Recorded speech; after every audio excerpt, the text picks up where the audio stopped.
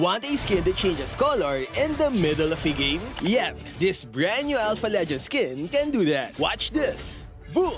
How cool is that?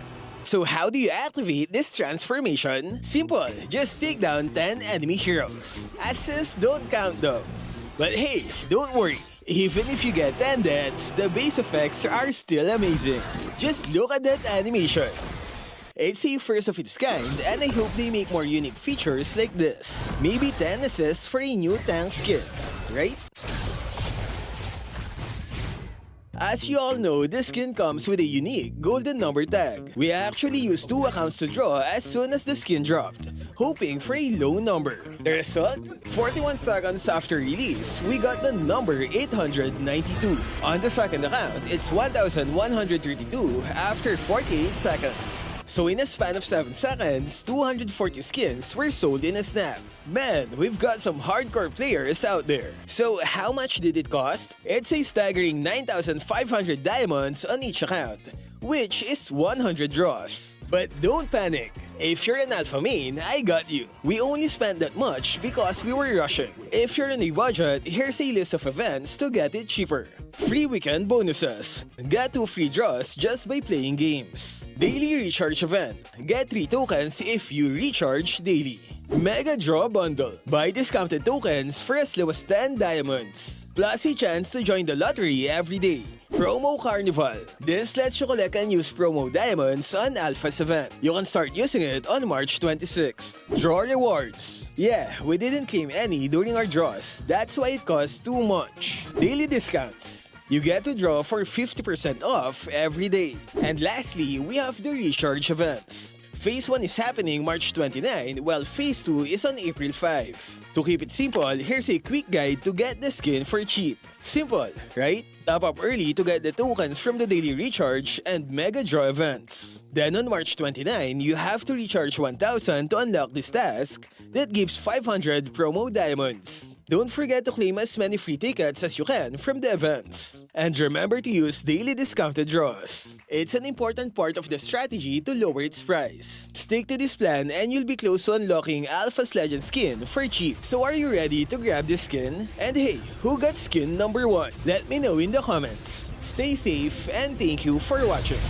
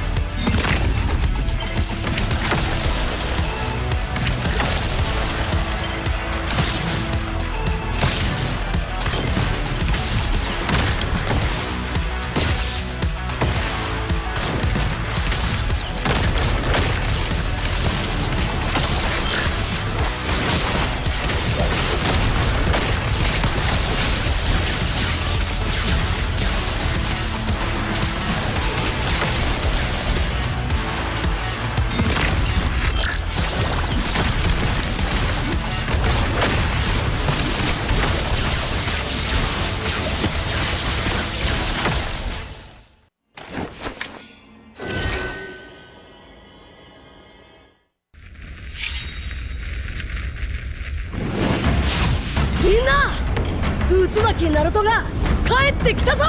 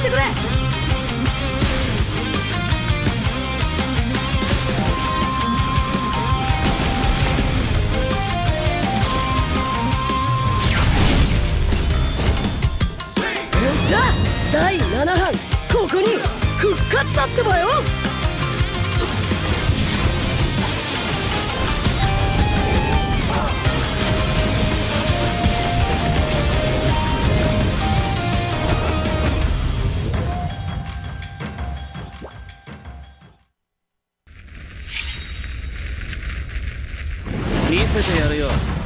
車輪ガンの本当の力をな。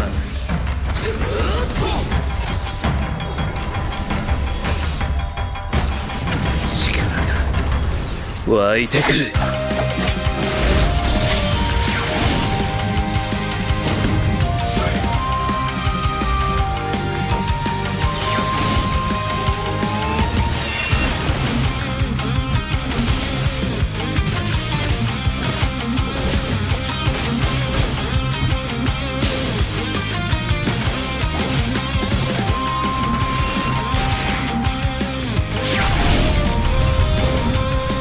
相変わらずやかましい奴らだ。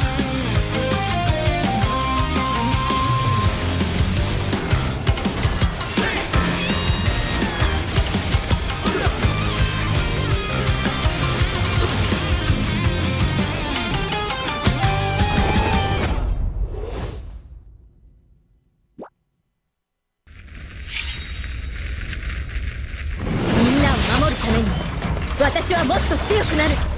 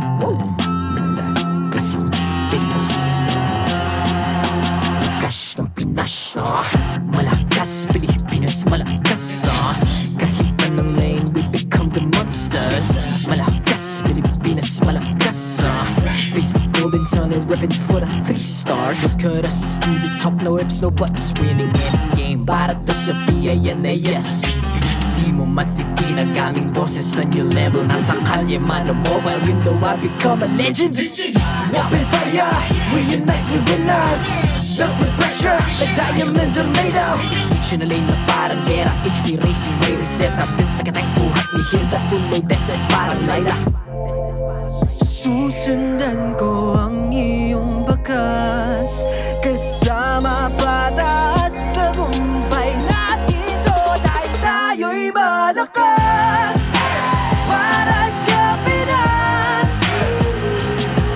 Nasa amin ang alas Hindi tuwa atras Kinikilala sa taas Kasi kami ang malakas Para sa Pinas Nasa amin ang alas Hindi tuwa atras Kinikilala sa taas Ganito kami sa Pinas Wow! Hold on Yeah, malakas ang Pinas We are Laging every beat No surrender, no retreat Pag nagsama-sama Just imagine what we can achieve Laging every beat No surrender, no retreat Giving 100 all my all cause we just cannot be defeated. We are unstoppable, immune and invulnerable. Ready ang equipment, lahat frozen, malang crowd control. Pakita ko na jab like pow, east to the southeast. So what I would proud and loud cause every enemy we devour. Susundan ko ang iyong bakas, kasama pataas, tagumpay natin to dahil tayo'y malakas. Para sa Pinas, nasa amin ang lalas, hindi ko aatras, kinikilala sa taas kasi kami ang malakas. Para sa Pinas, nasa amin ang lalas, hindi ko aatras, kinikilala sa taas, ganito kami sa Pinas.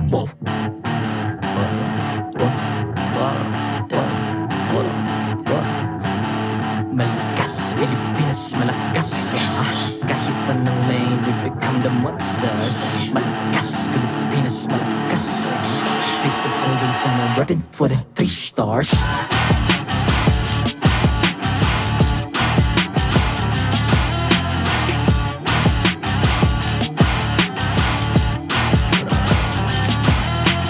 Ang lakas ng Pinas, we unite, be the stars. Ang lakas ng Pinas, we unite, be the stars. Ang lakas ng Pinas, we unite, be the stars. Ang lakas ng Pinas, we the stars. Ang lakas ng Pinas, we unite, we the stars. Ang lakas ng Pinas, we unite, we the stars. Ang lakas ng Pinas, we unite, we the stars. Ang lakas ng Pinas, we the stars.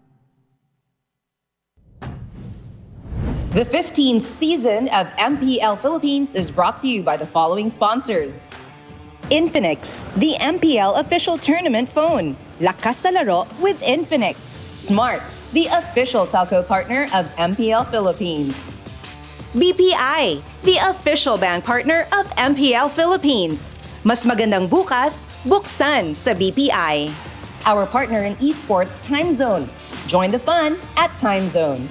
TT Racing, for those who dream, work, and play. TT Racing has your back. Don't miss any MPL action by following our official Facebook and subscribing to our YouTube channel. Follow MPL PH on TikTok for more content. Experience the Lakas ng Pinas of MPL PH Season 15 action live at Green Sun Hotel. Grab your tickets now via official MPL PH website. All the regular season tickets are now available at 200 pesos. MPL Philippines is monitored and supervised by the Games and Amusement Board.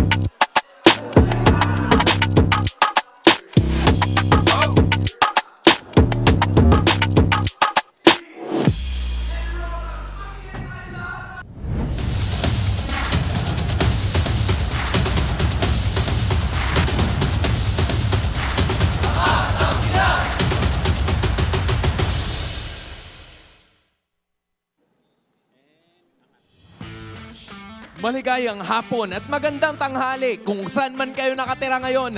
And welcome back to the MPL Arena. My name is Hans Galeria. Maayong adlaw sa inyong tanan super fans. I'm Jamie Fournier. It's been such a long time. I've missed everybody so much. And Jamie, we have missed you too. At tamang-tama ang dating mo at nyo dahil ngayon ay ang MPL Super Fan Saturday. Kamusta ba yung naging bakasyon? Solid, Hans. I spent quality time with my family but I was so excited to come back.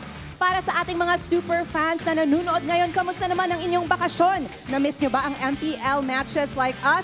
Comment nyo yan. We want to hear from all of you. But Dude, back to the game. Oh, yeah. I'm so excited to be here because I want to be one of the witnesses kung sino ang makakakuha ng final playoff spot. There are still 3 teams remaining na naghahabol dun sa pinakahuling playoff spot na nabanggit mo. It's gonna be Smart Omega, Twisted Minds, and AP Bren. There are at least 3 of them na makikita natin ngayong araw. Ang tanong naman ay kung sino ba ang magpapamalas ng kanilang pinakamalakas na jutsu to make that final Naruto run all the way to that playoff spot. Ang init, Hans. But you know what? It's not just about the final playoff spot.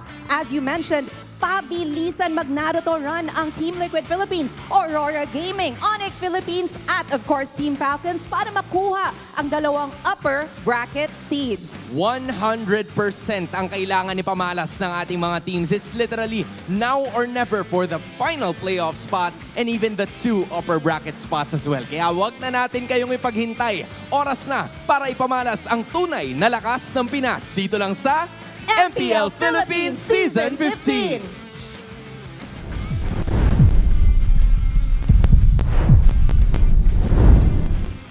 Ticket left for the playoffs. Punch it in for a win.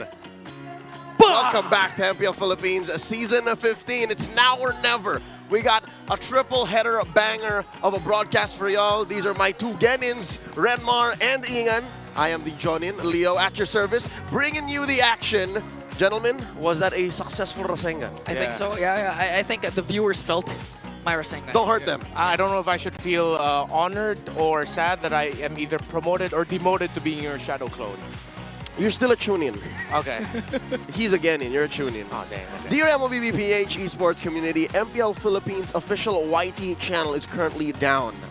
We know, we checked as early as last night, and we know you want to watch these matches on MPL Philippines, so you can do so through our official FB and TikTok pages, and of course, our official channels on YT as well. For those fans all over the world, you can check out the MLBB Esports YT channel, the Mobile Legends Bang Bang North America YT channel, and the Mobile Legends Bang Bang YT channel on YT, if you know what I'm saying. So there's a lot of places you can actually watch MPL Philippines all over the white and red or black and red, depends on if you like dark mode, all over the internet. So please let everyone know if anybody's on the internet saying, oh, it's down, it's not. We're getting to it and we're fixing it. So don't you worry, enjoy the rest of the evening with us here for some MLB Esports action. We're inviting you to play like a pro with Infinix GT20 Pro, the MPL tournament phone. You can grab yours now and use the voucher code INFIMPL to get up to 1,000 pesos off and exclusive freebies.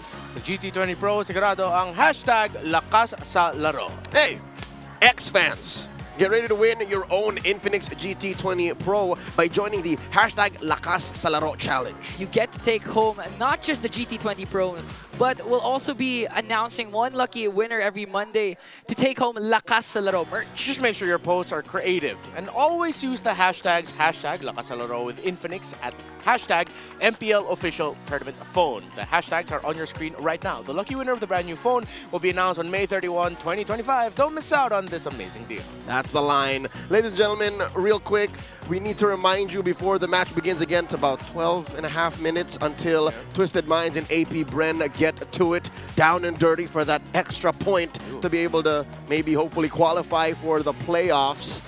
We have to remind y'all that you can level up your savings for an epic tomorrow. Open up a hashtag save up account today via the BPI app with one ID, and in just 5 minutes, you already have an account. Plus, you have a chance to win 1,250 diamonds. It's now easier to save, and your in-game experience will be even more epic. A more epic tomorrow. Open it with BPI. All right, last night we witnessed a back-to-back banger of a match. Slobber knockers, as they call it in the business. 3 games.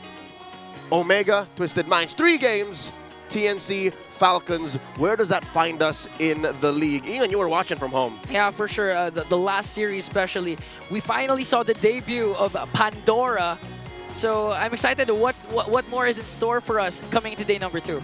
Yeah, and as we look at the Infinix standings, of course, things have been shaken up in the bottom half of the standings. Again, we're not yet sure who's going to be getting the last playoff slot between Omega, Twisted Minds, and AP Bren. Omega being able to get the victory over Twisted Minds placed them right now in the 6th spot, but no one is locked in. Quick updates. there can be a team eliminated this week, but no team will be securing their playoff slot yet. The final playoff slot will be found out next week. Yep. So by tomorrow, maybe we could say goodbye to one of these three. But by next week, we'll know who exactly joins TLPH, Aurora, Falcons, Onic, and TNC when we go on over to Season 15's playoffs. So that's going to be happening right here in the hollowed halls of Green Sun Makati. Tickets have already gone on sale. We went for the countdown earlier this week, so it's a hot drop. Go ahead, get to it. Tonight, we're going to be witnessing 3 best-of-3s. And here's a quick bit of trivia, right? Every single match today, somebody's celebrating their birthday. First off, we're going to be witnessing Twisted Minds versus AP Bren. And then back-to-back with Aurora versus Smart Omega. And then closing off with a so we call the golden rivalry. It's Onic PH versus Team Liquid PH. A lot of heated matches are really in store for us right now. Onic and TLPH, let's see who's going to come out on top finally. But for now, Twisted Minds versus AP Bren. I mean, it's really a crucial matchup because, again, the playoffs line is on the line. Yeah, and for Aurora, they want to secure their win against Omega, who can breathe easy. There's a chance that, actually, no, they've confirmed that they will not be eliminated this week because of their victory against Twisted Minds. But Aurora is trying to fight for the top 2 spots to make sure that they are only, 2 best-of-5s away from making it to MSC 2025. Upper bracket is a beautiful thing to have. Ladies and gentlemen, let's jump headfirst into our first bout. It's now or never. Keeping Twisted Minds and AP Bren's playoffs dream alive. Twisted Minds at 2 points. Last week 6. All right, at the end of week 6, they seem to be at the top of the race when it comes to that last spot. But after last night's upset, that reverse sweep by Smart Omega. Was that a reverse sweep? No, it was a back and forth. Yeah. In the back and forth last night, suddenly, it's Omega now who is, going forth, looking at that 6 out, saying, that's ours. But today, AP Bren can actually twist that on Twisted Minds. Yeah, so for Twisted Minds and AP Bren, one of the things, other than make sure that you win the series, is something that they have to keep in their mind. As much as possible, they have to avoid getting swept. Getting swept now at this point in the season, especially with a lot of them having their final match against Onic PH by next week or later in this week, that means that getting swept equals to you losing your chances even more, because now you're going to be looking at the specific match game win-loss points compared to the other 2 teams still trying to covet those top, that final playoff slot. So if you really, for some reason, cannot believe you win the series, just make sure you at least get a game. That helps with the head-to-head. That helps with the tiebreaker in case it gets to that point. In case that's all you have to hedge on. Ladies and gentlemen, these 2 teams have a list of hard pills to swallow, painful truths, things not to do. And they'll have to remember that in the midst of celebrating the KDA Machine's birthday. If you want an extra fun and exciting celebration, of course, you have to get this win up against AP Bren. Yeah, come on, just give him a really good birthday gift of winning this series. You unfortunately were not able to go into his birthday with a victory against Omega, but just get a win for Haji. At least he gets to celebrate his name day doing what he loves. Yep. Playing good MLBB. Now, here's that don't do list. Again, things that should not happen for Twisted Minds so that they could maybe secure the playoffs. Yeah. So right now, we've already seen the one thing they shouldn't do, lose versus Omega. But now they have to avoid getting swept by AP Bren today and hope that AP Bren does not sweep Onic tomorrow. I mean, looking at what Twisted Mind has to avoid, based on that, they only have one condition left that is basically in the control of their hands, which is to literally win or not get swept by AP Bren. And that's here and now. Yes. So now or never, number 2 is the last bit of this that you have volition over. Twisted Minds understands that kind of pressure. Do note that they have a few more matches here. Actually, just one last. After this, one more. Yeah. And that's against the reigning world champions. And that's on the final day of the regular season. That's one of the most stressful days of work that these athletes will have to do. Where, all right, guys, we've had a long regular season. Wait, we're not playoff secured yet. Who are we going up against? The world champs? Oh, come on. And that's the thing. You know that the world champs wouldn't be holding back, as again, they're also fighting for an upper bracket slot. And they'll be in action tonight. Yes. Against one of the titans of MLBB. But for now, here is a legacy franchise with a fresh set of faces that has had less than an ideal Season 15. It's AP Bren. These are their don't do lists. Yeah. Or it's one list with several items. Talk about it. All right, so unfortunately, the one thing that isn't in their control happened, which is Twisted Minds winning a game versus Omega yesterday. But what is in their hands is that they shouldn't get swept. They shouldn't get swept by Twisted Minds today, and they shouldn't get swept by Onic on day 3.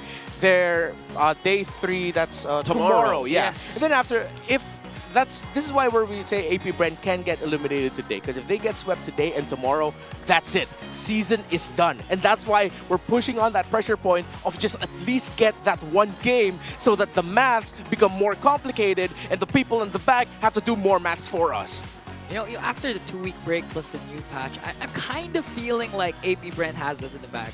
For at least today. Why? For today's matchup. I feel like you just cursed them now. No. Where's it coming from? No, because I remember the last time that they got the win was up against Omega. They were literally locked in. I believe they weren't even going outside of their boot camps. They were just literally practicing. And I think based on their body language a while ago, they're really locked in coming into the series. You know what? I had the same feeling with Omega yesterday. But that was only after Andoryu said tralalelo tralala. But I don't feel that vibe from AP Bren just now. Sure, they are locked in, but are they loose? Are they relaxed? Because again, when there's nothing to lose and everything is on the line, you perform the best as an athlete when you're in a state of flow. Folks, we want to ask y'all, which MLBB X Naruto collaboration skin are you most excited to get? All right, there's 5. There's Naruto as Lucas. Fire. Sakura as Clea. Fire. Kara as Vale. Fire. I heard you can get that one for free. Sasuke as Suyo. Deadbeat Dad. Rip. And Kakashi Sensei as Hayabusa. You know, I like the detail on the Hayabusa skin, like with the substitution jutsu with the log. Yep. Yeah. That's actually pretty cool. I have a strong fight against deadbeat fathers leaving their families. So You hate Nolan. I hate Nolan. I have a strong dislike towards Sasuke. I know he's a complicated character, but the Kalea Sakura skin though I like. I'm aiming for the Sakura one because that's the only hero I'll be using in ranked games, to be honest, yeah. I'm a Lucas man right now. Yeah. Ladies and gentlemen, the new battle emotes are available till August 5th for 109 diamonds. Now. You can now get new emotes from Aurora, TLPH, Twisted Minds, and if you haven't gotten them yet, Onic, Omega, and TNC's battle emotes are also making a return. You can also show your support for your favorite MPL team and buy them now at the in-game shop. Don't miss out on this amazing deal. Y'all see that new Feels one good, from right? Falcons? Yeah, I like it. Nice try! Nice try! That's good. I like that one. Someone spammed it against me in RG. It did not feel good. Dude. Right? It Right? did not feel good. It just gets to you. Like, no, nice try. It just what can you do that? Yeah, no. I need to buy 5. All right, gentlemen, I got to put y'all on the spot as I have put myself in and week out doing the forecast. What are we seeing happening this week? This match specifically. For me, first of all, I believe in the Bees, AP Bren 2-1. I'm a Coach Bond stan, so I'm still a Twisted Minds guy for this one, even though my prediction didn't do well yesterday. Okay. I said on the forecast that this is Twisted Minds' Hail Mary run week, and they missed out yesterday. Maybe today. Maybe today. I think I even went as far as saying it's a sweep. So let us know what you think. Is it Twisted Minds? Is it AP Bren? Or is there some other convoluted, twisted plot that you have written out so that we're at the edge of our seats up until day 3 of week 8? Let us know in the chat, in the comment section of whichever YT channel you're watching from, and let's all hope and pray that we actually get the MPL-PH channel back and running before the night ends. Ladies and gentlemen, I have gotten word that Twisted Minds and AP Bren are just about ready to get the ball rolling and show us some really good world-class MLBB action coming your way. we'll see how AP Bren actually figures out the meta. Yeah, I feel like James Max, this is your time to shine and bring out all your million moves today. Let's see. We have been seeing Hayabusa making a comeback and Fredrin. Let's welcome these teams on stage. To oversee and uphold the tournament's integrity, guiding us through this match, our marshals, Joshua, Chico, Patrick, and David. Who can take one step closer to get that coveted playoff spot? It's now or never! In the EXP lane, James and Dare. In the jungle, MP the King and James Punks. In the mid, Hajizi and Chovsker. In the roam, Escaleta and Kekadon. And in the gold, Outplayed and Shizu. And please welcome their coaches, Coach Bonjan and Coach Hakbet. Now, I don't know if you guys heard, but today is now or never. James, Dare, step forward.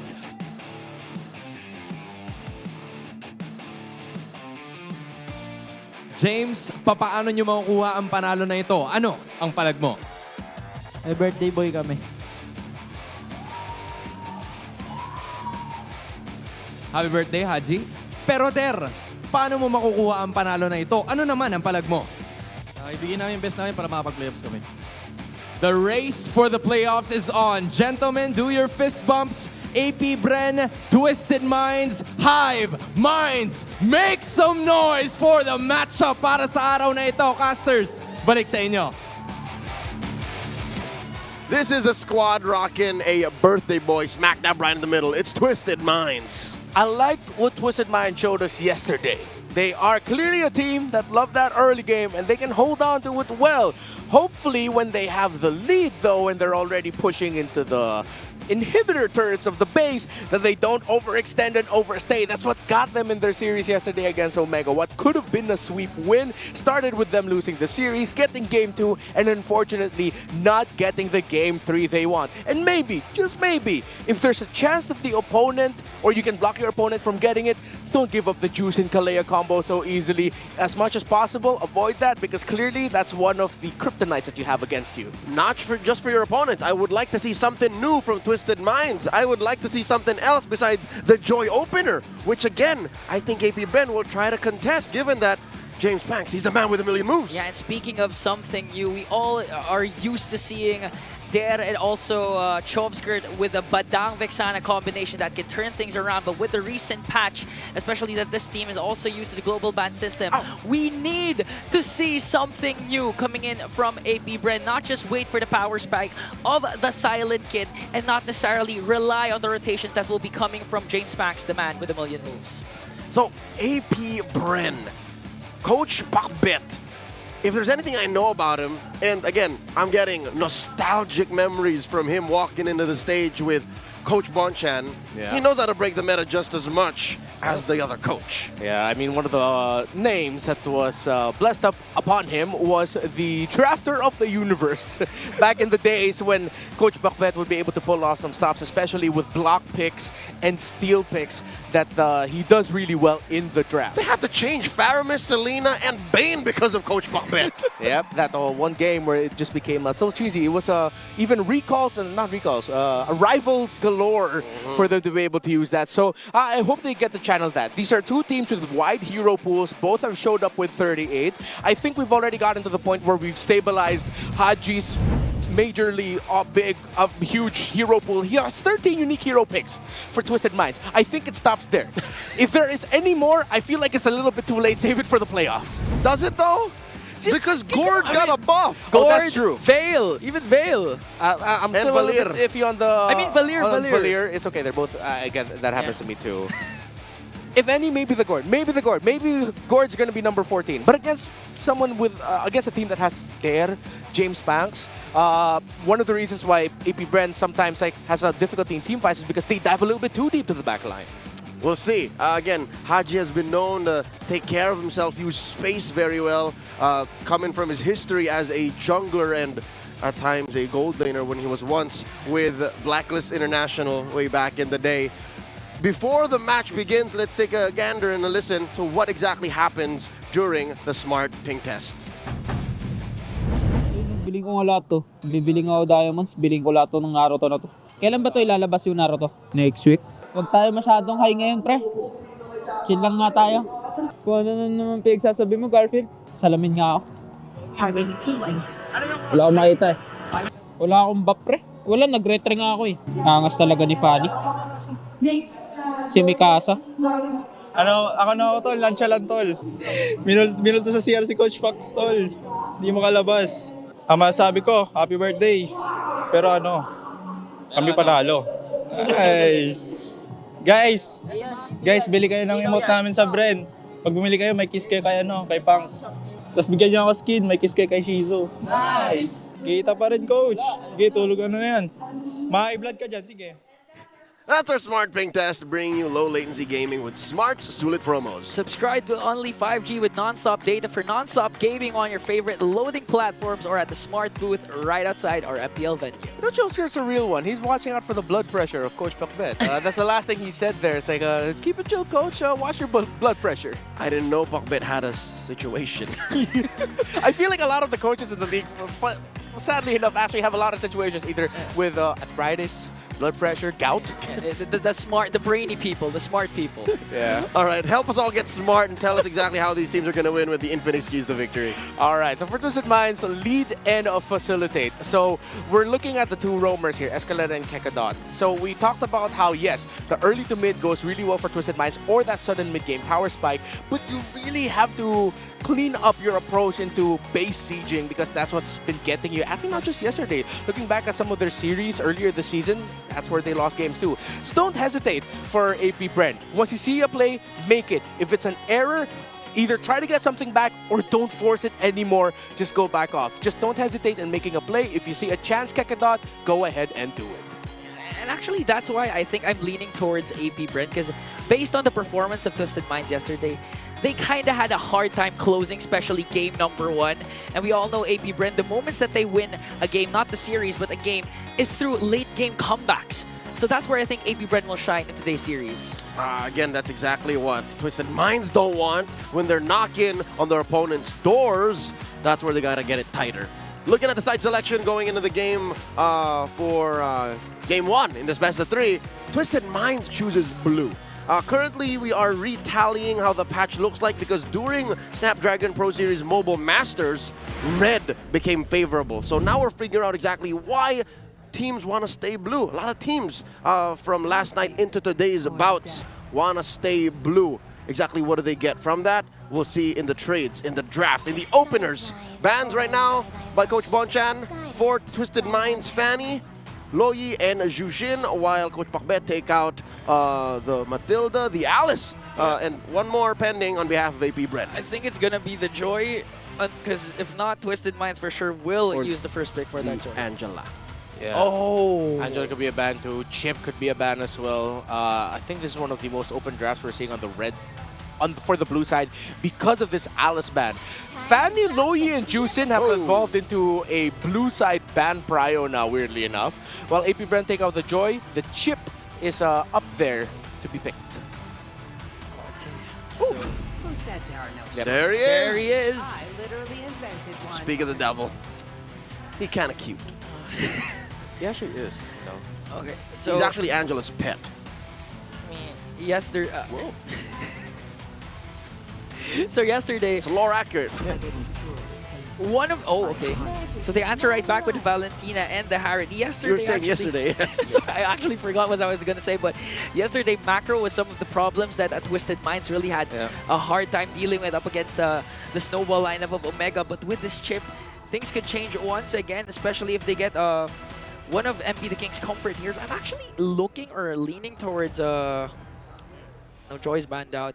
Will we again see the Lynx? Or a Hayabusa. The King or Hayabusa. Keep it safe, keep it tight, because by picking the Valentina this early, which again I am not a fan of, you're blocking off early. Oh, holy God! Holy early Lucases, but no! We got another big L hero that actually got buffed. It's Leomord! I am so happy, finally, someone's go ahead and picked up the Leomord. Ultimate, they improve the scaling cooldown of and the defense buff. You increase the move speed and you reduce the duration and the collision damage as well. So you get on Barbiel a little much quicker. It's a little bit smoother for being able to get into it. So they actually get the Valentina as one of their 2 picks because they wanted to go ahead and pick up the Lucas. Plus at the same time now, Twisted Minds are going to have to think about banning out the Tigreal. And if ever, at least AP Bren took away a mid laner that can take away the ultimate of the Tig. So this is actually AP Bren, call it overthinking, but they're thinking a step ahead. They're setting up for the Lucas and they're setting up for the Tigreal later on. If they don't pick up the Tigreal, then I will be very confused. Great block by Coach Bakbet. He's very cerebral. Although, again, I would still err on the side of caution. It might be overinvestment into the Valentina. Chovger just has to make it work. Whew. Leomord back in action. We were looking for an L hero, not the Ling, not the Lucas, but Leomord. And so far, with the recent patch, I'm guessing Twisted Minds, they're going to go headfirst into every single clash, going to set the pace, and at the same time, try to dominate as early as possible. But to do that, they need a good amount of burst. So who's it going to be? What's it going to be in mid? Yeah, that's the difficult thing. They're going to need some... Strangely enough, a stopper and a burst. I think a Vexana would be one of their best options later on. If they want to push back the Lucas, heck, we might even see the Valier pop up actually, but that's not the burst that you're looking for. You need more damage. That's DOT, you have enough sir. control. That's DOT, exactly. It's funny that we're seeing the Leomord going up against the Lucas, because Lucas, I remember I've been telling you this since Malaysia. Lucas, just think of him as like a modern day Leomord because of how you want to use his Unleash the Beast, just how strong it is. High Loss Kalea is the ban of Twisted Minds, so definitely a good time to pick up the Tigreal for this draft. It doesn't have to be now, but if you want to save your EXP laner for later and focus on matchup there, you pick up the Tigreal here and EXP later. That is assuming the Lucas is a jungler, which, by the way, folks, has been... It's an endemic. Lucas is now, what, 44 out of 5 times in the jungle? Yeah. Rarely do we see him in the XP anymore. Yeah, and he's clearly been dominating, especially when they have an early game start. I mean, Renmar, even back in SBS, has been saying that the things that you have to watch out for if you're up against a Lucas jungle is an early game kill. And that's what James Pax will be looking for. Confirmed. The CC will be going to the XP in the hands of Dare, while Lucas will be played by James. What does Twisted Minds do? Is that... No, that's not the Vexana! Oh, okay. Actually, like the draft of Even Earth, the last 2 picks right now puts a lot of pressure specifically on the Lucas. Maybe even the Valentina to make sure you get the ultimate of the Eve. But we saw yesterday, teams that want to play around the Lucas, specifically a Harith, actually quite struggle against an Eve if their timing isn't right. And the Eve brings down the real-world manipulation at the right time, which Hajizi did very well yesterday against Omega. And that Eve actually makes the Tigreal pick a potential option, not a sure lock-in option for AP Bren. They might want to consider a Cho if they want to go around much quicker, but then that puts a lot of pressure on CC. So they need something solid. I think best pick is Tigreal, but they go Carmilla! Oh! Okay, okay, it's good because now you distribute the damage much better. You're fighting under the real-world manipulation, but now at the same time, Twisted Minds will be fighting under the Curse of Blood if they're not careful. They're all in, their dive. Those are easy targets for the ultimate of the Carmilla. And they could also have their own real-world manipulation. Because of the Chop Skirt Valentina. Well, I'll be damned. That's also another debut pick, folks. I gotta tell you now, the MLBB dev team has hit a home run. Match after match, day after day, week 7 of MPL Philippines, we're seeing debut picks, but there's another stat that is looming over our heads. Every single time a debut pick shows, that team loses. But how about this time? There's 2 debut picks. They somehow draw game 1. Logically, I mean. Whew. And now, for AP Bren, I get the strategy, honestly. It's just literally to dominate the laning stages of the game. I mean, they have the Harith up against the Irithel, and at the same time, the CC up against the Phobius. So if things go right for AP Bren, they don't have to play around the real world Welcome manipulation to Mobile of the Legends. They can just do what they gotta do. Ladies and gentlemen, game number 1 between Twisted Minds and AP Bren. It's now or never. That point on the line that they both so longingly need to make it to the playoffs. Right, looking at the stars, it was a triple leash start for the purple buff of AP Bren, while MP the King only got the one bit of help of poke, considering that they started in the orange. Both of them, I believe, will just clear top side. They might see each other around the gold coin unless someone decides to change their trajectory and go downwards instead for an EXP lane first exit. Looking at the emblems, MP the King's rocking Assassin. He gets Swift and, yeah, pretty standard. I like the killing spree. If AP Bren aren't careful here, then, well, I mean, killing spree also for the Lucas, so they just both gotta be careful. They're both gonna be playing the same way. Killing spree seems to be the flavor of choice for most junglers these days. A little bit of a scuffle in mid. Chovsker down to a third of his health. James Spanks giving Outplayed here a little bit of a visit. MP the King about 5-6 seconds behind. Yeah. Okay. So they're both going to be going for a downside exit. Could be a bit of skirmish here, but the EXP laners aren't showing much. MP the King helping with fast clear. They want to get James out for an aggressive rotation somewhere in the river. I like how Twisted Minds are keeping themselves scarce. They're not exactly crossing the river because they know of the amazing clapback a Lucas is possible of. Really, he's, I think, the most burstiest of all level 4 junglers right now. Yeah, it's just enough pressure for Twisted Minds to make sure that James Pax is kept in check. But the first turtle has spawned, and I think Twisted Minds will also like to contest this. All right, great pull by MP the King here. Both junglers at level 4 currently, and skirmish already. Okay, MP the King already has his ultimate. Here comes James Pax with the Unleash the Beast. James might be the first man down as James Pax picks up a kill. MP the King caught in the middle. Gonna get taken down by Chovskirt, but they also answer back with their shutdown. All right, either way, that's a win for AP Bren. Yeah, flash combo on point, getting the right targets. First, James, MP the King got dragged into it as well. So now AP Bren got the start they want, but James Pax is getting invaded. This is a good call by Escalera and Hajizi to balance out the loss that they had, and they get to bring. James Pax sent home. Escalera and Hajizi, enough of a distraction for MP the King to make it back to the pit. And I think that's it. AP Bren are blocked out. That's a good macro play from Twisted Minds. When you thought that they were behind, a quick rotation from the mid duo forced AP Bren to think twice about what they have to do. Now Twisted Minds wants to extend the lead by trying to contain Shizu down bottom, but Hajizi already cast a real world manipulation. Escalera onto Kekedot.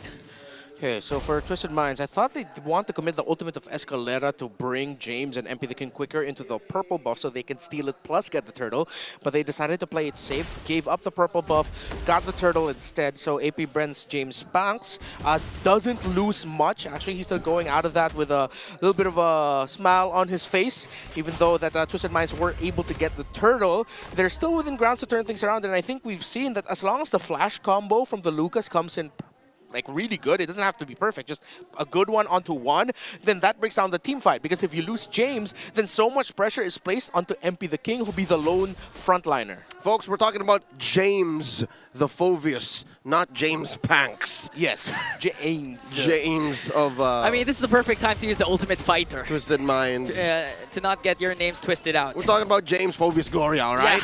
Yeah. Turtle spawning in the upper quarter in about a minute, and... it seems like AP Bren want to hold on for that because it's very rare that a Lucas wins an early skirmish like that and then gets timed out. I think it's because of that panicked retribution. That's the reason why AP Bren kind of scuffled. And they shuffled back into the purples because James Panks was forced to use retribution. Now, he's going to hold on to it. Now he's going to play that a little more cautious. Yeah, and for Twisted Mind, it's actually okay that this game has this very slow pace because so far, Outplayed's been scaling up pretty well, even if Kekedot and Shizu is right there. But here comes Escalera. They have the ultimate. Now the crash course onto Shizu, forcing out the flickers, so no flicker for the gold laner. Oh, down bottom though. Yeah. There, despite getting spaced out, getting frozen on by James Phovius Gloria, is bullying him. Yeah, I think that's one of the reasons why Twisted Minds actually hesitated on using the shortcut dive under the tower to secure the kill onto Shizo, because James couldn't have gone into the portal. He was too low. He was losing in lane against Dare, who's, as you said, dominating him right now. But Twisted Minds does have a better position right now for this turtle. Escalera still has his ultimate. So Kekadot, honestly, he can just die, but just make sure that he uses his ultimate, gets at least 3. Okay, and now they're trying to go for Escalera. Shizu dashes in, forcing out the flicker. And MP the King, flawless execution to get the second turtle. Was that a stolen shortcut? Yes, it was. All right, so that allows for AP Bren to relocate. Yeah. That's another key ult that they can steal to be able to use as utility. Look at this, Escalera gets cornered. She's already used up the Zam and forces Escalera forced to use the conceal. Oh! J-Packs out of nowhere. And now they're trying to make a trade up for Dare. Dare is going to fall, but in exchange for Escalera, outplayed and the turret up top. He's just so confident with using this, Lucas. It was a dive. They weren't juggling it. James Pounce just said, my turn. And he got it. He got the kill onto Outplayed. What I thought was an underwhelming turtle, take that actually AP Bren didn't hardly deeply contest into, they turned into an even better play, getting the gold laner down, getting the tower and the gold lane down, and now they have a good lead. War Axe already built up for James Pounce, and he went for the route wherein he doesn't full build the Hunter Strike. He just went the Fury Hammer first, and then War Axe. Fury Hammy, that's a new one. Okay. Yep, and then from here he has a smorgasbord of choices. Depends on how Twisted Minds plays the next few minutes of the game. James versus Kekadot. We haven't seen Kekadot really get into an amazing feast of blood just yet. Blocking out Outplayed here, almost pushes that turret. Okay, they were able to save out the turret there up top. And so far, Twisted Mind still hasn't gotten a good initiation coming in from Escalera, but MP the King already used up the Phantom Steed trying to force Dare away. And going back to my point, Twisted Minds, they're not necessarily using the advantage of having that shortcut, because so far, AP Bren has every single lane checked out. They are iffy on that last key to victory, presented by Infinix earlier on. Renmar mentioned, initiate and dominate. Sure, they're initiating, but they're not dominating! Yeah. Domination needs to start coming out. They are a little bit too reactive. They're starting things out, but I think after the loss yesterday, you're seeing a change in mindset on Twisted Minds.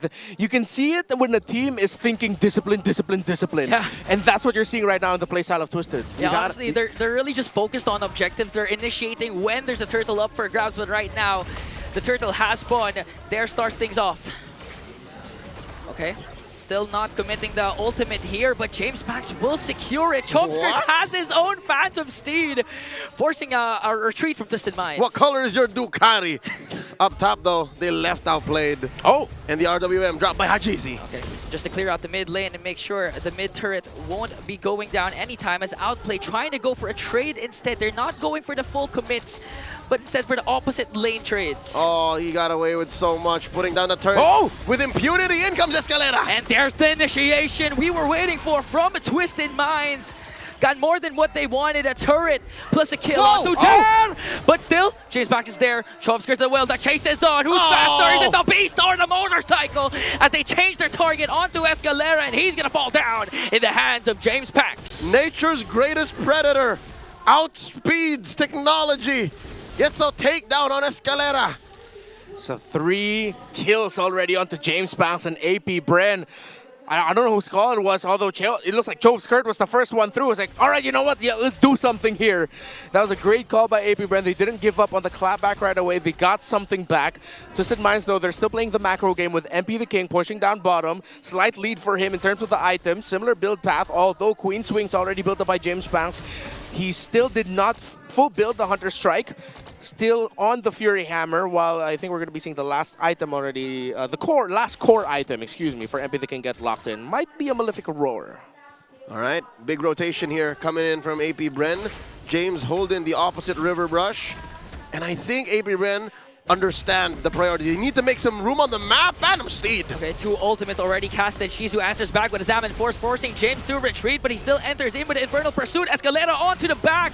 Will he cast the ultimate though? They caught 4 and caught the Silent Kid first. James Pax with a clapback onto Escalera, and MP the King, the next target, is outplayed as James Pax picks up 3. Great trade. The Silent Kid silencing 3 from Twisted Minds, opening up this Lord for free.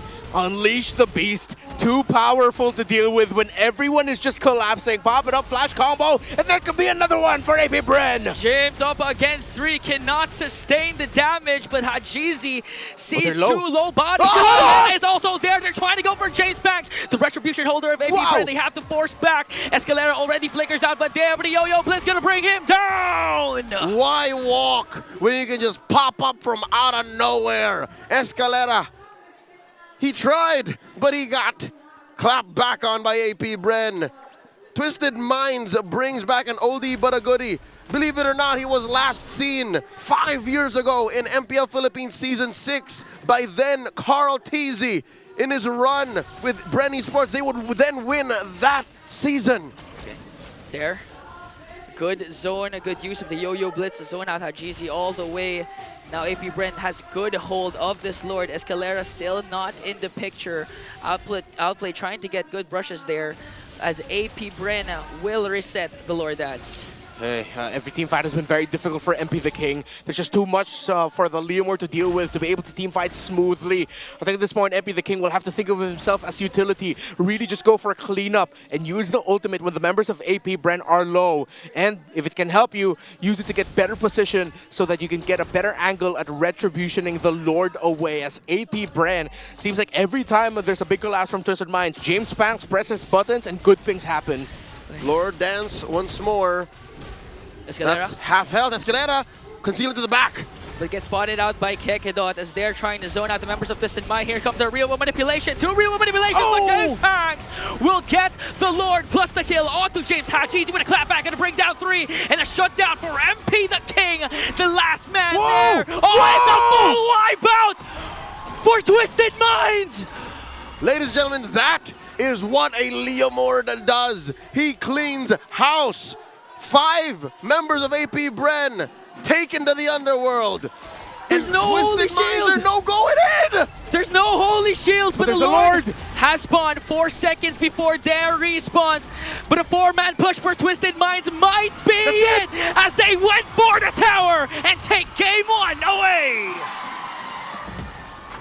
Twisted Minds on the turn of a dime take the game. You see the look on MP the King's face. That's it. It's over? Unexpected. What a surprising way to end it.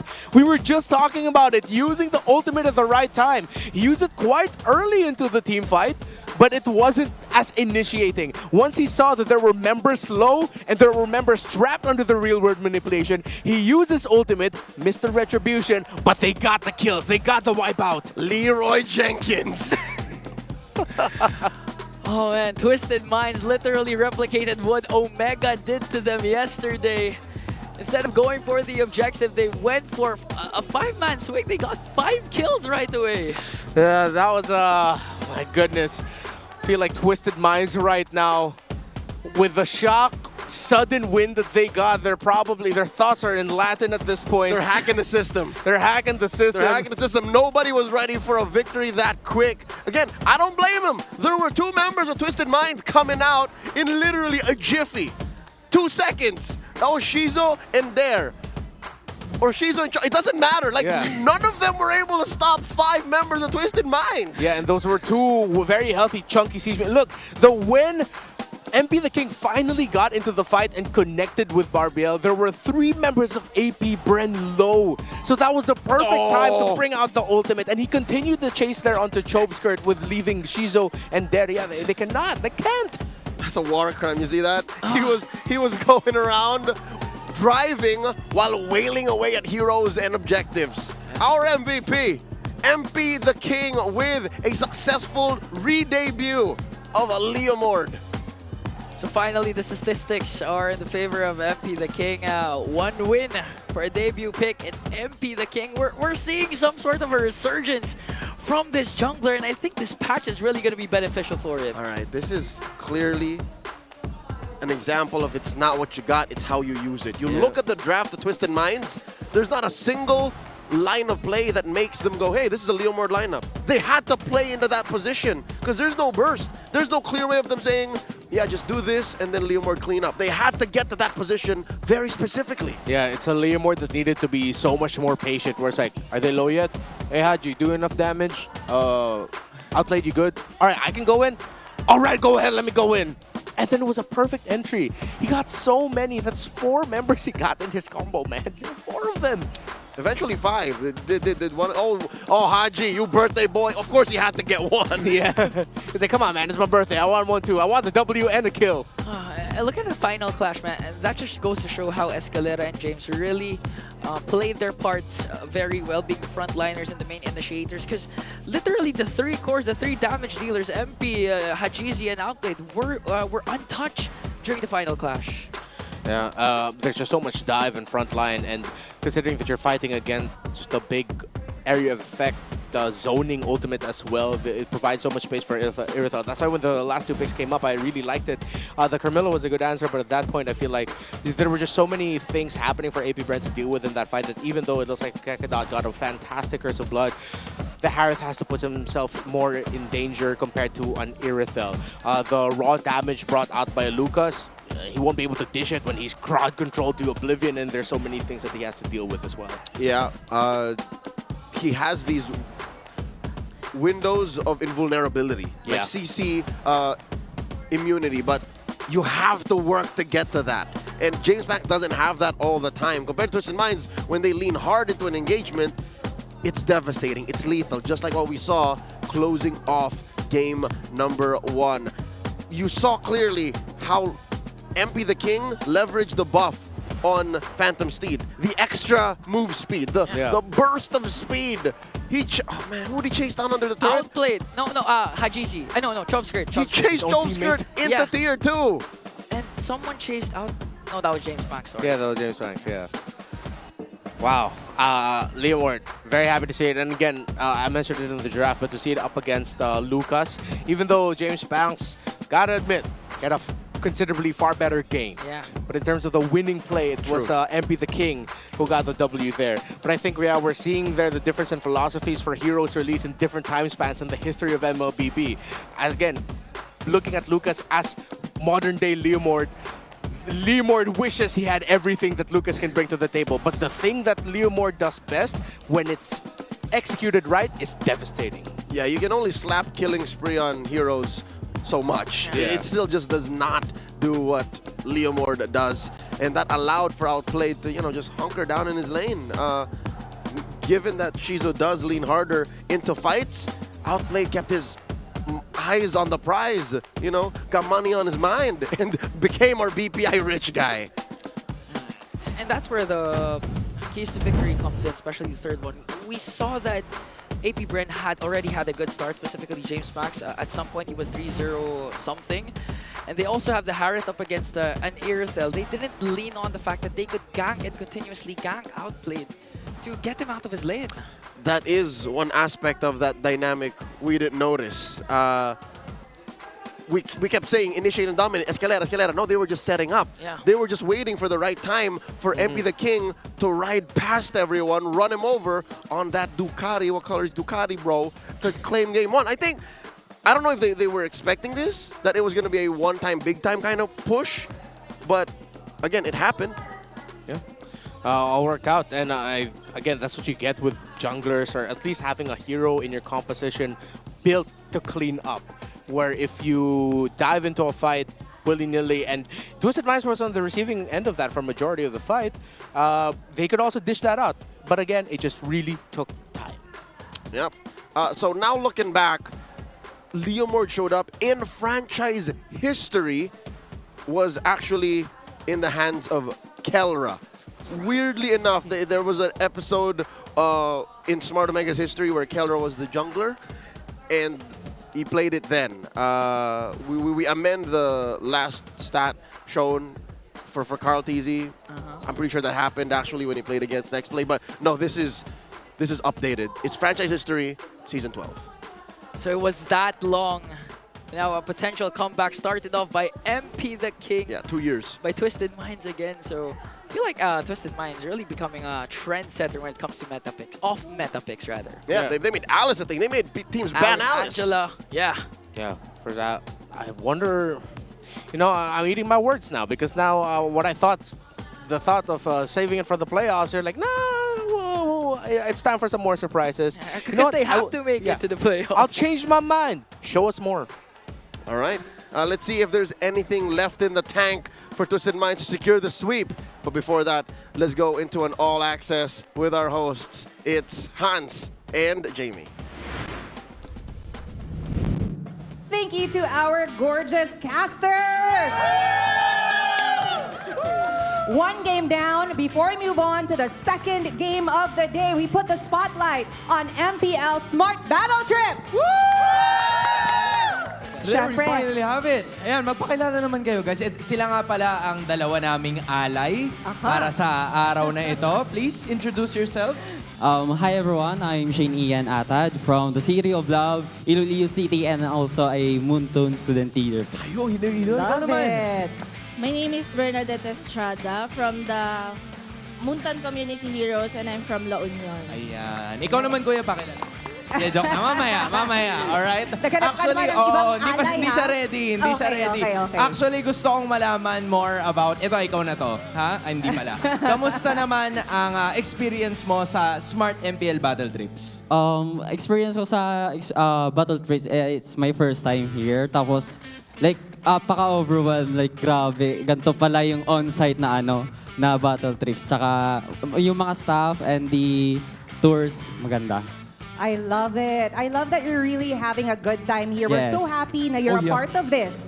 Now, gusto ko namang tanungin si Berna. Berna, ano yung pinaka-tumatak sa'yo when it comes to the talks and the tours of the battle trips? Ang pinaka-tumatak po sa akin is there are so many opportunities po in esports. Not only in playing, but also sa mga behind the camera, behind the scenes po. And that's true, you know, Hans. A lot of people don't see it. A lot of really factors come into play behind the scenes. For sure. The person holding this mic right now, Chico na part ng Marshals. Kasi sabi niya, banggitin ko daw yung pangalan niya. Ito na. Ayan diba? na. Nakuha Chico, na. hello But at the same time, I actually want to take note more of the people, the fandom na nanonood ng Naruto. May mga nanonood ba ng Naruto dito? May nanonood? Mag-ingay kayo! Meron. Ayan. Marami. Okay. So, ikaw muna ang tatanungin ko since nandito ka na. Ano bang gusto mong makuha na skin pag lumabas na yung Naruto na collab? Actually, dalawa yung pinaka-favorite skin ko na upcoming release. Opo. Okay. Yung first po, yung Naruto kasi ganda ng special effects nun. Tapos yung kalawa, yung yung Soyo, yung Sasuke. Yung Sasuke. Ba't si Tanggol yung sinasabi mo? Sample daw.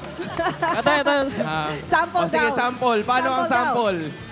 Wow! Feeling ko hindi ka magpapatalo eh. Ikaw na to eh. Pakita mo. Ninja pose in 3, 2, 1, go!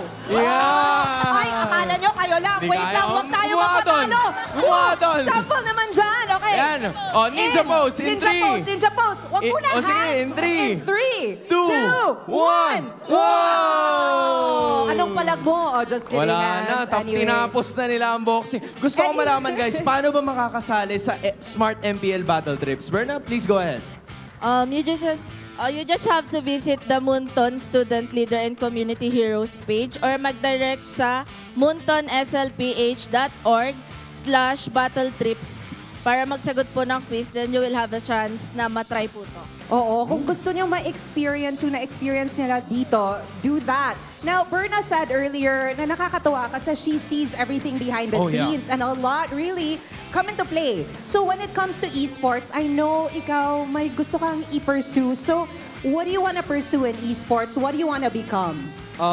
Probably I'll be the people behind. Like gusto ko yung ako sa streaming, sa management, tapos baka in the future gusto ko rin mag-game marshal. Ganun. I love it. Nako, And sana nakatulong naman ang battle trips for you to envision kung paano mo Correct. yon makakamit. Chico, kabahan ka na talaga may papalit sa pwesto mo. I am sure of it. But hey, it's so nice to see each and every one of you guys here today. Nag-enjoy ba ang lahat? Nag-enjoy ang lahat? I love it. I love it. Jamie, I think oras na para ibalik natin sa ating mga casters. So casters, over to you. Battle trips making dreams come true, showing y'all exactly what goes down to make an MPL Philippines broadcast possible. Welcome back. We are easing into game number 2 in this best of 3. Match point for Twisted Minds after successfully debuting a Leomord, a newly buffed Leomord at that against AP Bren. Now AP Bren chooses to go blue side, so it's their turn to turn things around. What do they do with this power? Because again, there is a lot of power in blue side now. Yeah, I mean, we've seen some unique pickups there. A Badang first pick. Of course, priority onto Joy. You don't have to ban the Joy. You don't have to ban the Joy. Maybe there are teams also thinking, hey, what if we actually prioritize the Lucas again, like we used to when we thought Lucas was all the jazz alongside Suyo. So he is all the jazz, though. He is all the jazz right now. So let's see. There's a lot of routes that they can go for. We can't just say that they are for sure going to be going for the Joy. However, if it's available for them, I'd want to see them consider rushing the low Yi. If the Fanny is available, just make sure it's supplemented very well. I think if we look at it in the first phase, if in the first phase they have something like a Lucas ban, then there's a chance that they're trying to open Fanny, trying to force a ban on the Fanny from the red side, Twisted Minds. Yeah. Ingan, as the resident James Panks connoisseur, autobiographer, and fanboy, you think they're going to do that? Like maybe open up the Joy? They did ban it in red. Or you think he'd go for the Lucas again? I think based on the performance a while ago, I think Lucas would be an ideal hero again for James Panks. It's just that, you know, you could tweak something when it comes to the roam. Instead of going for the Carmilla, maybe we could see Kekedot rock those Jawheads that we haven't seen lately. That was actually kind of buffed. So why not? Right? Yeah. Was he? I don't think he wasn't banned. Jawhead was untouched game 1. Yeah. Jawhead's been untouched since yesterday. Yeah. Or do we see at least one ban on it? If I have to, I think he got banned. Yes. He got banned at least. Yeah, he got banned at least once. Just because their best friend Suyo is out of the meta, doesn't mean like Jawhead just should, you know, poof. Yeah, because I mean, if Lucas is happy with, if Suyo is happy with Jawhead, shouldn't Lucas also be happy with Jawhead? Logically, I mean, logically, they're both physical. That even makes it hurt more. Yeah. Let's see. Maybe it's just there's some things right now in the meta that makes teams hesitant with picking up the Jawhead, but our teams are willing to ban it out.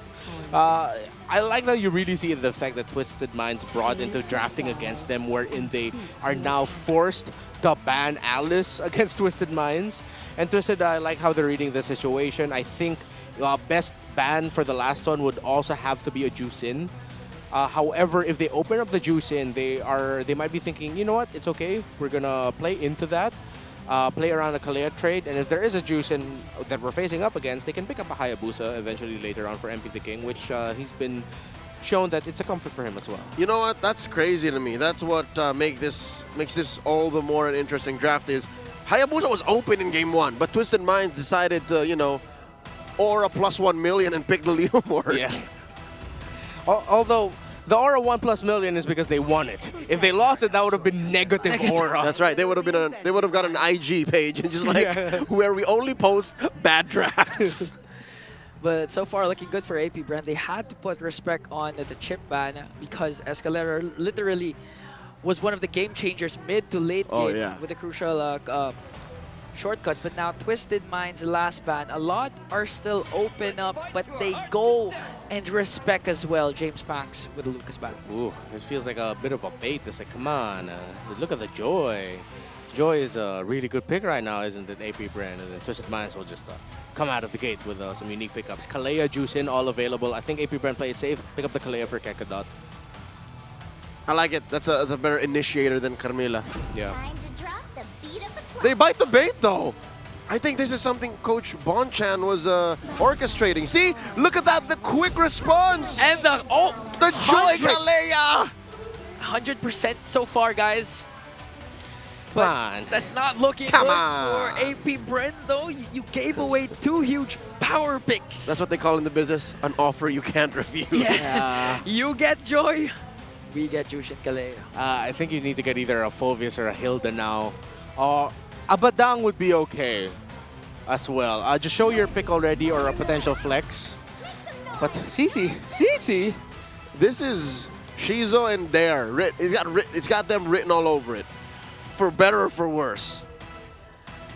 Yeah. And the thing is, because yeah, Kalea can still be flexed to the XP lane in the hands of James. Evidence can be faked. Trials can Oh! The only thing I trust. Twisted Minds. This is their best Omega cosplay. This is literally the draft of the start of the draft for Omega game number 3. Not more than less than 24 hours ago, they lost to a lineup that had this very first phase. Yep. And it was how long? 10 minutes long? Yeah, it was 11 minute. It was an 11-minute game. So now, Twisted Minds, I wonder if they're going to go for the full Omega cosplay, pick up a Gatatkacha Granger as their last picks as well. Because the Granger's still available. You're up against a Joy and a Harris, so Gatatkacha would even be like a great answer to all of that. Oh, yeah, excuse me, they did ban it out. If that's the case, they're probably going to go Fulvius in the XP or... Oh, no, now it's also banned. Yeah, Fulvius just got banned. So they're left with Hilda. I think AP Bren might also be considering the possibility of forcing the Kalea into the XP, then Escalera gets something else. But Escalera has shown to be very comfortable with that, with how he uses the Flicker Tidal Strike. I think we're waiting for the James hero, which will either be a strong, solid XP similar to a Hylos, or they go Badang. Is there a possibility of an XP Kalea, mid Jushin, roam Angela? That's a little too much. I don't put it beyond Twisted Minds, though. I'm just saying. Yeah. If they're going to go Angela, it has to be last pick. Ooh, they're taking away Faramis. Ooh.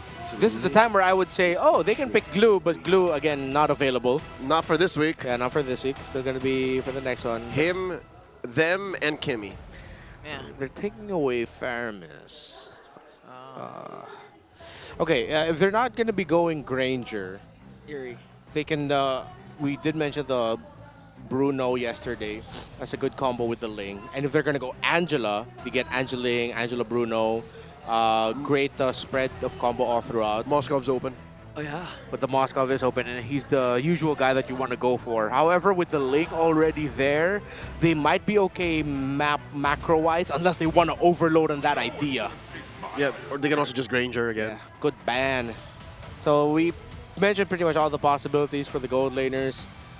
I think if they're going to go Angela, something unique, they go for that last pick. They pick up their gold laner now. Don't show the flex yet, hopefully. Moscow. Yeah, Moscow or Granger. Or Bruno. Yeah. I wouldn't Irithel. Would I? I'm honestly feeling like I'm Irithel. Oh, yeah, no, because they literally Irithel into the Harith game 1. Yeah. So it's going to be an Eerie again. Okay. Look at the matchup. Okay, they just Okay. go Granger, and then see, if it's gonna be, what's it gonna be? Is it an XP Kalea? Are they saving it for an Angela flex that Ingan brought up here? Gonna have to wait for that. I wouldn't mind. I think because the Granger's a solid Angela target too. Yeah. Him and the Irithel. No AP Bren, if you have it in you, please pick a Cairo. Oh wait, no, it does struggle against a Juicin. You don't have to worry about the Kalea. They force out the heavy spin quite fast. That's just my wishful thinking.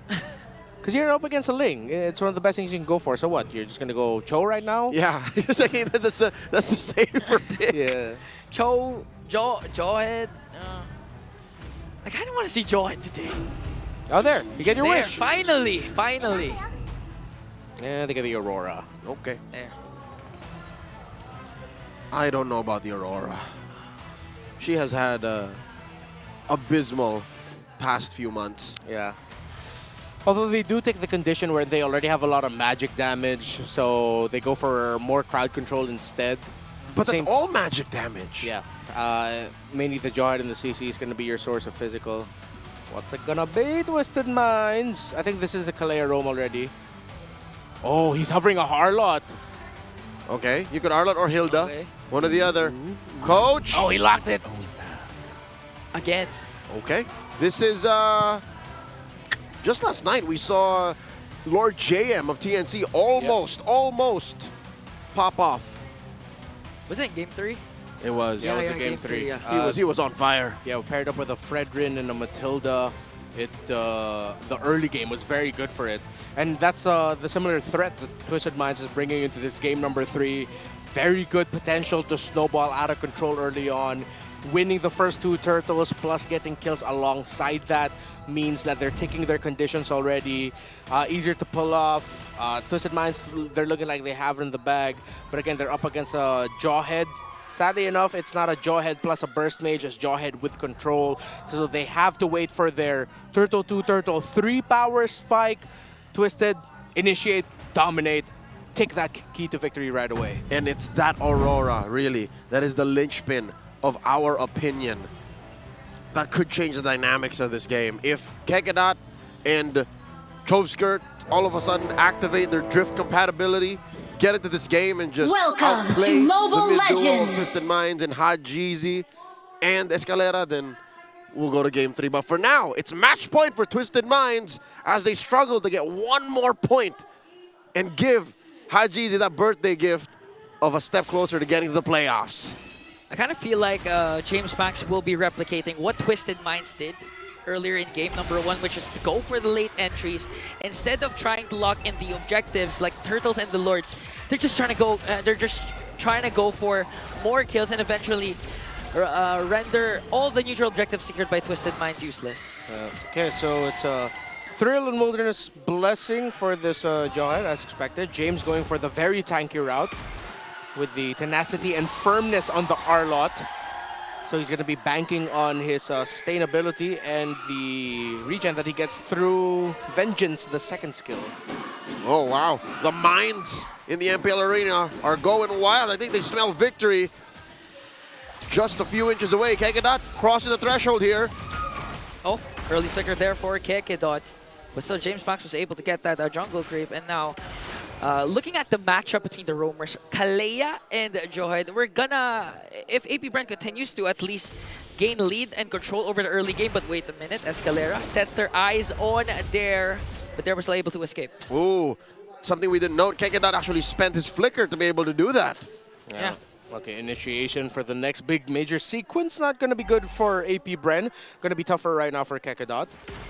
Both the XP laners are going to get level 4s through the center of the map after getting fast clear helps in the EXP side. In terms of the gold lane, quite even in the matchup. No clear victor there. Yeah, that's been the gold lane matchup we've been seeing for what? All of Q1 2024-5. No. For ages now, it feels like. So, up in the air, who gets this turtle? No one wants to get the turtle yet. They want to get their buffs first.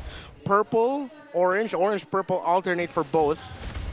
So they're both going to come out the same side. They're going to hold, and Twisted and AP Bren, they're going to be banking on a big 4v4 team fight for the first turtle of the game. Escalera already got his level 4, so Tsunami Slam online alongside a flicker, which Kekedot does not have for about a minute and under a minute. So this is so much better for Twisted right now. And not to mention the final slash and flicker is available for James, but Kekedot starts things off trying to zone out a Twisted Mind. Here comes the final slash, plus the pickup of MP the King onto the turtle, but they're gonna get the kill onto Escalera as they trade him for Kekedot. They want to go for Chovskirt. There's the passive, but MP the King will deliver 2 more kills, and James answers back with one of his own to bring down 3 of AP Bren. That's what we talked about earlier. This is the threat of the lineup of Twisted Minds with the early game dominate from here. They can go for another aggressive play after James, MVP of that scenario. The flicker final slash to start things off and making the most out of the Vengeance and even helping secure the final kill there onto Dare at the end of the long sequence. The MDL and MPL ID champion showing us exactly what he's learned throughout his career in pro play. Man, these Arlots, that's what, 2 MPL ID alumni now, showing us that there's something in this hero. It's no longer just the CC Phoveus Hilda matchup in the EXP. Yeah, this time their role as a secondary roamer is not necessarily to front, but to catch your opponents off guard and go for those amazing setups. Because even Escalera didn't even have to use his flicker. Escalera died, actually. Yeah, Escalera died, and it's okay for James. He said, I got this. Great play by Twisted Minds. Again, we talked about As long as they're aggressive and they step on the gas at the right time, it's going to be good for them. More calculated things like that. I think AP Bren also just need to respect the fact that they're up against an R-Lot. Their team fighting positioning, they did not watch it. Escalera! There's a Tsunami Slam again, but they tried to counter out with a Kekedot ultimate. Plus, he was able to throw out Chov Skirt, so no initiations there for Twisted Minds. All right, I think Twisted Minds were a little out of their breath there. An early disengage from Escalera, outplayed though, forcing out that Salmon Force from Shizo up top. Gold lane is an island, like neither of these fellas have actually left. Yeah, the two best gold laners recently nerfed. You can feel it, especially with that. I feel like if this was... Oh, wait! There's a throw on to James.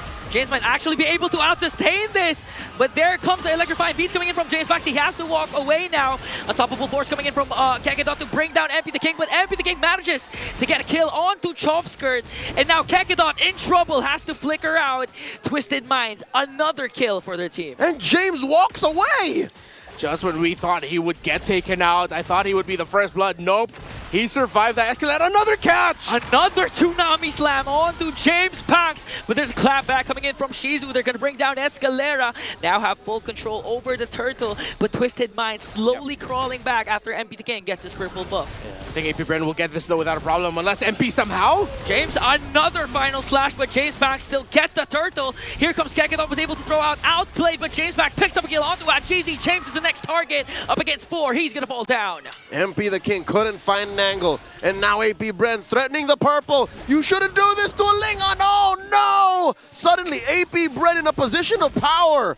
The tides have shifted. Yeah, great turnaround there. The last team fight before the turtle take proper by AP Bren went on a little bit too long, even though it looked good for Twisted Minds with them being able to take down Chove's Skirt.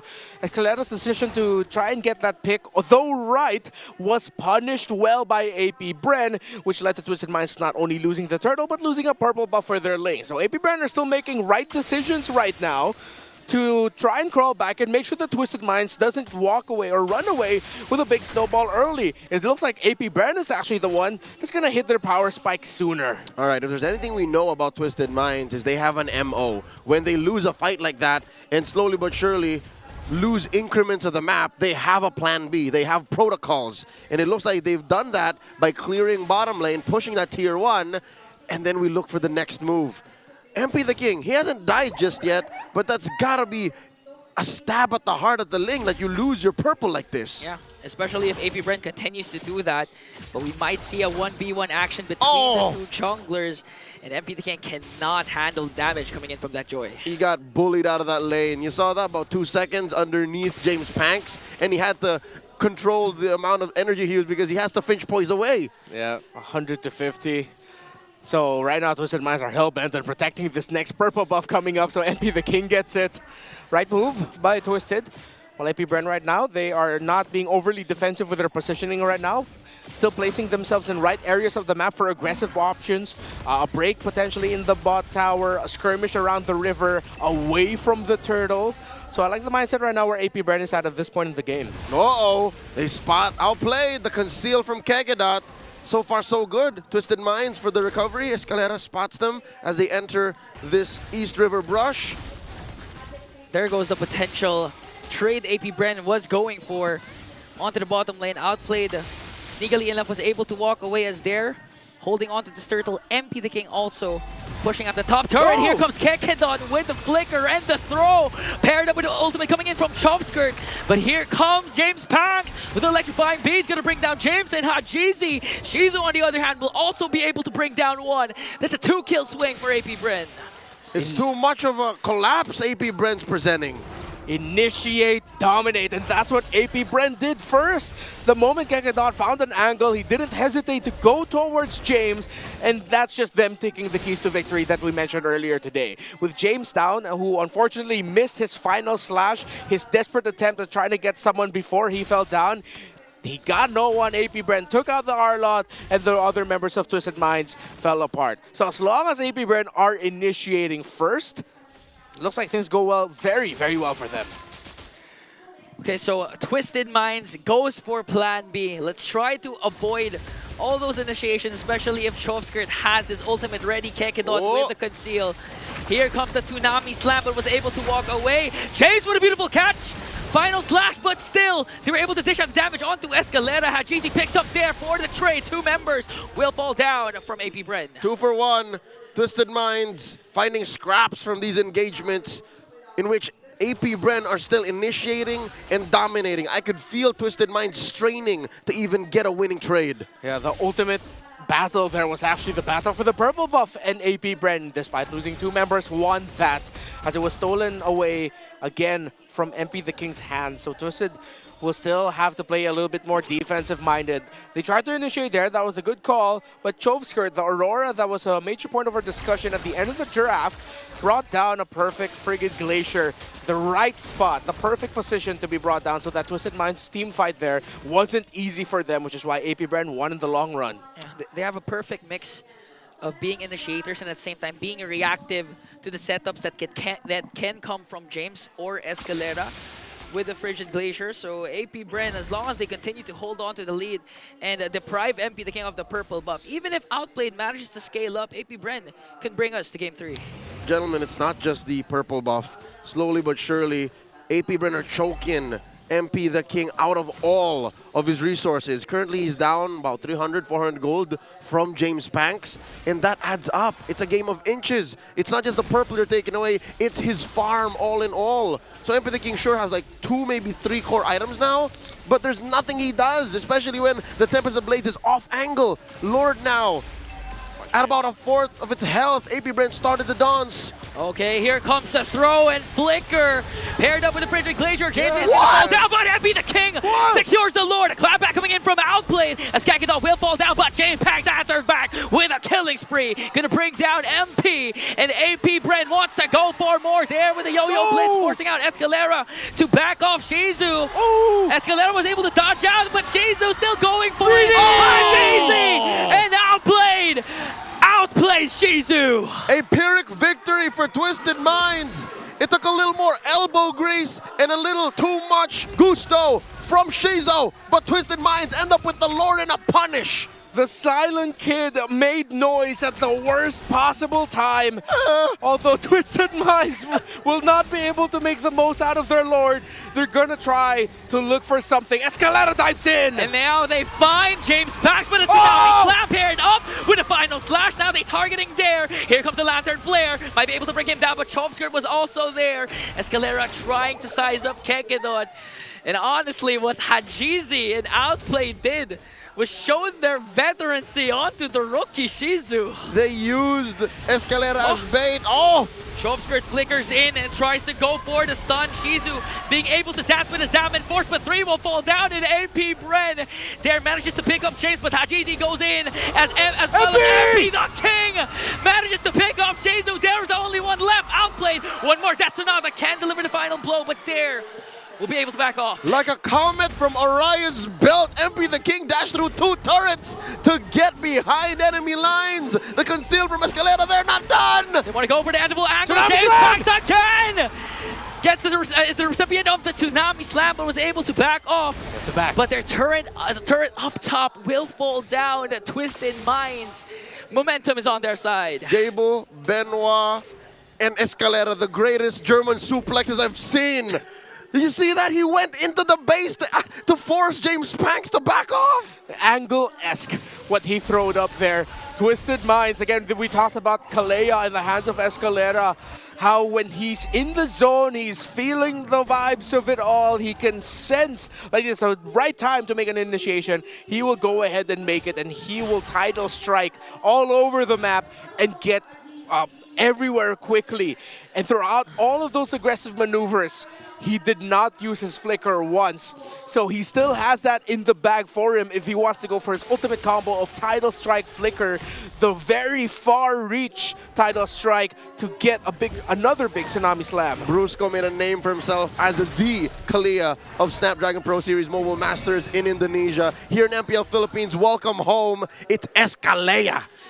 Apart from Escalera, I also have to commend James, because James can kind of sort of be like the Aurora of Twisted Minds, where if AP Bren has a good setup, that final slash literally stops the momentum of AP Bren. Yeah, given it's just about a half a second of displacement, that's enough given the damage profile Twisted Minds is playing with. The good old backhand smack from James Fovis Gloria. Backhand, front hand. The backhand and the front hand too. Imagine if you can do that with a backhand and a front hand by Arla. That'll be too OP. But right now, AP Bren, they are rushing this. This is not the right time for them to do this right now, honestly. But Kekedot has a good angle here. Can't go with the flicker once again. James with a catch. Final slash. The Silent Kid silence once again. Escalera won't go down, but James Gonks was able to get the Lord. Here comes the clapback coming in from Twisted Minds. They want to go for it there, and they're going to be able to bring him down. That's 2 members down, but AP Bren steals away the Lord. Lord marching through mid. The bottom lane situation is still pretty dire. I can smell a negative advantage coming from AP Bren's Lord here. Not the right position. We were saying it. We were calling it out. That's what I said. Don't do it. And James, he smelled blood. He was like, all right, flicker final slash time. And now Twisted Minds on the brink of sweeping AP Bren.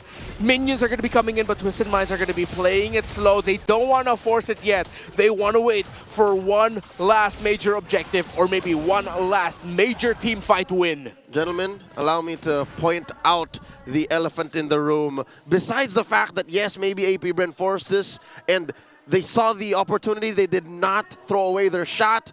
How, despite being a part of all of these fights, how, and being in front of an opponent that close is outplayed, currently untouched, unmolested, this Granger is. Not a single death. And you can't say the same for Shizu because James and Escalera literally has their eyes set on the Harith. Was even able to cast the Zaman Force but not able to use it because of the instantaneous burst Twisted Minds delivered onto the Silent Kid. And now they have a 1.8k gold lead. Huge map advantage. No inhibitor turrets remaining for AP Bren. Yep. The dynamics of power have changed, have shifted. No longer can AP Bren initiate and dominate. Yeah. They can barely initiate.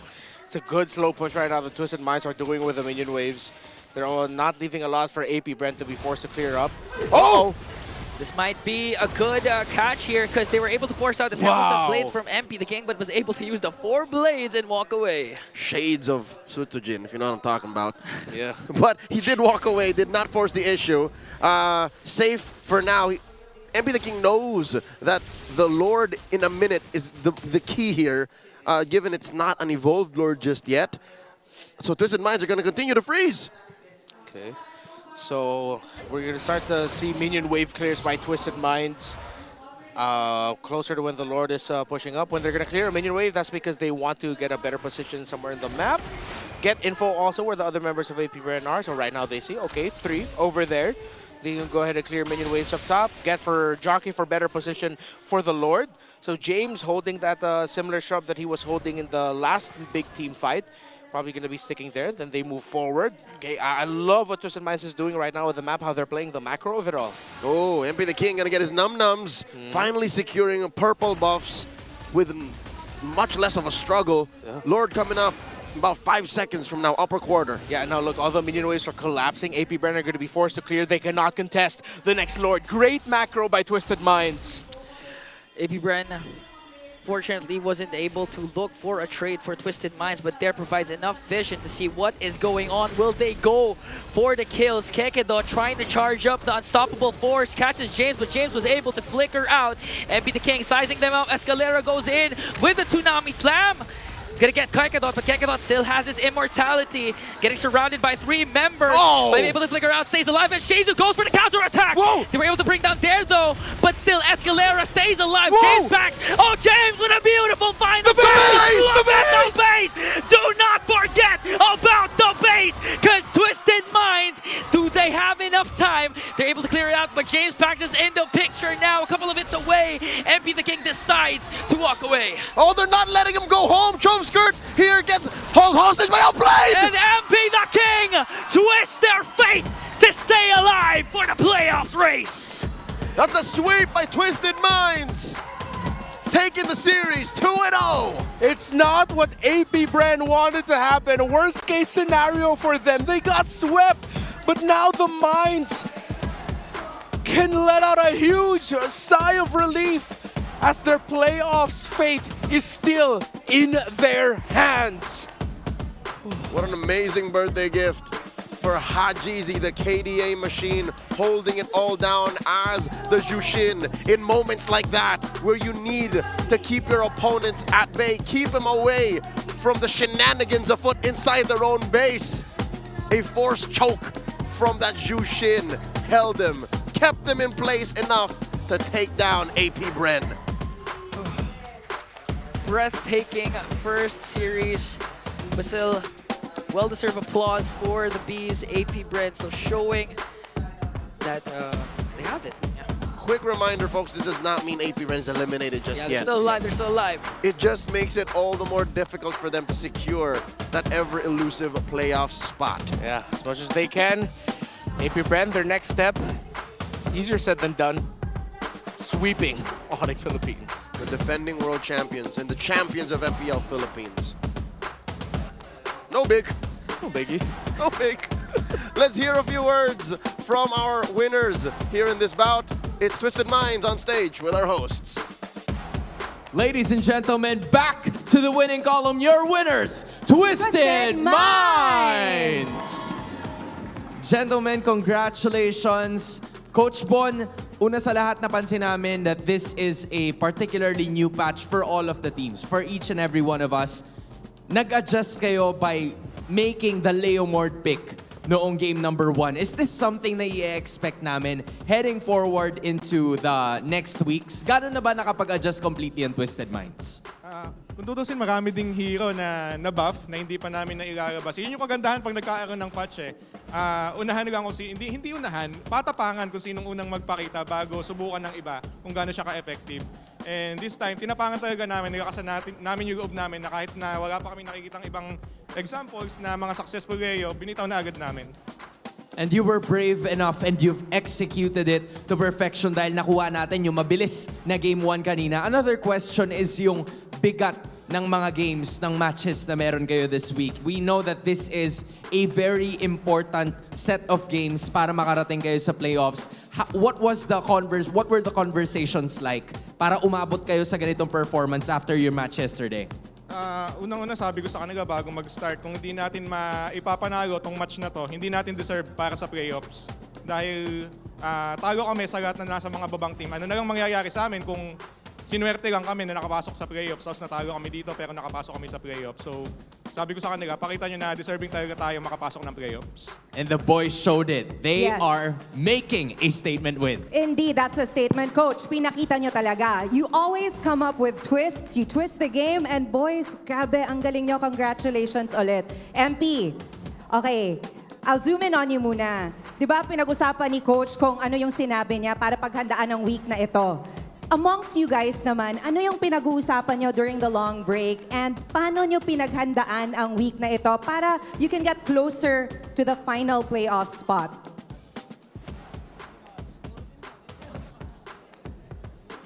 Kayo ba yan, MP? So ano yung pinag-uusapan nyo during the long break at ano yung pinaghandaan nyo? So ano yung ginagawa nyo para maipakita yung ganitong level ng paglalaro during this match?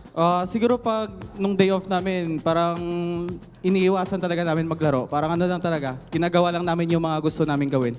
Para pagkabalik sa bootcamp, fresh na fresh yung utak namin. I love it. So, totoong break pala. Oo. So, you took a break from the game. Pero ang galing. I mean, look at them coming back strong. And also, ano pa yung i-expect namin? What can we expect? Or ano yung aabangan namin from the team? Kasi nga, sabi ko kay Coach Bon off the cam, you always come up with surprises. Ano pa yung aabangan namin for the last 2 weeks of the regular season? Siguro yung maabangan sa amin, parang may mas ilalabas pa kaming lason kasi parang halos lahat ng team na respeto na yung alis namin. Kaya going na kami sa part na naghahanap kami ng isang hero pa na lalo i-respeto nila. Oh, ibang lason. You know what, Coach? It takes me back to an interview you had when you said, humanda sila. Kung makakapasok kayo sa playoffs, hindi equal ang playing ground. Diba? And you said in that interview, there really is such a thing as a dark horse. And I look forward to seeing that sila nga ba ang makakasecure ng final playoff spot? Malalaman natin yan sa mga susunod na laban at sa susunod na linggo. Gusto ko lang malaman, quick run lang, okay? Kasi parang na-miss ni James yung Arlot Ay, sorry, Coach Eson pala to. Yan, James! Yan, si James. Na-miss mo ba yung Arlot, pre? Oo, kasi kahit sa scrim, hindi ko na nagagamit yun eh. Ano, paano yung mga pag-uusap nun? Bakit parang biglaan yung pinik yung Arlot? Kasi ang first choice talaga namin, yung badang. Okay. Ay, pwede ba sabihin yun? Ano ba naman? First choice namin, badang. Tapos, bigla ko lang nakita talaga yung Arlot eh. Kasi, yun nga, feel ko talaga since yun din talaga yung pinaka-comfort ko na hero. I love it. Feel na feel, komportable, and the man of the moment ay komportable din. Dahil birthday niya ngayong araw na ito. Hajizi! Maligayang kaarawan. Everybody, batiin naman natin si Hajizi ng isang happy birthday, Hajizi, in 1, 2, 3! Happy birthday, Hajizi! At Hajizi, the spotlight is on you. I hope you're enjoying your birthday. Ano yung birthday wish mo? Happy 30th birthday, Haji. Maging healthy lang lahat kami. Walang magkasakit sa amin. I love that. For the team, maging healthy ang lahat. Correct. Okay. Escalera, anong birthday wish mo para kay Hajizi? Makapasok ng playoffs. Tama naman. Tama naman. Alright. And speaking of which, birthday wish, Hajizi, in terms of the Naruto skins na meron tayo, nagka-problema kasi ako kahapon eh. Wala akong nakuhang sagot na maayos. So gusto kong malaman, kung meron kang Naruto skin na gusto, ano sa 5 yung gusto mong makuha? Si Sasuke. Si Sasuke. Okay, feeling ko bagay naman sa kanya. And malalaman natin kung magagamit ba nila yan as they continue their run for the playoffs. Once again, your winners, Twisted Minds! Gentlemen, you may now take your walk of victory.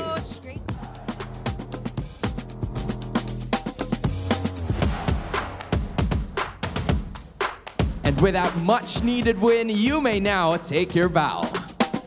Twisted Minds ending this week strong. Nakakuha sila ng panalo and a sweep against their competitors na naghahabol din para sa playoffs. I have to say, Hans, I'm a fan. I love how they always come up with ways to twist the game. And I am sure na maraming pag-uusapan ng ating mga casters sa nangyaring laban. Kaya naman, casters, balik sa inyo. Why that is true, Hans, we are going to talk about a lot of things given the insight provided by MPL ID Season 14 champion and MDL Philippines champion James. He talked about how Arlot was his call. He missed the hero. It's a player's decision, and clearly, he's not rusty when it comes to his favorite hero, Arlot. In their mind was already the Badang. It was well predicted by AP Bren to ban it out. He was thinking, what can I pick? Oh, I'll pick the comfort hero that I have. MP the King will walk away with the MVP because of his split decision there in the last team fight. Kudos to him. Majority of the game he was losing his purple buff, but he wasn't delivering a lot of deaths or kills. He only died once in this game, and at the very end, it was his presence of mind to say, yeah, this isn't worth the fight. Guys, go ahead, deal with it. I'm going to go ahead for the split push. It took a while, but he got the job done. And that makes their draft all the more a thing of beauty, a masterpiece, if you will, orchestrated by the players and the coaches. Because if you isolate that split play, right, you isolate that base race, every single hero from Twisted Minds is well poised to play the man-to-man. Yeah, and not to mention, even James foiled the initiation of AP Bren because that was a Hail Mary play coming in from Kekedo to conceal plus flicker ejector. But the problem was James was able to counter it out with a flicker of his own and twist the clash into their favor, resulting to that MP the King split push. Yeah, you can see in the team fights here, the Aurora, we should go back to that. That was like the main point of discussion of the draft because of the combination it had with the Jawhead. At that point, yeah, the Aurora isn't built to be the main answer for magic damage. It comes from the Harith, it comes from the Joy. You pick up the Aurora to supplement those two heroes so that the members of Twisted Minds hopefully get crowd controlled under the Frigate Glacier, but we just didn't get to see that enough. In the last-ditch effort, though, by Shizo and Chovskirt, I really thought they had it there, but AP Bren slipped on the macro, the minion wave up top. They forgot about it. They overlooked it. They were thinking too much about the kill and the clapback for them not being able to secure the Lord, but in the end, they lost the war. That's a trade they'll never recover from because the series is over. 18.5 minutes. The Lord was just icing on the cake. I think Twisted Minds wanted to go for the split anyways, and that means the plan began even before AP Bren saw the beginning of it. Yeah. Because that wave, again, you mentioned that wave from the top lane. That was the key. That was the X-Wing to the Death Star from A New Hope. Yeah. And I think this is what AP Bren... that was Red 5. Oh yeah, the call sign for Luke Skywalker.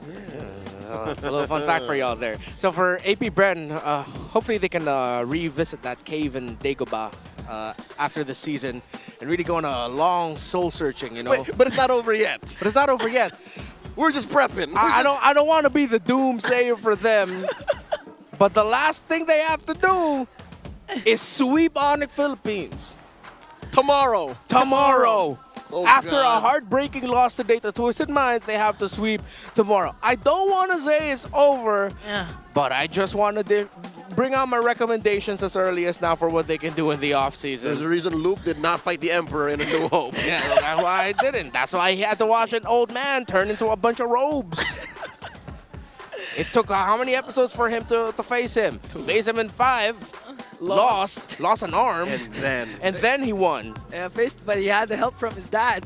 Yeah, who was also the guy who was fighting. It's weird. It's. Are we talking about Star Wars still, or is this? Yeah, no, we're talking about Star Wars. So for AP Bren, you can see there, all throughout the season, it's been, okay, let's try to get a clap back on the fight, but they slip on with the macro. All right, let's take care of the macro, but then they've already lost an objective because they were a bit too slow with dishing it out. You see the bits of, how do you call this, potential here and there, but they can never form it into a big, cohesive, consistent performance. And I think that's because of the heroes that they have. They can all do these things, but only focused in one direction. You have to switch it up, and you have to... Again, what, 2 or 3 minion waves forward? Yeah. Plan to do that compared to Twisted's draft, which is, again, exemplified by MP the King. His Ling can, on the turn of a dime, say it's team fight time or it's split time. Yeah, exactly. The lineup of Twisted Minds had more room for improvisation with what they have, with how they initiate around a Kalea, an Arlot. While for AP Bren, it's quite honest. Kekadot, Flicker, Toss, Unstoppable Force, you play around that system. While for Twisted Minds, they can have multiple systems rolling at multiple times and they can decide on the fly, this is what we're going to do, this is who is going to initiate, and this is how we're going to win. Pulled an ankle breaker on AP Bren at the very last second, and they never recovered. Yep. That's what they call it, right, in basketball? Yeah. It is. Ankle breaker, yeah, but fortunately they were able to recover still. It's just a tweak in the ankle. What? No, they lost the series. That's what we're talking about. But they're still able to bounce back. I mean, if they win against Onic, you know. No, that is a broken ankle. They're going to have to play the last series of the season against... No, not last series of the season. Against Onic Philippines with a sweep with a broken ankle. I have a line to share with you from a good poet of the modern age. But for now, let's take a listen to the Infinix mic check.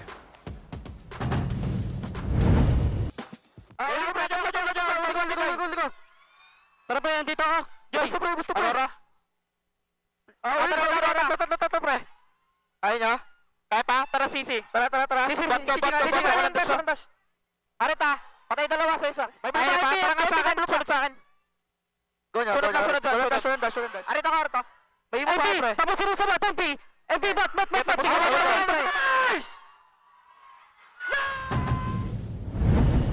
All right, so if the mic check will tell us anything, it's that they really planned for that split push even before the fight began. Yeah, so it confirmed our suspicions of it and how we saw them setting it up. And you saw James there at the very end. He was very animated. Nice! And then MP is like, yeah, all right, I'm gonna do it. I'm gonna do it. Yeah, I was hearing Escalera all throughout that mic check. That's him. That's him. You gotta be that way if you're a frontline roamer. Ladies and gentlemen, that puts a cap on that series. Congratulations again, Twisted Minds. We hope for AP Bren land on their feet. But then again, Aubrey Graham did say, like a broken ankle, boy, I ain't nothing to play with. We're moving on to the next matchup for today. A second best of 3 in a triple header. Aurora versus Smart Omega. That's coming up next. Stay with us. You're watching MPL Philippines Season 15. It's been a pleasure to be at your service. I'll be hopping out for that second series. Our good friend Carl Rockharto will be taking this seat. It'll still be Renmar Santa Cruz and Jose Ingan taking care of y'all. How excited are you for that next match? I'm excited because it's been 3 weeks since we last saw Aurora battled out in the Land of Dawn. If Omega can somehow pull off an upset out of nowhere by taking down Aurora, that's going to be a crazy, crazy addition to the final story of Season 15. Folks, they still are in the running. All 3 teams. We already talked about how dire it is for AP Bren. Now it's Smart Omega's turn to climb. Let's go to our hosts. Maraming salamat sa ating mga casters. What a way to start off that first series with Twisted Minds getting a sweep. Yun yung mahalagang panalo na kinakailangan nila to be able to continue their run para sa playoff spot. But before we head into the next matches of the day, kasama natin ngayon ay isa sa ating mga super fans and one of the loved content creators of the MLBB community. He's one of the rising content creators as well. Please welcome itong si Ash Bulldog. That's gonna be joining us via online. Ash, are you there with us today? Hello. Hi, Hello, Ash Bulldog. Ash Bulldog, mayong adlaw. Good afternoon. Thank you so much for joining us. First and foremost, I know a lot of our viewers already know you, but Ash Bulldog, for the sake of everyone, kindly introduce yourself to all our viewers right now. Oh, wait, just a minute. Okay, Ash, can you hear us? All good? Okay. Oh, okay. Oh, Ash, but sorry. we can't hear you. Yeah, we can't hear you. Can you just say hello so we can see if we can hear you, Ash? Ash Bulldog, May hi. hapon yung mahigala. There we go. I love it. May hapon sa imo sad. Ash Bulldog, we're so happy that you're with us this afternoon. Now, I was just saying earlier that a lot of the viewers already know you, but for the sake of everyone, Ash Bulldog, why don't you introduce yourself? A beautiful life, a beautiful day. My name is AB, ang Kuya AB ng Minda. And of course, I'm a streamer from MPL PH. And of course, I'm representing Davao Esports Enthusiasts as the marketing head and one of the talents here in Davao City. I love that. We're so lucky to have you here with us. Now, Ash Bulldog, how long have you been creating content for MLBB? But before answering that, when did you discover MLBB? That's a very nostalgic question. I started playing Mobile Legends way back in 2017. The first hero that I played was Nana. Nagkasumbag pa siya when she was still punching. And afterwards, I created content. However, it was through Facebook. Dili pa nga nakasikat ang Mobile Legends way back. Pero that was the start of my content creation. And then I started following other content creators through YouTube and Facebook pages like Slako si Doggy and other content creators as well. You know, for those who don't speak Visaya, Hansi was just saying that he started in 2017, right? When MLBB wasn't that popular yet. You do the math though, 2017, 2025, So that's how long has almost it been? 5 years. No, 8 years. What am I doing? What am I saying? Ash Bulldog, But yes. congratulations Yes. All right. for still being here. Right. Now I want to know, kasi let's get to the content creation side of things. You said that you were following a lot of different content creators, pero what made you decide that I'm gonna push through and uploading my own content? What made you decide to actually push through MLBB content? One of the things that I always wanted to do is promote Mobile Legends because Mobile Legends created a lot of opportunities not only to Bisaya like me, Mindanaos and those from regions, also gave platforms to women, to LGBTQIA, and also to PWDs. And that in itself made me inspired to do my part as a content creator and also push for this platform for everyone because it's not only a community, it's a family, and it also fostered, made names and inspired a lot of people to be just like you, Hans, Jamie, Chantel, and a lot of talents as well, and also those behind the scene. So that pushed me forward to create more content, not only the game itself, but what's making the community a good place for everyone to be part of. And it's really a wonderful place to be in. You're having fun, at the same time, you're being a blessing to others as well. It's like paying it forward. I love it. I love it. He's very animated, but at the same time, he's so articulate to the point na alam niya kung ano yung sinasabi niya. And with all of the nostalgia that you've been saying, with all of the memories that you've had, what's the most unforgettable MLBB or MPLPH experience that you've ever had in the long history of what you said? Okay, just to name a few, I would like to make a huge shout out to Boss Lau, Basoy, Sir Pao, Miss Lay, Niango, because I used to be a content creator reviewer under MCC, and because of that, I'm so honored to be part of those opportunities. And being given this platform to be interviewed is already, my heart's racing right now. Parang my mind is being twisted after the game, and at the same time, nagiging opportunity yun siya sa muang for us to be part of this restreaming program. So this in itself is one in the books, and definitely it will not be the only experience.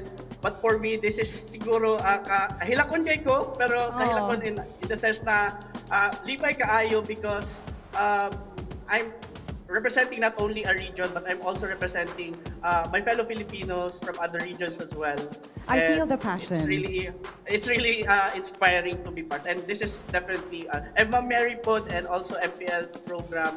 This is definitely a good platform for everyone as well, to fellow streamers as well. I'm so happy I got that. Lipay kaayo means very happy, right? Very good. Okay, Maayo ka mag-Bisaya. Yes, Okay, nakasabot. Nakasabot. All right, Ash Bulldog, you know, I feel the passion in your words, and we are so happy that you're part of this community. But we also want you to know that you matter, and what you do matters, because as you said, it is all about the love for the game and the love for this community. You make the program accessible to our Bisaya viewers and fans, super fans out there. So, sa mga Bisaya viewers and listeners out there, to our community, Ash Bulldog, what is your message for them?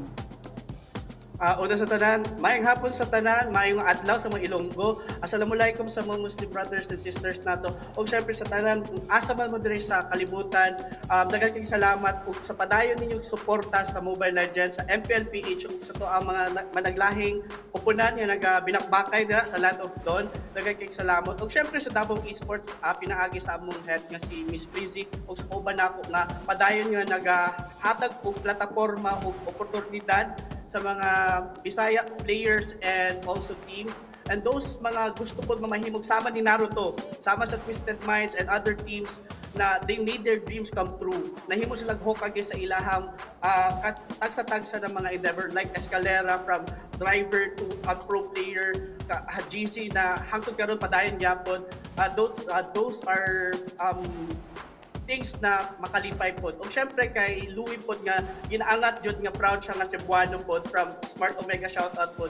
O syempre sa tanan po ng mga fellow Bisaya na sila Gojo Saturo, sila Quantum JL, si Swift Page na o syempre kay Minji nga, mga Bisaya po nga loud and proud. O syempre gina-promote yun ang Mobile Legends sa ilang tagsa-tagsa ng komunidad o mga syudad. Ash Bulldog, thank you so much. You're an inspiration not only to the Bisaya community, but the entire MLBB family. And Hans, I just want to say, it's not just about the Bisaya community or the Tagalog community. It's the love for the game, and you see it in his words. You hear it in his words. Maraming salamat. Daghang salamat, Ash Bulldog, for being with us this afternoon. Ash Bulldog, we appreciate your presence and every content creator right there at Visayas and Mindanao. Daghang salamat po sa inyong lahat. We hope to see you very soon here at the MPL Arena. You did a good job, right? Pero mamaya-maya lamang ay magbabalik ang MPL Philippines para sa mas mainit pang bakbakan. Kaya wag kayong alis, magbabalik kami.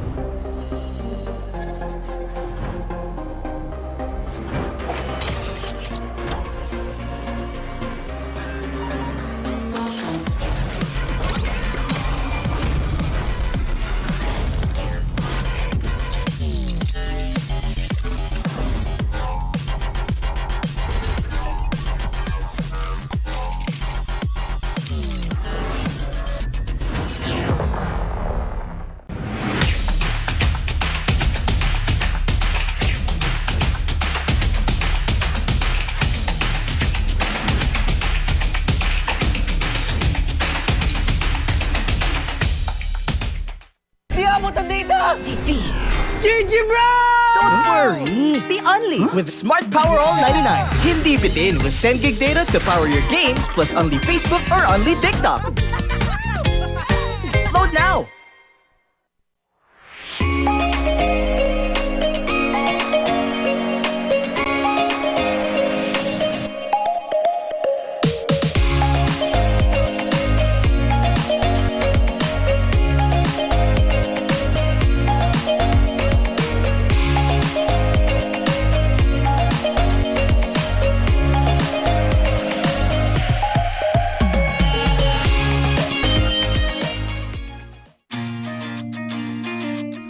To go to a concert when you can own that stage with your friends. Enjoy a night of impromptu bowling tournament.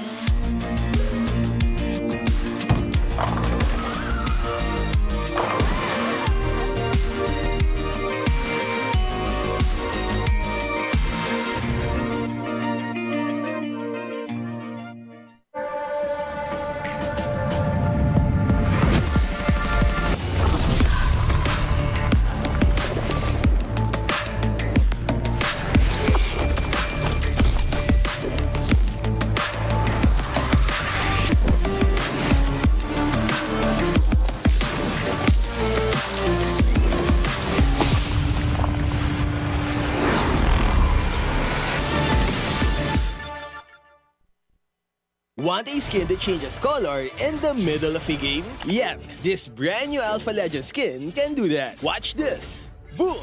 How cool is that?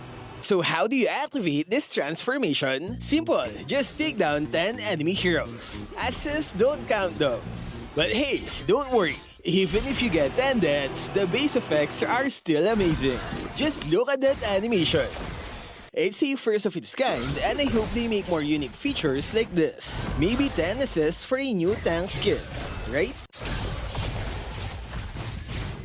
As you all know, this skin comes with a unique golden number tag. We actually used 2 accounts to draw as soon as the skin dropped, hoping for a low number. The result? 41 seconds after release, we got the number 892. On the second account, it's 1,132 after 48 seconds. So in a span of 7 seconds, 240 skins were sold in a snap. Man, we've got some hardcore players out there. So how much did it cost? It's a staggering 9,500 diamonds on each account, which is 100 draws. But don't panic. If you're an alpha main, I got you. We only spent that much because we were rushing. If you're on a budget, here's a list of events to get it cheaper. Free weekend bonuses. Get 2 free draws just by playing games. Daily recharge event. Get 3 tokens if you recharge daily.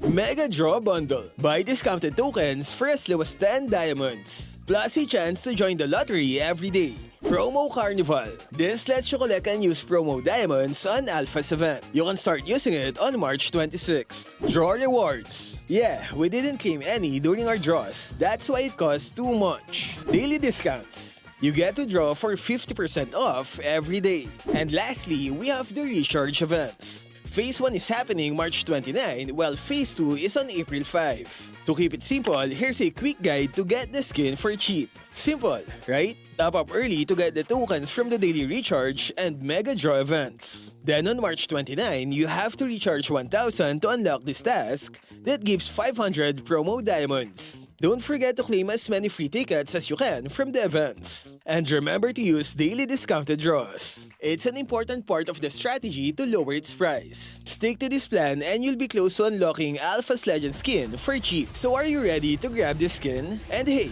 who got skin number 1? Let me know in the comments. Stay safe and thank you for watching.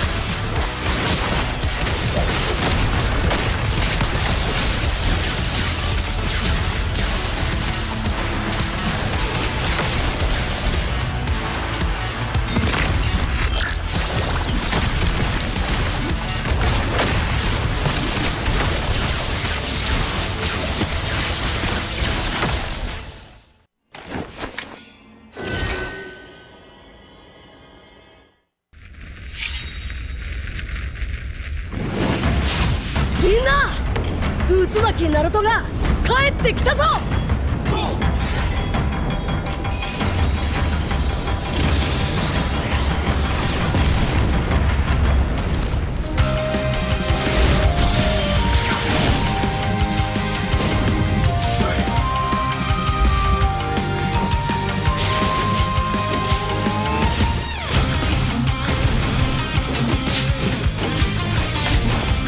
クラマ、力を貸してくれ。よ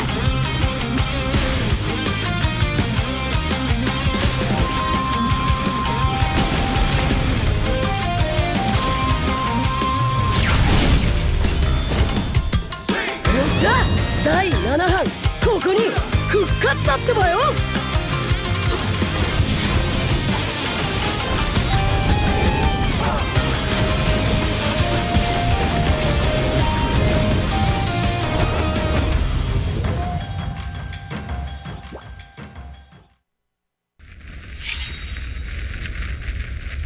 見せてやるよ、シャリンガンの本当の力をな。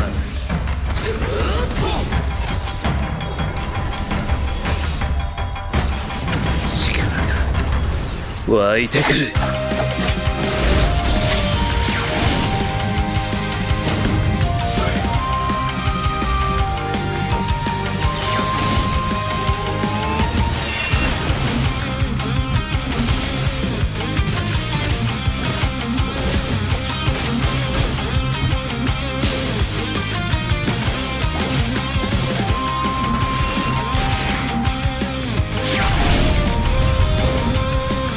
相変わらずやかましい奴らだ。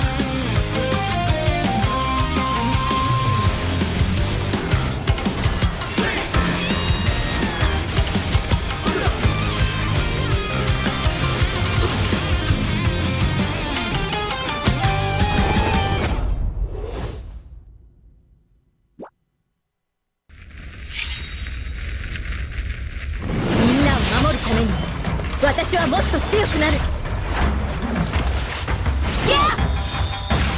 シャンナラ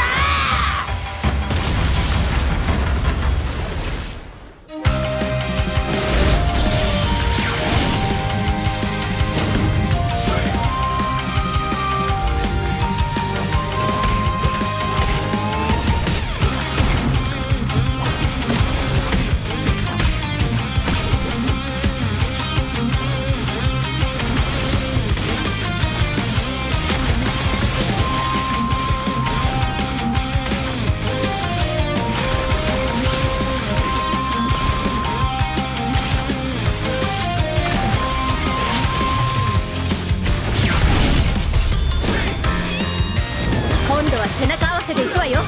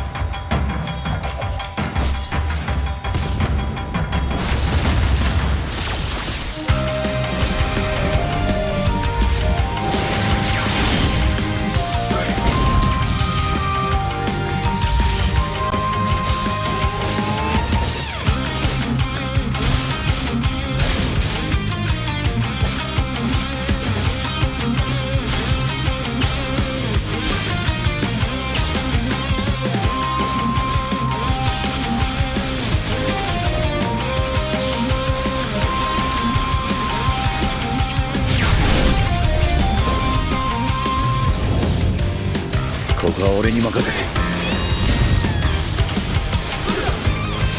もらった。4代目他目を超える忍びはお前しかいないと俺はそう信じた。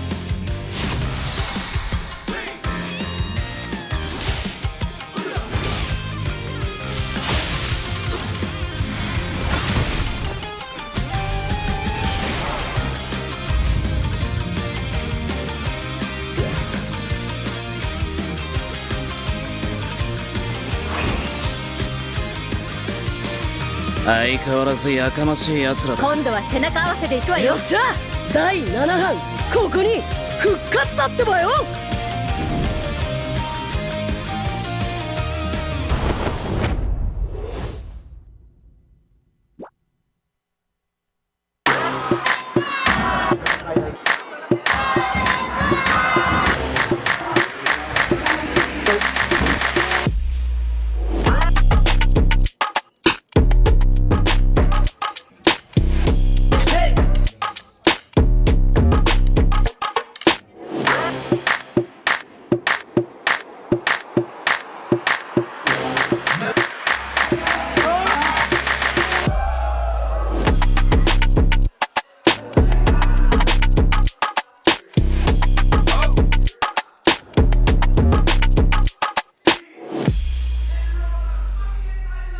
Ayun no, biling ko nga lahat to. Bibili nga ako diamonds, biling ko lahat to ng Naruto na to. Kailan ba to ilalabas yung Naruto? Next week? Huwag tayo masyadong high ngayon, pre. Chill lang nga tayo. Kung ano na naman pinagsasabi mo, Garfield. Salamin nga ako. Wala akong makita eh. Wala akong buff, pre. Wala, nag-retre nga ako eh. Angas talaga ni Fanny. Si Mikasa. Ako na ako tol, lansya lang tol. Minul to sa CR si Coach Fox tol. Hindi mo kalabas. Ang masasabi ko, happy birthday. Pero kami panalo. Nice. Guys, bili kayo ng emote namin sa Bren. Pag bumili kayo, may kiss kayo kay Punks. Tapos bigyan niyo ako skin, may kiss kayo kay Shizu. Nice. Kita pa rin coach. Sige, tulog na yan. Ma-i-vlog ka dyan, sige.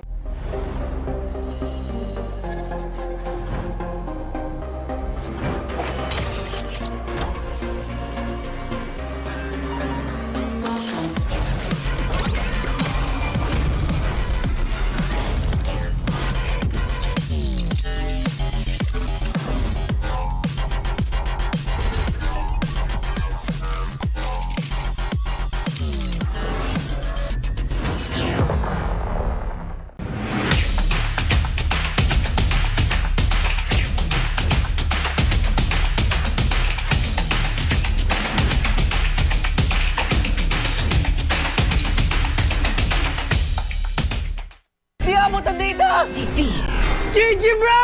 Don't worry! Be only with Smart Power All 99. Hindi bitin with 10 gig data to power your games plus only Facebook or only TikTok. Load now!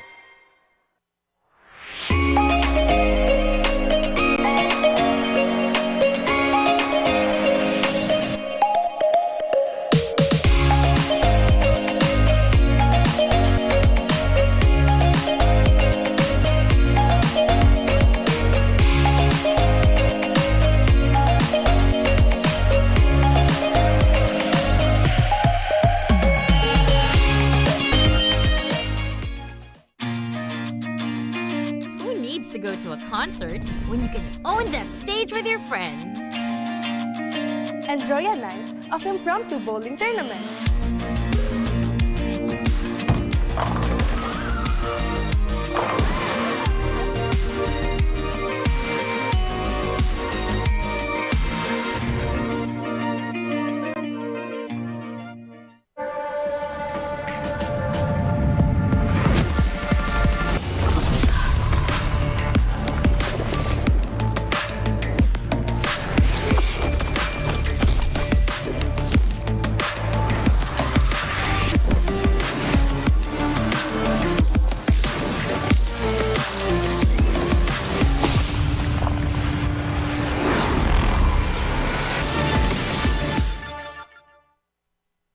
Want a skin that changes color in the middle of a game? Yep, this brand new Alpha Legend skin can do that. Watch this. Boom!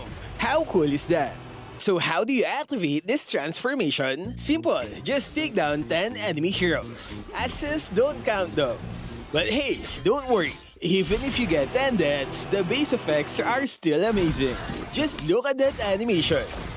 It's a first of its kind, and I hope they make more unique features like this. Maybe 10 assists for a new tank skin, right?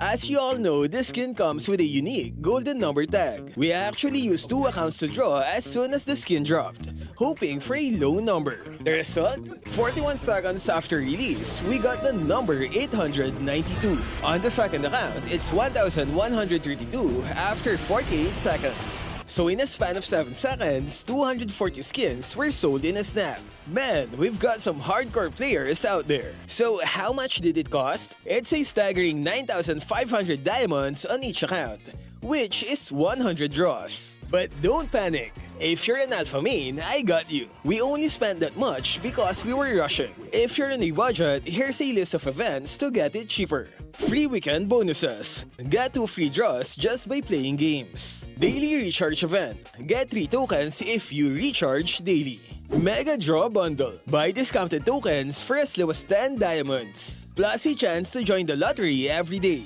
Promo Carnival. This lets you collect and use promo diamonds on Alpha's event. You can start using it on March 26th. Draw rewards. Yeah, we didn't claim any during our draws. That's why it costs too much. Daily discounts. You get to draw for 50% off every day. And lastly, we have the recharge events. Phase 1 is happening March 29, while Phase 2 is on April 5. To keep it simple, here's a quick guide to get the skin for cheap. Simple, right? Top up early to get the tokens from the daily recharge and mega draw events. Then on March 29, you have to recharge 1,000 to unlock this task that gives 500 promo diamonds. Don't forget to claim as many free tickets as you can from the events. And remember to use daily discounted draws. It's an important part of the strategy to lower its price.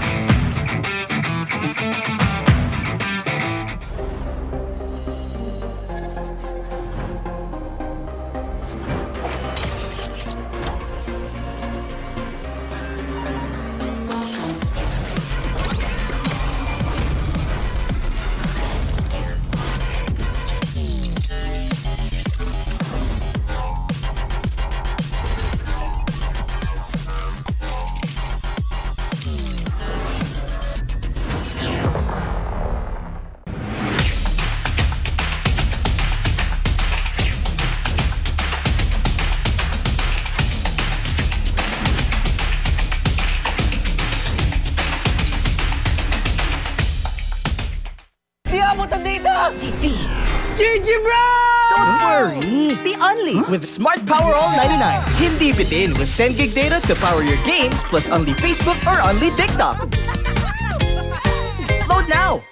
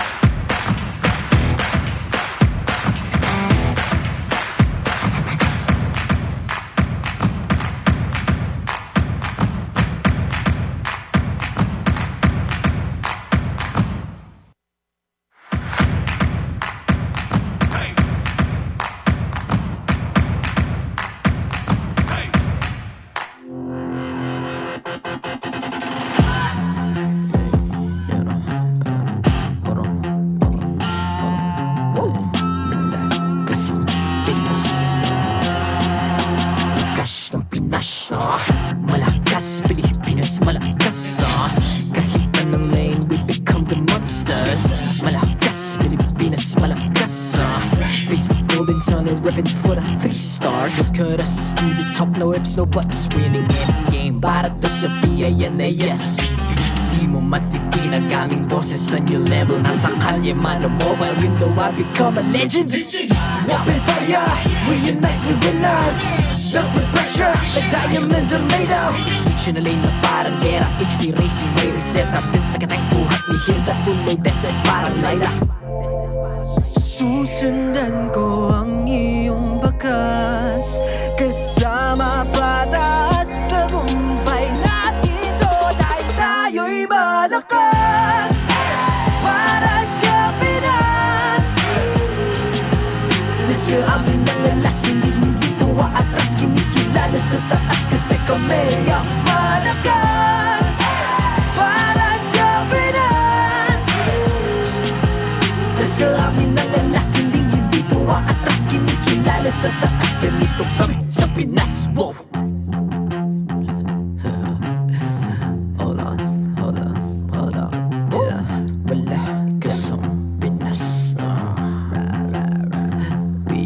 Laging every beat, no surrender, no retreat. Pag nagsama-sama, just imagine what we can achieve. Laging every beat, no surrender, no retreat. Giving 100 all my all, cause we just cannot be defeated. We are unstoppable, immune and invulnerable. Ready ang equipment, lahat frozen, malang crowd control. Pakita ko na jab like beast of the southeast. So matawag proud and loud, cause every enemy we devour. Susundan ko ang iyong bakas, kasama pataas, tagumpay natin to. Dahil tayo'y malakas para sa Pinas.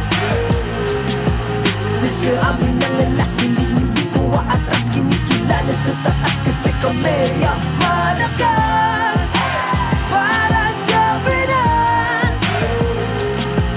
Nasa amin ang alas, hindi tuwa atras, kinikilala sa taas, ganito kami sa Pinas. Wow!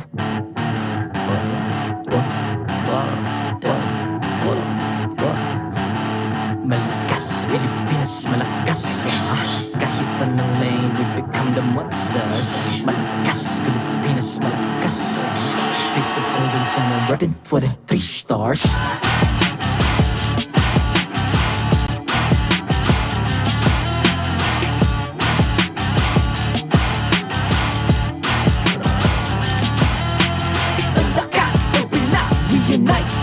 Ang lakas ng Pinas, reunite, be the stars. Ang lakas ng Pinas, reunite, be the stars. Ang lakas ng Pinas, we the stars. ang lakas ng Pinas. Reunite with the stars, ang lakas ng Pinas. Reunite with the stars, ang lakas ng Pinas. Reunite with the stars, ang lakas ng Pinas. With the stars.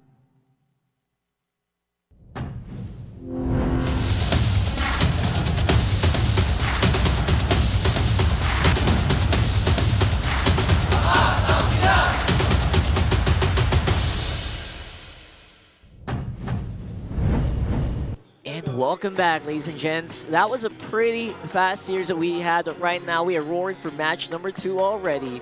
This is MPL Philippines Season 15. I'm Rockhard alongside Ingan and Renmar.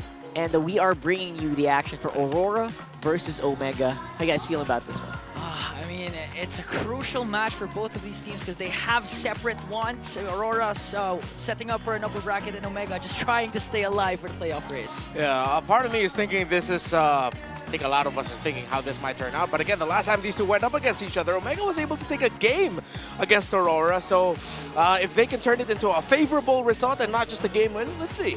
By the way, match 1, we had a bit of a celebration here for Twisted Minds with Hajizi. With a 2-0 on his birthday, what better gift can one ask for, right? And that was against AP Bren, who are actually, like you mentioned, are part of the teams who are still on the race for that number 6 slot. Yeah, I mean, everyone that's celebrating their birthday here are winning. Yesterday was Ogwin. Oh, yeah? He didn't play, but Team Falcons won. And a while ago was Haji.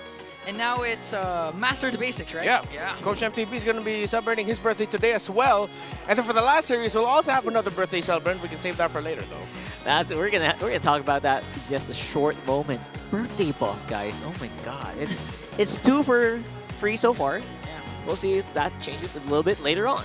But for the meantime, TimeZone has an exclusive promo, guys, just for you. Get 400 pesos off Power Load for only 200 pesos. And all you have to do is to register on the TimeZone Fun app, insert the promo code TZXMPL, and redeem the voucher at any of your favorite TimeZone venue. Don't miss out. Oh, sorry. This is the Renmar signing off. It's all right. Let's just continue it. Yeah, you can also get a 2,000 peso discount on your next purchase by using the TT Racer X MPL Philippines exclusive. It's an exclusive voucher code MPL2000 over at ttracing.ph. Sorry, guys. There's just an allocation here that's not being met. But plus, don't miss out on exciting TT Racing gaming chair giveaways during MPL Philippines. We don't throw the chairs, we just give them. And stay tuned for more info. Just remember, for those who dream, work, and play, TT Racing has your back. And yes, I have actually never seen a chair giveaway as a, by throwing it, but maybe we can do that someday. I believe that's a crime. It does sound in like some places. Sounds like assault. That's right. Attempted or completed otherwise. For the meantime, though, let's go back into game number 1. Our standings, rather. TLPH obviously has a pretty dominant lead over Aurora, which can actually be changed in just a while. Although there are still a few games where TLPH can still get those wins. Upper bracket is number 1 and number 2. It is very crucial, guys. If you think that playoff security is all that matters here, you are dead wrong. Yeah, we're going into the series looking at TLPH and Aurora already up there. But Falcons, Onic also have a chance to make it into the top 2. I think that's one of the strongest storylines that we've had for this season, just how good the top 4 is. And considering, again, one of the major things this season is none of the teams under Onic, TNC, Twisted, Omega, or AP Bren, have recorded a series win against the top 4. Just goes to show they are such in a different level right now for the season. If I recall correctly, I think the last 4 or 5 winners of MPL, if I'm not mistaken, last year was the first seed Onic, and the 4 seasons before that was actually the second seeded team for the regular season. So we're talking about TLPH and AP Bren. Yeah. Right, exactly. Very interesting. We'll talk about that a little bit later on. But for the meantime, this matchup is about establishing dominance. And, of course, for the other half, it's fighting for their tournament life. You saw there on the standings, we have Omega with 2 points. Am I correct? And they are very close to Twisted right now, who did, after getting that win, is starting to inch closer and closer to that number 6 slot. Yeah, they're now at 3 points with a point lead over Omega, so it sort of washed away their loss against. But again, Omega started off this week in the result that they wanted to see, which is a victory against Twisted Minds. Now, though, they have to shake off that key factoid that we just mentioned, the fact that no team in the bottom 4 ever got a win in series this season against the top 4. And now we can see the amazing top 4 teams duking it out, trying to go for that ever so coveted upper bracket. Because again, I believe you and Leo were saying that if you get top 1 or 2, you'll only play how many games? 2 best-of-5 series and you're in MSC. Win 6 games and you're going to Riyadh. That's it. That's all. Basically, getting that means you skip like a whole day, whole fight, right? Yeah, the play-ins. Right. Yeah. So number 1 will fight against the winner of 3 and 5, I believe, and number 2 will fight against the winner of 4 and 6. Or I think I got that the other way around. In short, guys, it's just so much easier. Right there, it's on the prompter. 3 and 6 versus 2nd, 4 and 5 versus 1st. So that it feels like it's such an easy path. Yeah. Just a clarification, this is MPL Philippines, so there's really no easy path here. Yeah.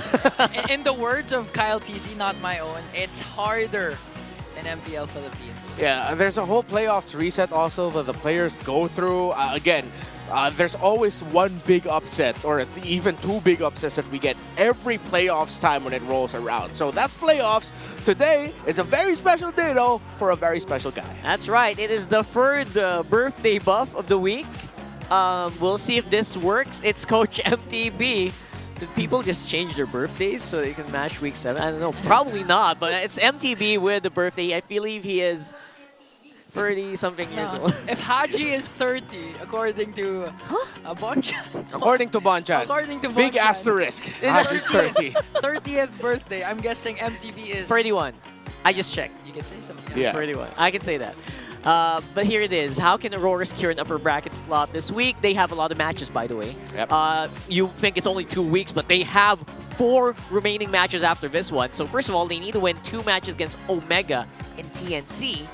And, losing against TLPH and AP Bren, which people can... Onic has to do that. Against AP Bren, a little bit of a hard ask. Maybe TLPH, maybe a bit 50-50. Yeah. So this is one of the most difficult things right now for Aurora is that their fate isn't exactly in their hands. The good thing is the things that they can control, it goes well for them. They're going up against teams that are in the bottom half of the standings that no one has won yet against the top 4. However, the second thing they cannot control. Man, and the nightmare, can it awaken? We saw a little bit of that yesterday. And he still has a lot of catching up in terms of stats here, obviously, but this is what we love about Omega, right? Every single season, they somehow throw in a curveball and just keep us on our toes. Love it or hate it, when it comes to late game, when it comes to comebacks, Omega has been showing that they can do it and dominate. We've seen it yesterday. And if we're talking about major upsets, now is the time to start for an amazing upset for Omega. Yeah, Andori just gets better over the season. His average stats, though, of course, because of the difficulties Omega has faced, not that great. But against Twisted Minds, had a great record, did get the win. Plus, his meta is going very well for him as he very viable to get priorities on the heroes that he loves, Hayabusa and Ling especially.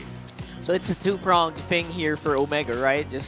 By the way, that Ling, I was actually very hesitant about, cheering for that Ling, but he made it work. Hayabusa also had a bit of a victory there for Andori, if I remember correctly. Yeah. So overall, it's 2-pronged for Omega. First of all, you got to secure your slot. And second of all, can you slow down Aurora, which is honestly, this whole thing is a big ask, right? Historically, stats-wise, everything, it feels like it's an uphill battle. But then again, that's why we hold these tournaments, right? We'll see who actually has the guts to make it out on top. And speaking of that, which team do you guys think will be the first to secure an upper bracket seed? TLPH looks like, obviously, they're on the top. Feels like a very easy 8.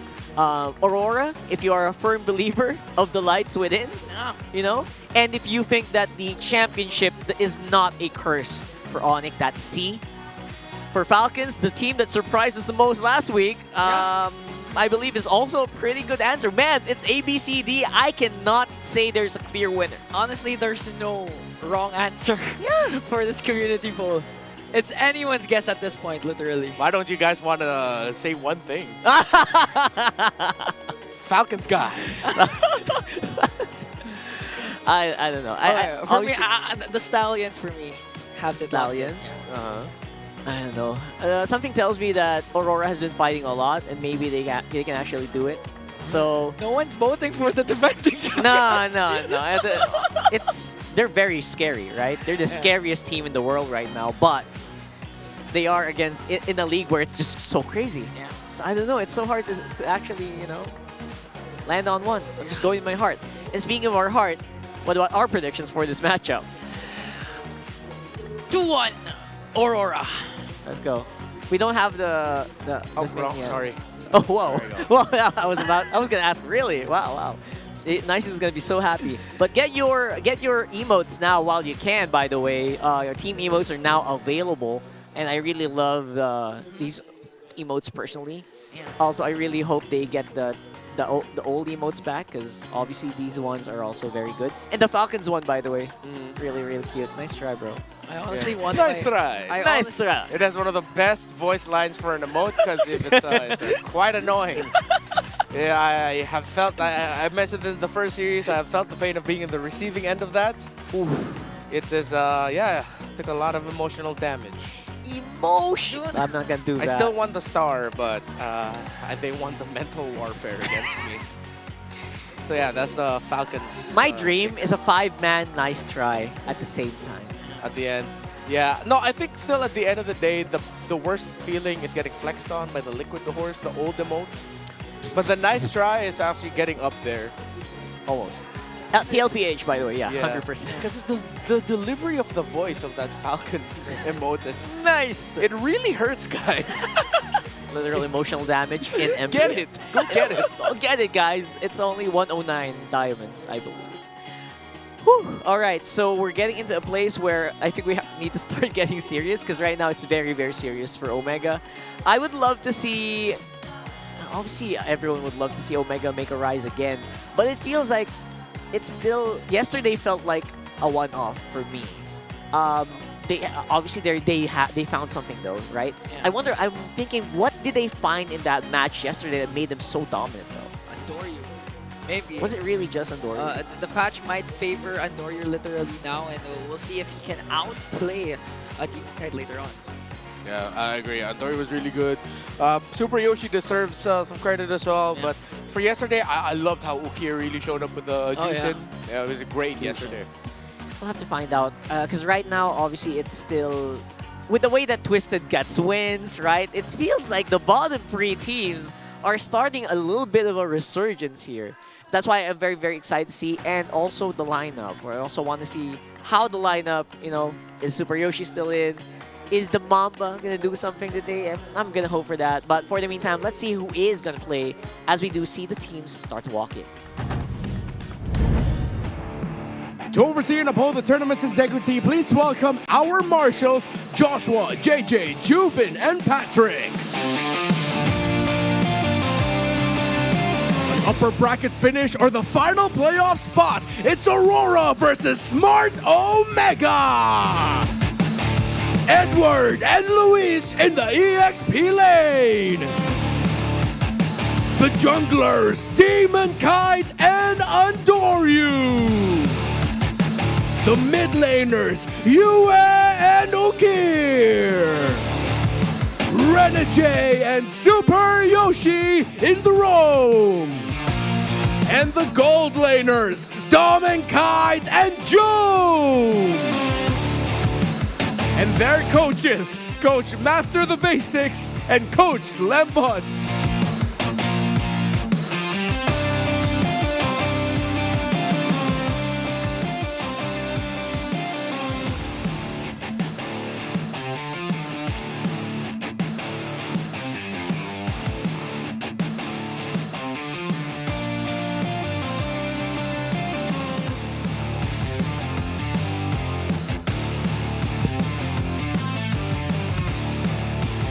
magkakawalan na.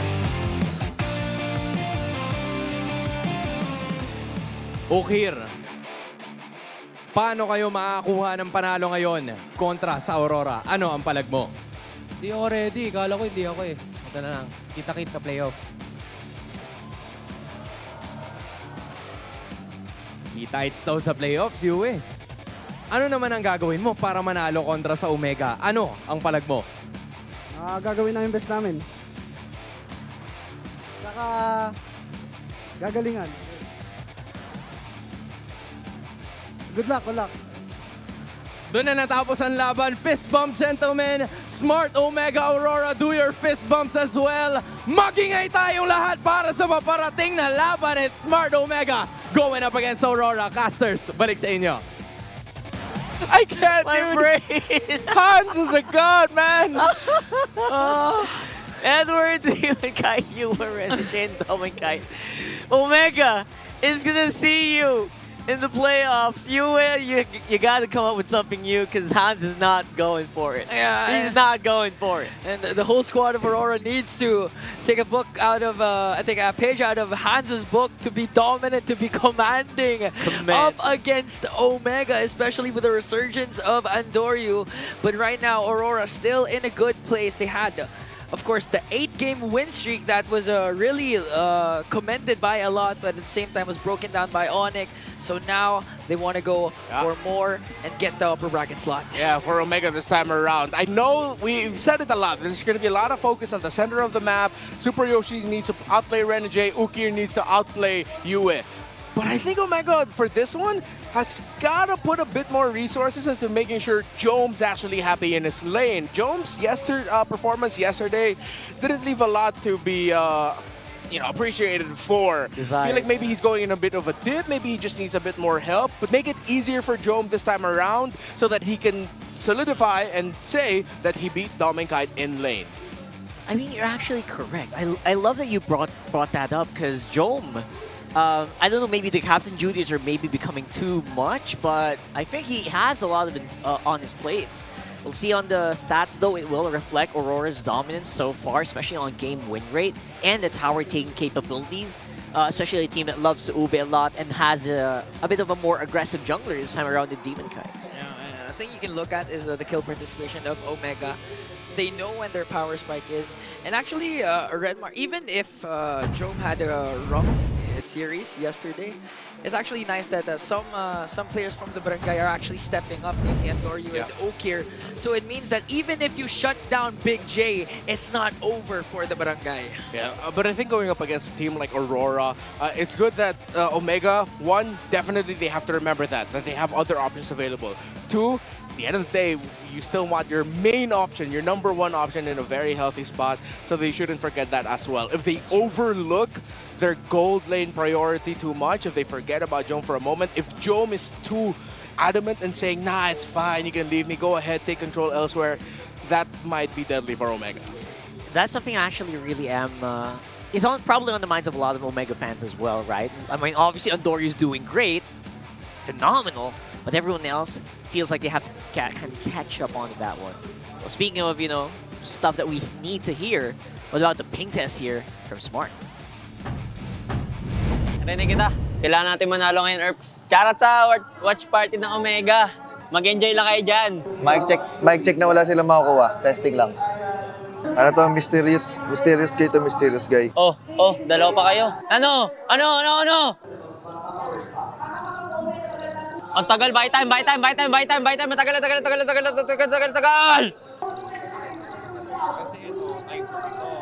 Abot mo, Jom. Abot ka. Getting so creative with our ping test here.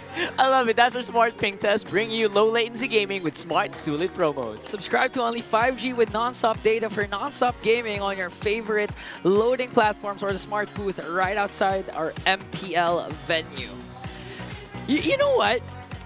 I remember yesterday Lord JM actually picked up the Arlot. Yeah. And now a while ago it was James.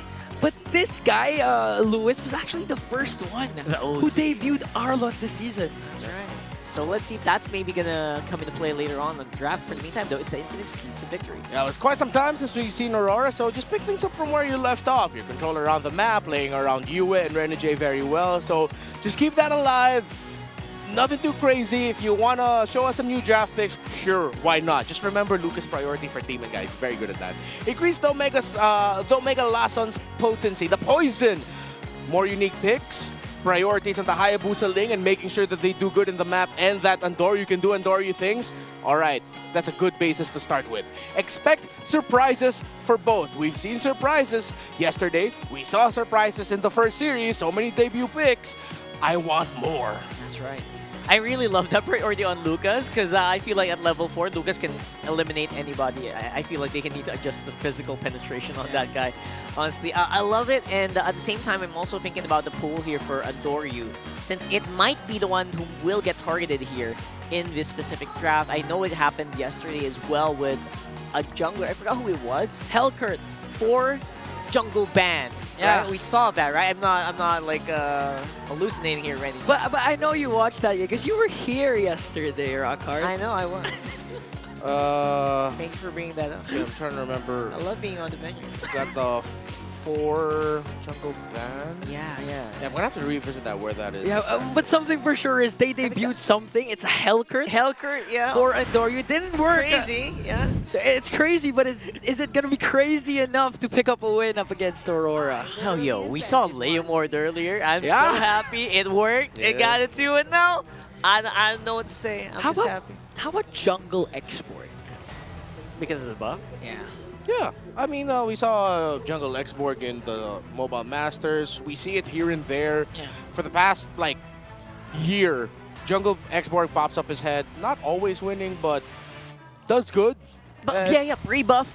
Export, Demon Guy used it, right? Yeah. Oh, yeah. Early here. I have to double check if he got a W with that. I believe he did. He got a triple in the mid. I remember that. Yeah. The last export I saw pre-buff was, I believe, Hazel from RRQ Hoshi. Yeah. Up By the way, against Team hopefully, Falcons, yeah. hopefully someone picks him up. He was let go of by RRQ. Yeah. Feels so underrated, right? So many underrated picks right now. So we'll see. Right now, we do not see a lot of bans on the jungle here, so Aurora doesn't feel like it's worth it yet. So lots of options still up here. You got the Suyo, you got the Ling as well. The Harriet, the Jushin. Oh, Jushin, could be a viable option. And now Aurora will be getting that Yue pick. Jushin to have heavy priority on the mid lane. Yeah, just to re-jog the memory, that's why I couldn't remember Demon Kite. It was Flap TZ, the only export so far this season. Ooh. Yeah. So for Aurora, rushing the juice in for Yue. I am surprised Omega let that through, but because of their bans, it does make sense. Those were the priorities. So let's just see if they'll be ready for it, because it's not unbeatable. It has taken an L already.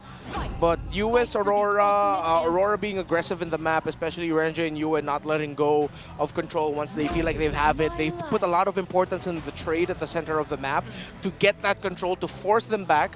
So once Omega recalls first through the center, they're just going to start invading, cutting the lane in the top or bottom lane. They're just so good with it. While Omega, to help temper that a little bit, they needed that extra aggressive presence, the annoying guy going around the map. They needed something like a Hilda, while they decided to take away the Harith that's been so good for Dominkite all season long. Yeah, it also answers a potential Hayabusa or Ling from Aurora with the Hilda pick, and at the same time, this is what you were saying, give Jome a comfortable time in his lane, and with the Harith pick, you can expect Jome to dominate even if Aurora manages to gag Jome from time to time. Yeah, it feels like that's the most comfortable you can Whoa! get. Finally! Here. Rock hard prediction! What? You mentioned this a while ago, the Suyo! Yeah. I feel like it's still, despite the nerfs, right, it still feels like most of our junglers will still kind of relegate back into those they played all season long, right? So it's hard to kind of just get out of the habit. Yeah. But the thing is, the thing that got nerfed for Suyo was the magic damage reduction of the Immortal form, and Omega has a magical gold laner in Harriet. So let's see how it's gonna play off for Demon Kite. Yeah, at least you don't have to worry about the presence of the Joy. So Yeah. I'm glad that someone finally showed that, hey, you know what, Suyo still has a spot here, but because of how the draft went, considering that Aurora got Juice in, also, it's the best time for Suyo because the main things that they're looking out for is one, does the opposing team have Juice in, and do they have Joy? If they don't have any of those two, go ahead and pick up the Suyo. So let's see if Omega are gonna change something up with the roam pickup. I wonder if they will go strong. They can go strong burst physical right away, and they can go jawhead, considering that Renegade went Ka lead. So you could go priority for pick. A guy is playing RG in the middle of the draft. On, man. I know Lucas Jungle's so strong. Oh, this is the band that fed us. That's Frederick. That's Frederick. Shout Okay, out you to get a pass. Our good friend Frederick for Rhea. feeding us today. The whole talent pool. Thank you. Reyes is there too. Rhea. What's up, Rhea? All right, He's so Renmar got mad at the wrong person. He was playing Lucas Jungle. I said I was mad. He was just Oh, he yeah. was pointing it out. I didn't say I was mad. I thought you were. Thought I was mad. Your assumption was wrong. Now I'm mad. Okay. Now I'm sorry. All right, good ban here. Here's Taking away the focus. I love the phobias. I would have actually also loved to see a high-loss ban because high-loss works so well with Sushin. Can do wonders for that front line later on. Combo with the Khalid is going to be crazy. But then again, we are looking at a bit of a loss in the gold lane. Maybe we'll see a bit of a newer gold lane today, or is it just back to the Beatrix and the Tan today? I am banking on the Beatrix. With the Moskov gone, they can still consider Granger. Yeah. But I would want them to pick Beatrix. Something about the Beatrix right now just meshes better right with the pieces that I see in the board. Good ban on the Cho. So now Omega are going to be ending up with a roamer that will lose the rotational speed battle. Unless they put the Hilda in the roam, which I highly doubt they will. They might just end up with a Badang roam for Super Yoshi. What about Jawhead here? Badang or Does that Jawhead, work? yeah? Yeah, Badang. Oh my goodness, why we forget Badang? Yeah. Of course. Then go mid Vexana for Ukir. Yeah, I did Yeah. mention the Jawhead earlier as Yeah, an yeah. option. So one of those two, Jawhead or the Badang. And it is the Badang There's the instead. Badang. I'm kind of feeling like Dominka is going to resort to a Granger instead of a Beatrix, though. They do need a bit more reach. It's very divey. I wonder if Aurora will consider Edith. They need more magic damage. Ooh, what if they go for a magic gold? What if they go native? That'd be pretty cool. That would be so cool, actually. Have Suyo a bit more of free time. People will start building Radiant Armors, right? Maybe Suyo can do more with penetration despite being nerfed. They're still looking at those classic gold laners. We're talking about it. Clint. We talked about Beatrix. Yeah. Edith can also do well. Yeah. They need Edith. If it's not going to be a magic gold, then they need an Edith in the EXP lane for Aurora. So it could be Edith Granger, Edith Bea. A glorious victory is now. Whoa! I'm happy about this. I'm happy about this. First Esmeralda of the season, despite being teased so much in international tournaments. Finally seeing it here today. Yeah, and before when Harith was running over everyone, people were saying, just pick up Esmeralda. But Harith just did way too much damage for the Esmeralda to even deal with.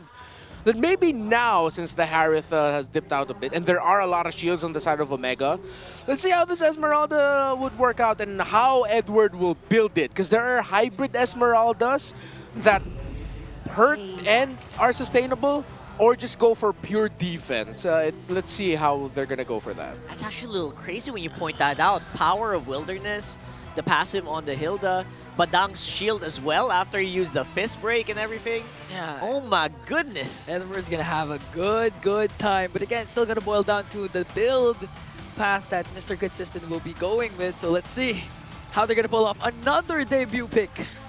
Again, unsurprisingly, we are surprised today with another one. It feels like it's just going to be a norm for the next week or so, right? And now we are seeing a lot of early to mid-game potentially for Aurora. That's kind of a given, but don't forget there's also a Hilda on the side of Omega to try to keep that early game in check. Was Esmeralda picked even once last season? No, right? I will have to check. It feels like it's a no, but either way, if it happened, maybe just once. Right now, though, let's load up into game number 1. This is Omega versus Aurora. Don't Welcome forget, to Mobile playoff slots Legends. at stake for Omega and the upper bracket, Aurora still fighting for it. Okay. See how they're going to start on the map? Hilda versus an Esmeralda. So the Da sisters going up against each other in lane instead of being paired up together. During the heyday, we used to see Hilda Matilda, Hilda Rome, XP Esme. It's pretty cool. I think should be able to handle it well.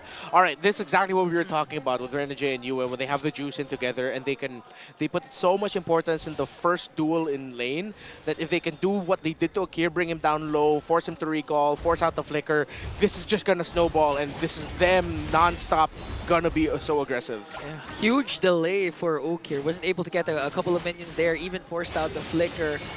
So now Aurora's going to have a good time in trying to go for those clashes, but a good setup coming in from Super Yoshi. Andori's not going to overcommit though. Yeah, loving the aggression here as well for Aurora. Of course, Omega will not take that lying down. Super Yoshi will probably have to wait until level 4, obviously, before anything big will happen. But they do have that presence. They have that damage. Force is still very powerful on the mid right now. Yeah, Omega will need to commit resources to helping Luis out in lane because every time Hilda goes into a shrub, that's how she sustains lane. She heals, but she gets shield, which Esmeralda's happy to steal. And now they get Super Yoshi. First blood drawn by Yue. Renegade just being able to out-sustain the damage coming in from Omega. Now Demon Kite might try to go for more, but they're already happy with a kill on to Super Yoshi. Was this not in the Omega scouting report that if you're going up against the Juiced and Aurora, they will look to be hyper aggro? The fact that Ukir even was already forced to burn his flicker early on meant they did something wrong at the start of the game, and then now, Edward! Oh, look at that. And they're trying to do something So right much by shield. trying to go for Edward, but the shields and the counter response from Aurora is just there once again. There was the Lantern Flare. Super Yoshi might go for another escape, but Yui goes in with the Lantern Crimson Beacon as well to bring him down. Really sustaining these fights very, very well. Edward holding the line, absorbing so many of the shields here, keeping Aurora ahead. Yeah, brilliant pick, brilliant rotation, everything perfect! Oh my god! Hitman, what? The Hitman went in! Asked Andoryu, are you sure you're gonna recall in front of me? Pulls the trigger, brings him down, but in exchange for his life, a 1-for-1 trade, clearly beneficial for Aurora. It did slow down Andoryu's pathing a little bit as well. Needs a little bit of a backup here for Yoshi. Gets started on that orange again. But this is as good of a start as you can get for Aurora. Don't forget, Dominkite is also on that carry. Has not really seen any major changes, any major fights. And they are happy. They look like they're very happy with this. Andoryu's gonna have nightmares about that Raging Sandstorm flicker from Renegade. He thought he was in the safe space, but the Hitman doing unexpected things once again to increase Aurora's lead. Yeah, I like the build path of Edward, steel leg plates, and then he's going to be going to Enchanted Talisman. Let's see if he's going to full build the Dom Ice first. I know it no longer provides mana, but it still does good against the lineup of Omega. Although, you wouldn't want to reduce the shield generation of Omega because you steal it anyway. So you just build the plates, the steel leg plates. Yeah, you full build Talisman first if you're the Esmeralda. That's right. You just try to slow down the damage of the attackers as well with Anti-Karas maybe, right? Yeah. That's basically it. That's all you have to do. Now, they do feel like they are suffering from an identity crisis here. Omega being forced back into their own jungles as Aurora gets ready and set up for turtle number 2. Yeah, we still can't count out the fact of Omega's comeback potential. Again, Jome still able to hold his own on the gold lane, but Aurora set their eyes on this turtle. Here comes the Lantern Flare. There was a flicker. Renegade goes after the back with the Raging Sandstorm. Okir was able to cast a Feathered Airstrike. They're trying to go for Jome, but Jome was able to escape. They do, however, pick up Super Yoshi and brings him down once again up against 5. Aurora is literally dominating. Yeah, Yoshi missed his entry bad. Flicker with the fist break into air. And Omega was just scrambled in that fight. It was a perfect lineup, but it just missed by a hair. Very unfortunate for Super Yoshi. The idea was there. The idea was right. The execution was off. All right. Even the position was right. Yeah. It was already perfect. I also saw Okir land all 4 Feathered Airstrike shots. The HP bars were more than 68-70%. Oh, Edward up against 5. If he stays alive, this is going to be amazing. But Omega wanted to go for that trade, and they're going to bring down Edward. That's what you were talking about, right, Renmar? Like, the burstiness from the Harif is still somewhere there. Yeah, so there. It's not as bad as it used to be, but it's still definitely there. So Omega made the right call. They switched the lane, sent Jome down bottom, and they were able to crack it together as a team. They sacrificed the top, so it was a map trade, a mirror trade across the map for both. So Omega's still making the right calls. They will be able to take their purple buff without a problem. They should.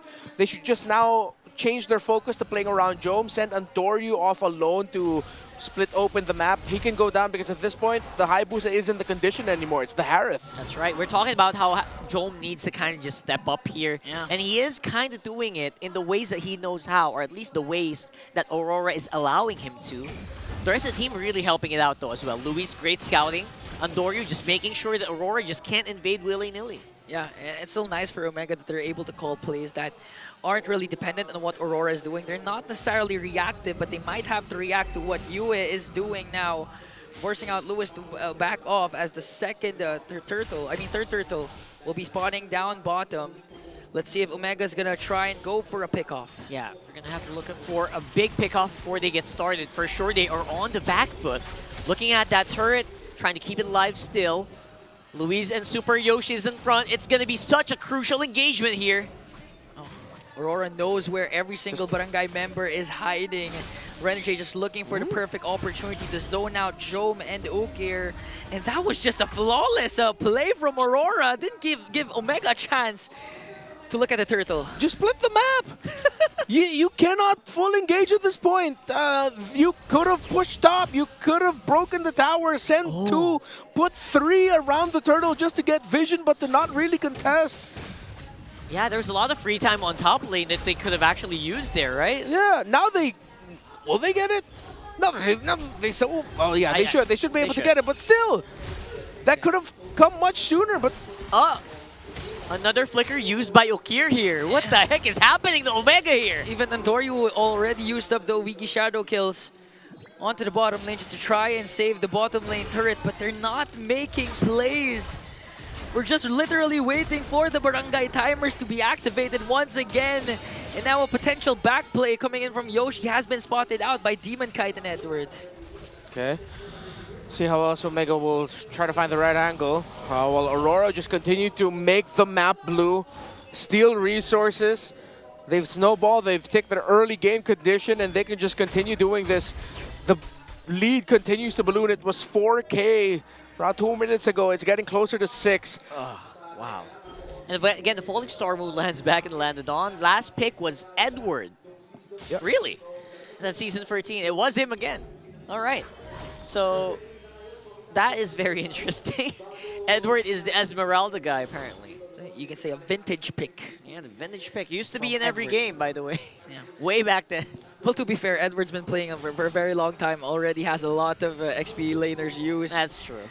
So another one to remind us that Edward is a good Esmeralda player, but Aurora right now extending their lead to 6K, 7 seconds before the Lord spawns. Let's see if Omega manages to find one. Jome. Okay, he got left behind, but was able to out Renegade. And the Hitman is going to fall down. Jome still manages to stay alive as Edward soaking up the damage of Falling Star Moon. Connecting onto 3, brings down Yoshi.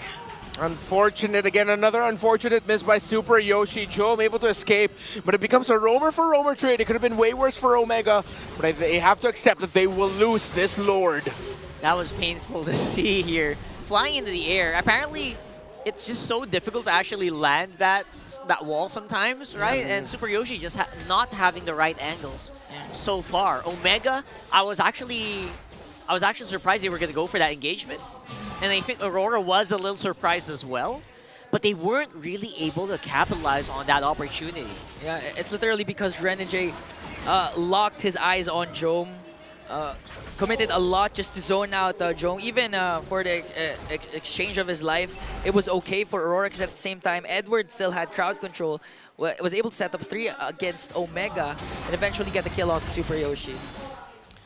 Looking at the items, Esmeralda did go for sustained cooldown reduction. Good old Enchanted Talisman and Oracle. Andori goes in. Biggie Shadow kill. Not gonna be enough though to bring down Dominkite. There was 4 members of Aurora to share the damage. Look at Dominkite, very healthy with the items right now. Corrosion Scythe, DHS, Golden Staff, and even a Magic Blade to give him a little bit more sustainability from the magic damage dished out by Ukir. All you need to do is technically just stay alive as Dominkite. You're golden. Yeah. Right, they're just waiting for that Lord, waiting for the top lane to push as well. There's Renegade. It's looking for an engagement, don't forget. Doesn't have Flicker, 15 seconds out. Holy Shields pop down bottom, and Omega makes quick work of that Lord. Still alive in this game. If they manage to find a huge angle set up by Super Yoshi to catch Aurora by surprise, they can replicate what they did against Twisted Minds yesterday. Okay. Oh, Omega's comeback here has to come from an error of Aurora.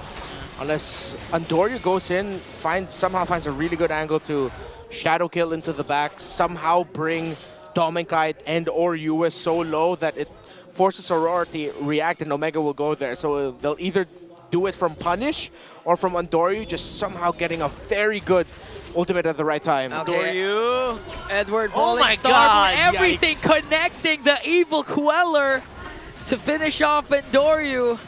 And now if you're Andorio, how are you going to pull off a solo Wiki Shadow kill when Dominkite is literally surrounded by 4 bodies? Yeah, and Edward, there's just no fighting Edward now. Yep. You can't 1v1, 2v1 this guy.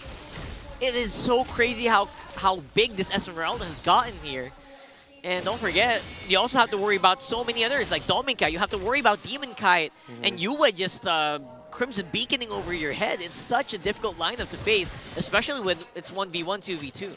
Yeah, unfortunate for Omega is that the Esmeralda pick came in here where Esmeralda beats the Hilda. You'd need longer sustained damage, but the Harith now is once again soft. If you want to consider it a soft counter, maybe a hard counter, but let's just put it as countered by the Esmeralda, that even though Jome hasn't died here, Edward's just so happy, which means Yue and Dominkite are even happier because they don't have to worry about their front line crumbling. Look at the map, though. They're trying to make a wraparound happen. Okay, let's see. It's going to work, though. Let's see if it's going to connect us so far. Super Yoshi's been not hitting the mark, but Yue was able to just flicker out. No more initiation for Omega. Goes in with a Crimson Beacon and Lantern Flare and punishes Super Yoshi. Aurora picks up one more. At least they tried. They tried to make something happen. It's unfortunate that Yue was doing his job. He was holding the right shrub. Super Yoshi just thought, oh, I'm gonna try, let's try to commit something, but just nothing came out of it. Do the emote, do the emote. What's the emote? Nice. Nice try. Nice try. Sorry, there's a lot of emotes. That was the perfect. That was the perfect time to do it. They didn't do it. Aurora's sticking to their guns here, and obviously, they are having a lot of fun. 12K gold lead. Man. This is more than a stomp at this point. This is I don't know any other words more than stomp. A stomping. The stomping.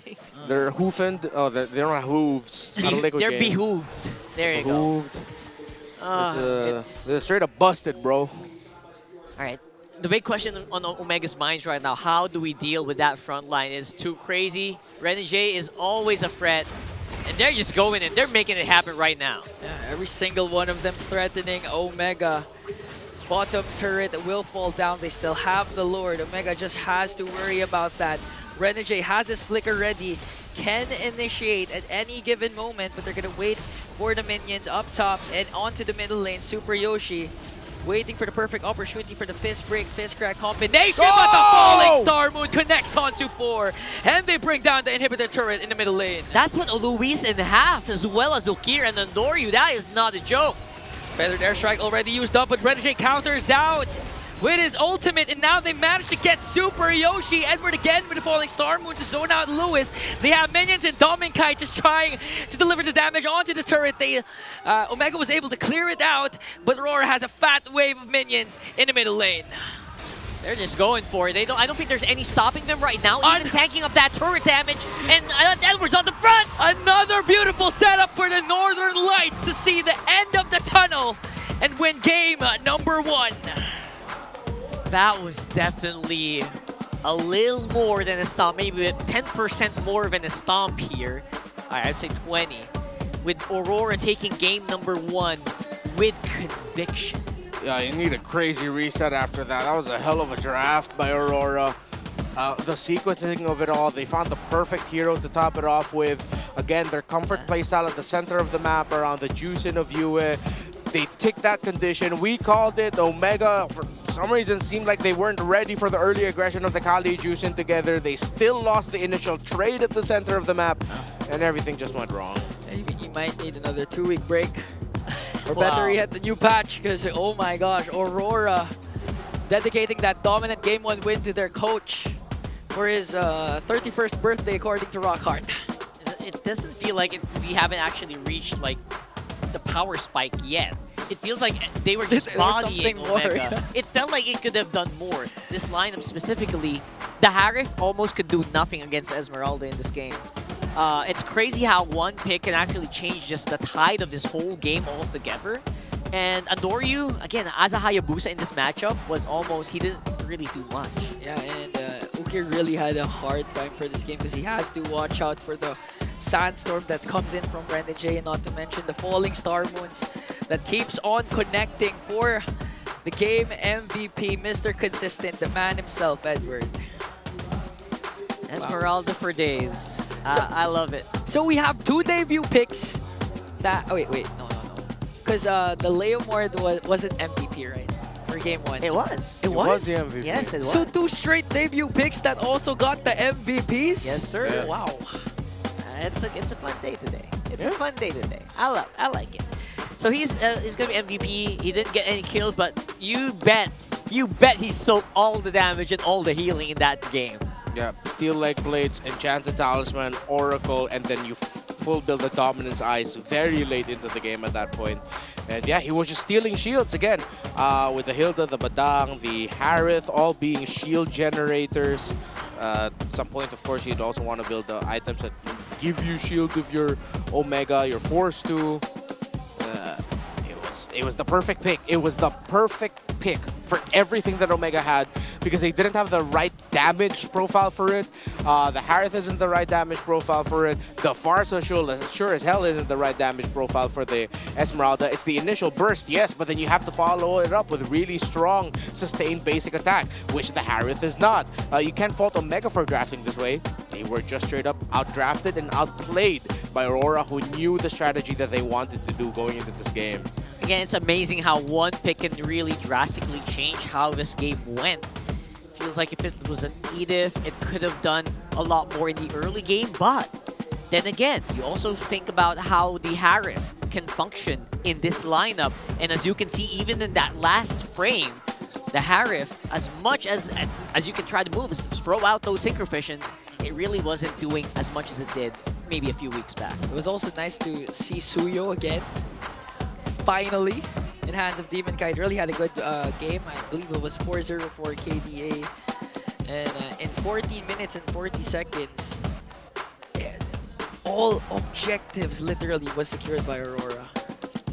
Okay, so looking at the items, yes, there were a lot of focus here onto Edward because that was like the linchpin of the draft. It was a surprise pick and it's what made it work.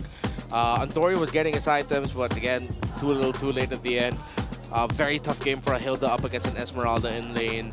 Ukir and Super Yoshi, we mentioned it, losing the initial trade. Looking at the Aurora, good spread, of course, of items for Dominkite, who got all the items he needed. So unbothered in this game. He had like the best time because he was just there, basic attacking, standing, going around the map, not dying, which is so easy to do. Not dying. I love the highlight on the not dying part. Because yes, you're absolutely right. That's the job, right? And it just feels like, what were you gonna do if you're Omega here? If Jom couldn't really get in the position, he couldn't do anything. Well, who else was gonna do it? I mean, there were attempts specifically from Super Yoshi or Andoryu and Ukir. But the problem was they were trying to target Yue, but Yue was 2 or 3 steps ahead every single time. He has the Crimson Beacon and the Flicker out, so every initiation or play Omega wanted to do, Yue was literally avoiding everything. it really felt like a damage profile problem as well, right, for Omega. As much as, you know, you can position all you want, but if the wrong kinds of attacks are getting absorbed by the right kinds of heroes, and then the effect just isn't felt as much. Demon Kite is our BPI rich guy for this game. 12,973 gold pesos. Just kidding. So that's the currency in London. Just kidding, just kidding. And 885 GPM. Back on the Suyo, like we mentioned. So was able to farm fast up with his jungle creeps at the same time. Didn't die a single death. In fact, Aurora, they only had collectively 3 deaths as a team, and it went to Renegade and Edward, the 2 ideal heroes that, of course, you want to go. It felt so easy for Demon Kite to actually do his job here. There was barely any barriers. There was barely anyone that can actually go toe-to-toe against Suyo in this one. I mean, Andorio tried in the very early game, but you couldn't really feel it as much as he was trying, right? So maybe the wrong hero in this one. Specific pick, maybe? I don't know. It's just how they manipulated the draft here, how they played it. It was so much better for Aurora. Omega giving up the juice in first pick. Thought that they had a game plan for it to be ready. Yeah. They did have the Hayabusa for them, but the Badang and the Vexano just straight up outplayed in the center. That is straight up true. So hopefully Omega can kind of just recover from that mentally. But like you guys mentioned, that's a big ask, right? That's a... Whew, it's just, these are things, these are kind of losses that kind of stick in your head. And I really hope they get over it. But for the meantime, big shout to our MLBB KOL, Elgin. Check out his content about the revamped Kimmy from the latest patch. He also gave us a bit of a preview of the changes, as well as maybe some tips and tricks on how you can maximize this new hero. So make sure to follow Elgin on his official social media pages to stay updated regarding MLBB content. And obviously, Kimmy is just one of the very few who got changed in the recent patch. Yeah, alongside Glue, and I'm excited to see Kimmy in action. Is it next week or the playoffs? Next week. Next week, finally. There we get Kimmy and Glue. Those are 2 sticky heroes. I'm still in the camp of shout out to my fellow, I call them enlightened ones. Enlightened ones? So the ones who put Kimmy in the mid lane. Oh, yes. I'm a fellow enlightened one. I'm a big fan of that. She's so good with initiation. Her ultimate is a cheat code if you want to set up. And I think they have to fix that here. You need to tone it down a little bit, right? Crowd control is amazing. Here's a smart power pose, though. Put your game face on and make your smart power pose. Audience have to imitate the player pose and that they see on the screen. Hey. And that's Edward, by the way, with the Edward standee as well. If you cover your face and do that pose, I think you'd win. That guy looks like Edward. Oh yeah. And he looks like there we go. There we go. Oh my God. Thank you for listening. Thank you for listening. All right, looks like Edward or the Edward standee prop. That's really smart. I'm sorry. At this point, the guy lost. It's just Edward himself. That's so creative. That is so smart. That is so smart. Another one. He looks like Kong. It's a lot of Edward clones. That Kong TV. Why am I not surprised? He is. He looks like Kong TV. Why did he not win? Come on, man. All right. Anyway, the Edward standee won. Congratulations. You get a redeemable in-game code. I wonder if anyone else caught that. Or maybe that was him. Anyway, no. It can't be. Probably not. He's too tall. So many things just happen here in the MPL arena. Why are you not here right now? We have 1 seat remaining. That was for you. And you didn't go. Feels bad. For the meantime, they'll get more data with Maximum Gaming with Smart's Power All 149. Make it look easy with 16 gigabytes for all apps, plus your choice of only Facebook, Messenger, and Instagram, or only TikTok, plus only calls and texts to every single network. Bound to be OP for just 149 pesos for 7 days. Load not later, not yesterday, load now. So only for like basically 21 pesos, 22 pesos? Yeah. Sheesh! It's a good deal. All right, good deal. For the meantime, also shout out to our watch party viewers there in Barangay Mambugan, Antipolo for Smart Omega. Smart Omega is very active on the community right now. They have so many. Whenever I scroll through social media, I see so many, what do you call that? So many streamers with the Omega logo.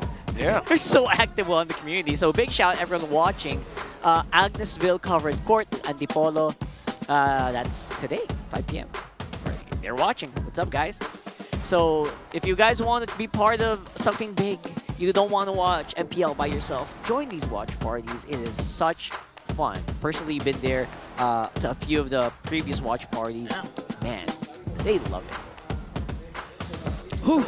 It's been a match, by the way. So I hope that was enough of a reset time for Omega, because that's a literal back to the drawing board moment for them for sure. And they are on blue side with a 7% win rate in game number 2. So at least at this point, they can maybe try and control the draft to their favor and avoid those third pick. Was it the red? No. Aurora was blue side. Those out of nowhere picks coming in from Aurora, and of course the birthday man, Coach Master the Basics. So let's see if Omega can pull this off. It's going to be hard to avoid the out-of-nowhere picks. I mean, no one expected an Esmeralda. I mean, Omega can only do so much. They were drafting to the condition of the meta, what everyone knows of. Aurora just came out swinging already with the surprise. There's only so much you can do at that point of your Omega to really adjust it. At that point, you really just have to say they should have executed the start of the game even better. Again, I keep going back to that point, but the fact that we already called it, that expect the Jushin and Kali to play a certain way. And that's exactly what happened. The trade in the center of the map, they didn't take care of it. What happened? Ukir got blasted right away. They forced the flicker out, forced the recall back. After that, they were still taking hits trying to trade in the center of the map. The first few seconds of the game, by the way, that flicker from Ukir really cost them. Yeah. I agree. Yeah, Aurora already picked up the turtle and was already invading the purple buff of Andorio, and Ukir was still level 3. Yep. That's how bad it was. I guess we're just gotten so used to playing with shields, right? In the past year, we forgot, you know, Esmeralda packs a punch, you know, when you have a lot of shielding. So let's go back into the draft here for game number 2. Moskov not being allowed back into the game here. I guess Harif is also kind of, you know, maybe that's something that you have to keep in mind if you're drafting a Harif, that possible swing of an Esmeralda on the XP. Yeah. Let's see if Omega will be taking that into consideration, if that's gonna hesitate them or stop them from picking up an Esmeralda. Aurora, if they show up an early Harith, that's gonna be a big flex. Considering that there's no more Joy, it might warrant either a Jushin or a Suyo priority for Omega, and then they'll just play the trade for Aurora. Big trades as well that can be had here. Considering Aurora is on the second pick, so I would love to see here more priority for comfort for Joe. I'm not sure if it's the Harif anymore at this point, but I still think the statements we made on game number 1 are still kind of true, especially with putting Joe on something comfortable. I don't know if it's because of the hero, or maybe put Super Yoshi on a guy that can front for Joe better. Those are the things that I'm thinking about that Omega can do, because right now, obviously, the gold lane is a bit of chink in armor. First, who are they going to respect this time? And Hayabusa ban. So, Joy banned out. So it's either just a Jushin or a Suyo for Omega if they want to bank on that. They can also surprise with a unique first pick Prio, although at this point I wouldn't Prio a Padang, I wouldn't Prio Harith. So my brain just keeps going to either Suyo or the... Oh, excuse me, yeah. Oh, Kalea, right. Of course. Okay. The Kalea that didn't actually get touched on the patch notes. I love it. Will you still give the juice in? Will you still get the juice in then now? I feel like it is a good disruption tool for Kalea, because I've been telling everyone that I can get my hands on. You know, if anyone that will listen, the way to stop Kalea is just throw a bunch of crowd control on his way, her way, and it usually ends up in a good spot. The Kalea's combo gets disrupted, the mobility gets removed a little bit, forces a Tsunami Slam, a title strike. Title strike. Yeah, title forces strike. a title strike to be used for escape, and then that's a reset. But there's a Zushin and there's a Harith, like Renmar called right in the same order, in the exact same order. Yep, that's oh, Fanny is open. And I'm gonna get ahead and pick. I'm sorry, excuse me. I'm so used to seeing Fanny banned out that my brain literally processed that Moskov's second ban in the first phase as a Fanny. My brain is just I agree. acknowledging that now. Oh my god, the fan. Even I didn't think of the Fanny here. If my brain only realized that was a Moskov ban, I would have easily called the Fanny pickup for Omega at some point. So excuse me there. Eve, Fanny, Kalea. All right, so far it looks good. I think Renegade, I wouldn't be so remiss for them picking up the Cho as early as now. I'd want them to get some good, strong, good old lockdown right away. If they want to pick jungle, they can go Lucas. Ooh. What? Wait, Lucas? Sorry, Fredrin over the Lucas? Can you explain this to me? Good old Fredrin versus Fanny. However, the Fredrin is up against an Eve and a Kalea. Considering though that if you are the... okay, because if you commit the ultimate of the Kalea onto the Fredrin, you're just like, okay, cool. I'll survive long enough and even punish you if I can get my Appraiser's Wrath off in time. Whereas compared to the Lucas, if he forces out the Unleash the Beast too early, then Aurora will, that might mess up Aurora's flow a little bit. So they go Fredrin here. They can invade, they can aggro. It's the good old Fredrin versus Fanny. That's right. And I think they're also going into that condition of how to kind of just make sure that you don't get Kalea'd to the ground. Is, Energy Eruption works so well. Yeah. Crimson Beacon works so well as well. I think the buff on the Energy Eruption also is good for Fredrin right now. Cooldown has been reduced as well, so easier catch on this Fanny. Just keep pulling people back, right? Yep. Even the Fanny with a cable. You can catch that 100%. Oof. Now, final bans for Aurora. They did, however, take out the carry. One marksman still up for grabs is... at this point, it's the Granger or the Granger Bruno Irithel. Are we still really, really higher priority on Granger so far, though? Because I feel like it's been a bit horrible playing it, to be honest. Yeah, they already have a lot of reach. I wanna see them supplemented with harder damage. Beatrix for Omega would be great for Jome. Clint? Considering they took out the Moskov. Clint would be okay, but there was something that's front to back. Maybe if we see the Roamer. Okay, that's if fair, Aurora that's fair. shows the Roamer, throw that Roamer out. You can adjust. You can decide whether or not you want to go Clint. Possibly Hylos, maybe. If it's something slow, if it's a really slow front to back, Clint's the best option. Other than that, I would want Beatrix because it just meshes a little bit better with the Eve. With the raw damage you can dish out with the Bennett's Rage and the Nibiru's Passion at the same time compared to what the Clint can dish out. All right. Oh, but laning against the Harith might be difficult. There's a Lucas fan. They're still thinking about possibly a Lucas on the XP lane here for Aurora. Seems like it. Good respect. Good respect. Yeah, well, that actually would have been a great pick for Aurora to put in the EXP lane. Yeah, you can't counter it out with the Valentina anymore, so... What will they pick? Aurora still lacking XP. There's still the... Edith is pretty good. Yeah, Edith. So Hylos. Edith and Hilda available with Phobius, CC all gone. You can go solid with Hylos or you go Hilda if you want to mess up the Fanny. As we expected earlier, a Cho for Renegade. If that's a Hilda last pick for Aurora, the map will feel so small for this Fanny. They need much more protection around the EXP. So they can go Gatot. You know what, Edward? Bring out the Benedetta. Oh, I would love to see that. I would love to see that, 100%. Whether this is it's tough because you also want to think of the lane matchup. They might just be stuck with and being forced with picking the Granger. I still want the Beatrix, but thinking about the matchup against the Harith, he might not want that for him. Yeah, as much as I would love also the Granger, right? I feel like their reach is just a little bit more limited. Real World obviously can catch a lot of people, keep them in the circle of fire for longer. Clint, but it's gonna be a Clint.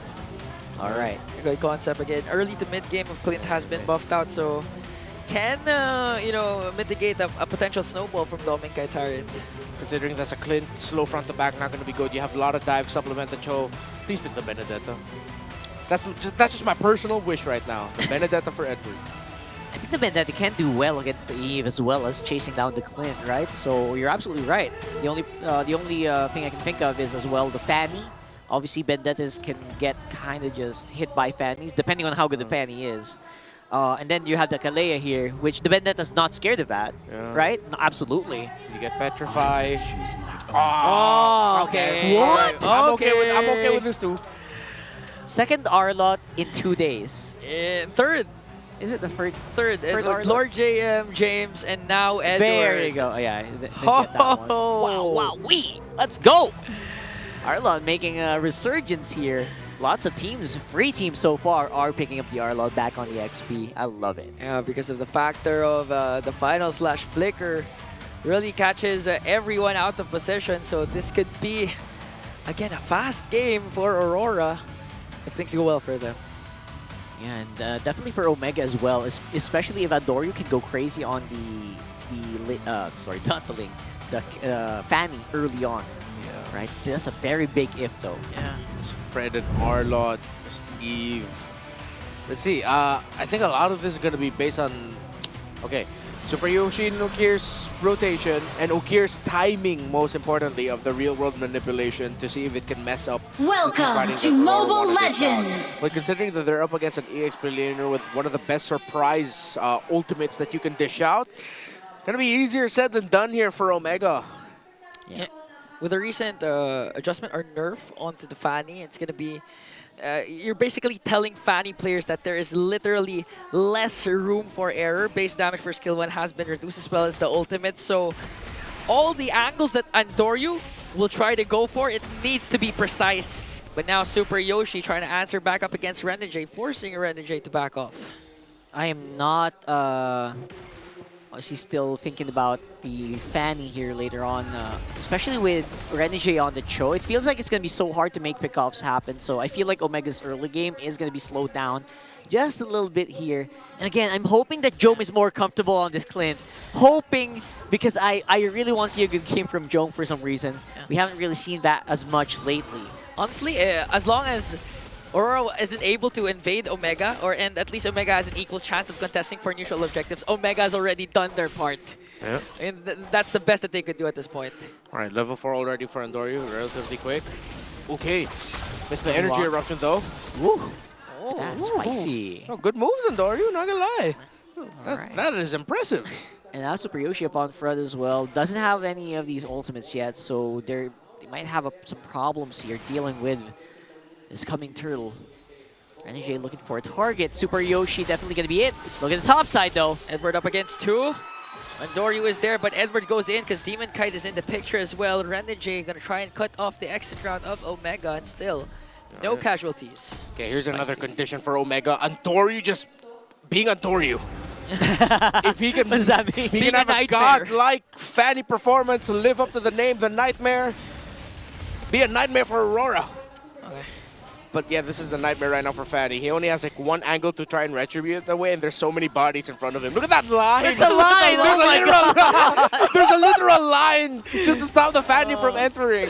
Wow, they know what's gonna happen, right? They know where it's gonna come from. So if Renegade misses, there's Edward, and eventually there's Demon Kite, the final boss that Andoryu has to get through. Renegade. And now the invades are there, the angles are connecting, but Lewis answers with the AOG, Uker with the RWM.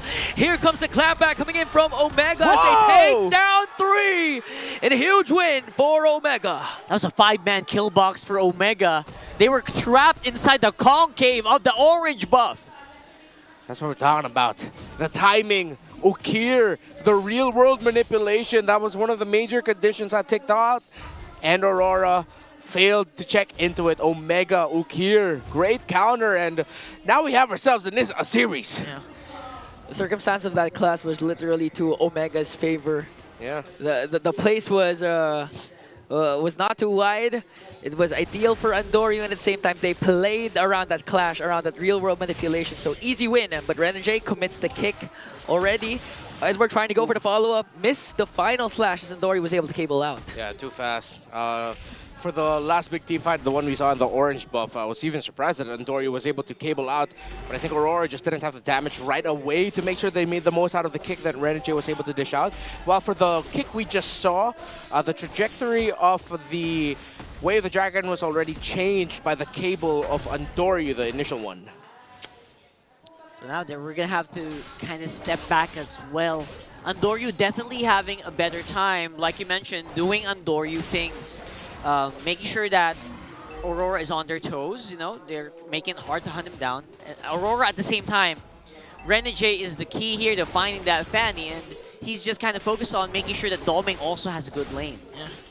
And same goes for Super Yoshi, trying to target Domingkite and Yue, but important to note that there are 2 Purifies up for Aurora, so they need to pick their fights, ideally force Aurora to play around the real-world manipulation. Whoa. Here comes the Tsunami Slam, gonna connect onto Edward, as Endoryu gonna try and back off. First man down is Edward, and they're trying to go for more. There's the Revitalize, there's the taunt as well, and Super Yoshi might fall down, but Endoryu with another entry. Jome is just delivering the final blows, gonna bring down 3. He wants to make it 4. Sets his eyes on Renegade. There's the taunt coming in from Lewis. Renegade is gonna be able to escape as Omega executes that to perfection. Omega unbreakable is Luis.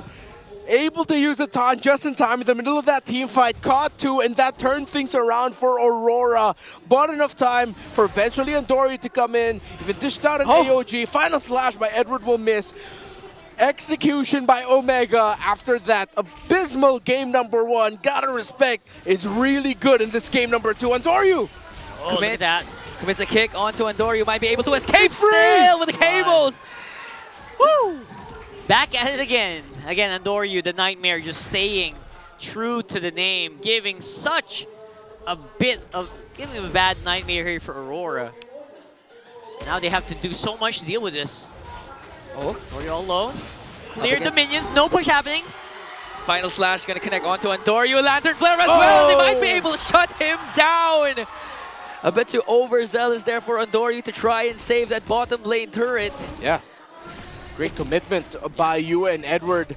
Edward committing the Flicker, Yue committing the Crimson Beacon to make sure that they can secure the kill there onto the Fanny, which opens up space in the bottom of the map for Aurora. Wow, that was a lot of resources as well being thrown by Aurora on the bottom. That obviously Jome is having a fun time just farming up all this gold on the top side of the map. So it feels like it's a pretty good trade as well for Omega. And the gold lead is neck and neck, not even 1,000. Yeah. 300 lead ahead for Jome, because again, he was able to pick up 3 kills in that turtle clash. Beautifully executed by Omega, but Aurora is still back on their winning formula, trying to put a lot of pressure in the middle lane and control it once again away from Omega.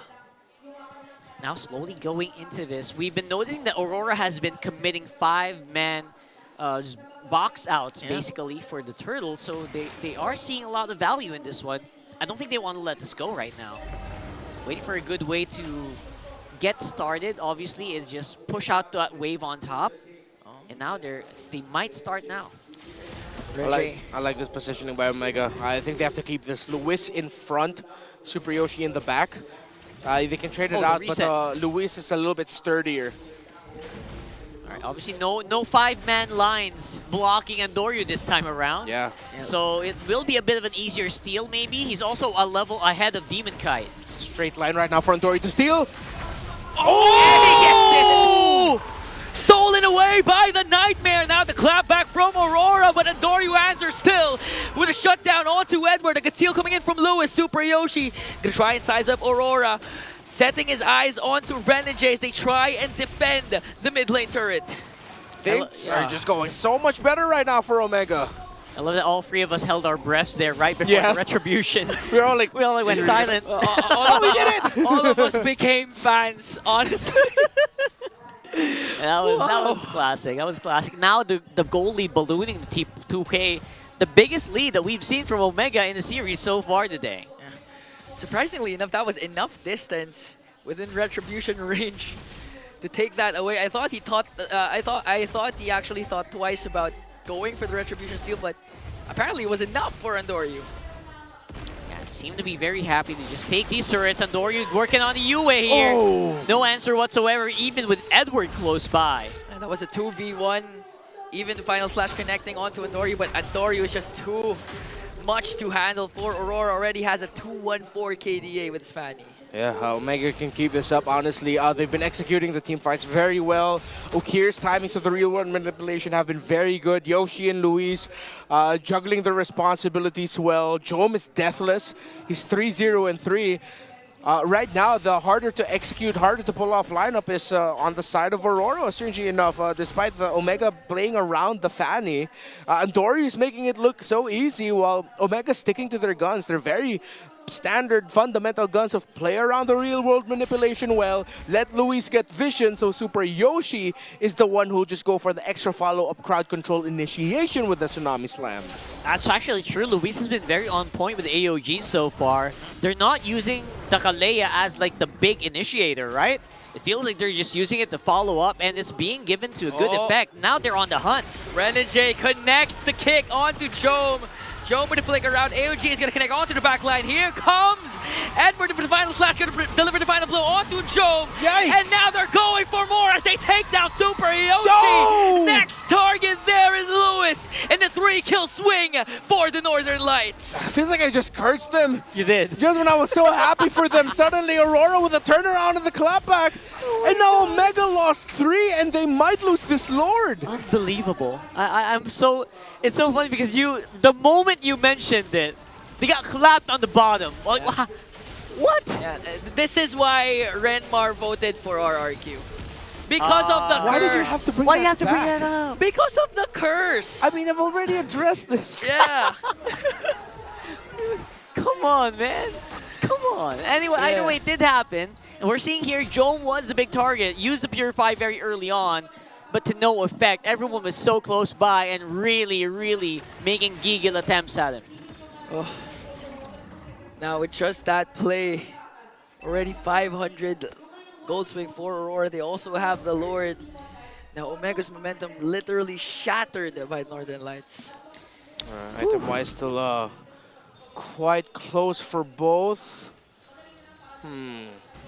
They do have a good stack of items already for the Harith, for Aurora, meanwhile for Omega.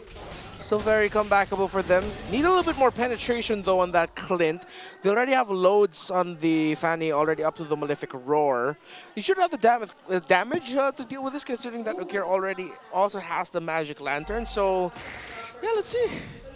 Yeah, it's actually still not as close of a fight, not as far of a fight. So you see, look at that. Super Yoshi. Gonna connect. Here comes the Oh, real world. Real world manipulation. Good placement. And now Andoryu just getting kills. Edward is gonna fall down. Next target might be Renegade, but Lewis is the first on the chopping block. 1-for-1 trade. Edward and Lewis will fall down. That could have been a lot worse for Aurora. Yeah. Okir's real world was just, it looked good, but then people started just walking out. Yeah. Everyone just collapsed. It was a bunch of tanky people also who had enough sustainability to survive the initial onslaught. And Andoryu went in, but it was just such a focused cluster of members of Aurora that I would understand why Andoryu didn't decide to full commit, just dealing damage all throughout. Could have actually done a lot of damage as well, near the walls. It was very close to walls here. So I know what you mean. But right now, it does feel like it's just a stalemate, with Omega at least pushing back Aurora by a little bit. With a 2K gold lead, Aurora feels they're very, what do you call it? They're very controlled on how they're approaching this. Not really full invading unless they're a 5-man, which they're doing right now. So far, our surgeons from Renegade, this time the kicks are connecting to the proper target. Before that Lord Clash, he actually connected the Way of the Dragon onto Jome and delivered his first death. And now it's connecting onto Andoryu, trying to stop the momentum of the Fanny with the cables. So Aurora holding on to a 2.4k gold lead, but they're going to take the discipline route and not over-engage unless they want to contest for this purple buff. Yeah, they definitely should stay disciplined here. One by one. Take out the checklist, wait for the initiations, because Aurora's the one who's going to want to initiate first. Meanwhile, for Omega, yes, they can, but I think the last team fight feels like a harsher reminder for them that even though they get a really good real-world manipulation, there's just so much crowd control that Andoryu now, if everyone from Aurora is clustered up, he will have to respect that. So now with the members of Aurora deciding to go down, this might be Omega getting sandwiched, as you'll see the Harith and the Cho are going to be coming from behind. Oh, Omega are already in the Lord. Didn't we see this yesterday? Yeah, we saw something. Yeah. Very similar to this, like right? With Yaoi. Yeah, it was Yaoi, but got spotted out by a few. Here comes the conceal. Oh! Flicker didn't connect. Super Yoshi and Ukir was able to back off, but Aurora still has good hold over the Lord. Andoryu, though, will he get spotted out by Demon Kai? Let's see. What a reaction by Ukir, able to go out. Renegade goes in. Connects the kick, but a Tsunami Slam counter coming in from Omega as Andoryu goes from the back. Lewis is going to fall down, and a clapback coming in from Aurora. Dominkai dancing with Zaman Force. Might be able to break down Ukir. And a mega kill coming in from the next standard. Super Yoshi has his immortality, not yet popped, and able to walk away scot-free. But two will fall down from the barangay. Yeah, Andoryu just not doing as much damage as we thought he would on that Fanny right now. Half HP for most members of Aurora, but they can't really stop him right now. Now they're going on the base push. They have minions onto the middle lane and the bottom lane. They might go for the tower lock. Dominkai goes in with the Salmon Force. They're waiting for Andoryu, but right again, a beautiful kick. Aurora dominant game 2 once again, but Omega with the clapback. Edward is going to fall down. Not yet endable for the barangay. That was a beautiful kick, though. I love that kick from Renegade. Laser focused, even on low HP. Yeah, not done yet, though. Omega are going to be pushing forward. Conceal committed. Jome. Oh, Renji was able to go back. The Clint is still healthy. The Clint still has damage. And Omega are still in this. They are still in this for sure. Only a 4K goal lead for Aurora means that Omega are still primed and ready to fight here. 5 seconds before Andoryu spawns back. Lord still untouched, and they have good hold over Andoryu's purple buff. This might be a huge opening, but again, 2 inhibitor turrets are taken down for the side of Omega. Andoryu has his purple buff. Will they be able to contest against Aurora? I think they do. They can also use that to clear the bottom lane, and the Fanny can just go back to the Lord very, very quickly. Yeah. So I don't think Omega's super behind, but they will have to deal with this somehow. Okay, they're going a little bit faster onto Lord. They still see the Fanny in the bottom. It's still a bit too far away for Omega's Fanny. The Andoryu jungler pick. Way too far. He's waiting. Trying to bide some time. Omega, good positioning. The best that they can find right now. But with Aurora holding the crucial shrub of that middle shrub there. Yeah, it's going to be this is going to be hit hard here. Everyone is ready. Everyone is present. Reposition. Jome is in front. Look at it. He's so confident. Look at this dance. Great move by these two teams. Renegade in the back! Renegade from the back connecting onto Jome. Real Moment Ablation will be casted down. Lord still up, but there is 3 bodies falling from the side of the barangay. Make it 4 as Demon Kite also picks up the Lord. And that feels like game. Renegade with the attack from behind, looking really, really smooth there. And it's a 5-man of Aurora just barreling down the base. A 5-man march for the Northern Lights and a step closer and securing an upper bracket spot for Aurora. The Hitman found the target. The conceal, the kick, the pick, the dub. Now it's as clean as you can get here for Aurora. 2-0 against Smart Omega. Pushing back the barangay a little bit further into the standings. That was a good game number 2. Omega still was able to hold their own. A lot of opportunities for them to come back, but it was just the experience of Aurora and of course the Hitman himself connecting with 2 crucial Way of the Dragons down the line of game number 2 to seal that deal. Oh yeah, you're right. That was 2 crucial kicks. It wasn't just one. It wasn't the one on the Clint. It was also the one that he was able to find onto Andoryu. The Fanny on the base. Yeah, the Fanny in the base too, yeah. That was, oh man, Renegade, 100% MVP performance here. Obviously, everyone did their part splendidly. Even making a recovery and just finding Jome there in the last one was just so important. Yeah, very unfortunate again for Omega that they lost that. That could have been a big MVP performance for either Ukir or Andoryu. But at the end, it was Aurora who was just able to outdance them in the major objectives. That was a huge dance, and again, the X factor of how a veteran plays just really comes in clutch in these situations. In their heart, you can really feel how they're able to find that win condition for their team. Let's look for the interview here as we are going to talk with Aurora up on the stage. Ladies and gentlemen, your winners, Aurora Gaming! Gentlemen, congratulations, Edward! Esmeralda, game number 1. It's been almost 2 seasons mula nung huli mong ginamit yon. Ano bang meron sa Esme ngayon? Para sa'yo ba, in your opinion, gana na ba ang Esmeralda sa meta ngayon? Tingin ko kasi madami ng mga may shield na hero. Tsaka ano, nakakatamad na rin paulit-ulit yung hero para maiba lang. Yung pala yun. Okay, okay. I see it. Now, with everything that you guys did, especially nung Holy Break, sabi mo, paulit-ulit yung ginagawa. You guys have been training for the last 2 or 3 months. Paano mo naman spinend yung difference ng break ninyo? Ngayon, nakapagpahinga ba kayo? Or training pa rin ba? Paano nyo spinend yung long break na nagkaroon tayo?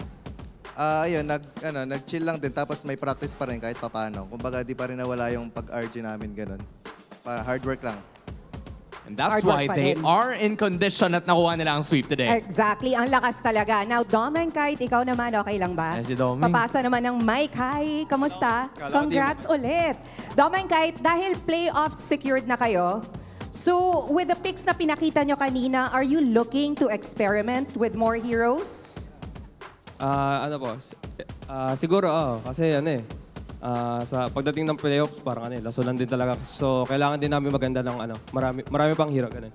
Marami pang pasabog, Hans, no? Yes, Now, I like it. also, maraming excited sa Naruto skins that will be available in May. Ano yung pinaka-aabangan mo and nyo pagdating sa Naruto Yan, skins? gusto ko yan. Isa-isahin natin ang boys. Tinanong ko na si Hans eh. Oo. Ikaw muna, Domeng. Kahit hindi ako jungle, Soyo. Tsaka Naruto kasi angas eh. Alright. Sample daw. Sample daw. Sample daw. Paano daw i-sample? Huwag ka sa akin magalit. Ayan, pwede na yan. Gumagawa siya ng Rasengan habang gumaganon Ayoko, siya. baka magalit sa akin si Okay. Domeng. Sino Oo. pwedeng mag-sample? Demon Demon Kite? Kite? Sige na, Demon Kite sample naman. Para sa akin. Sino bang Sige hero? na. Isa lang.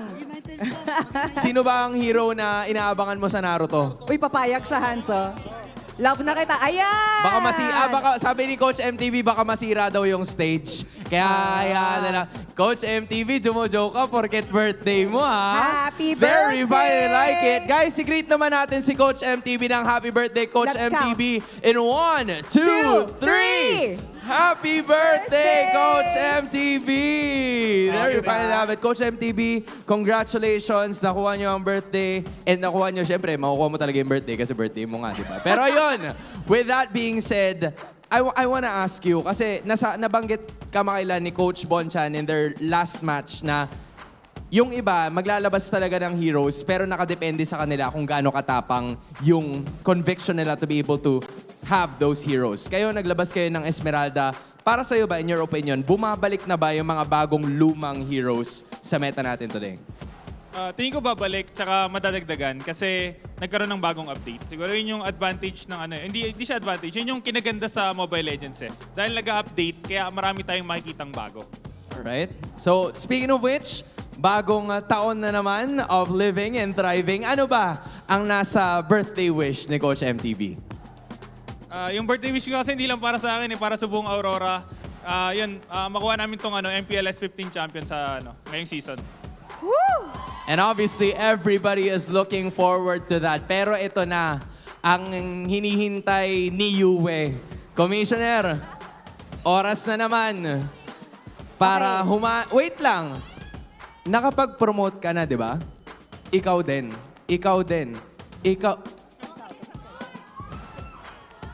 Tapos si Yue, Edward! diba? Edward! Ano?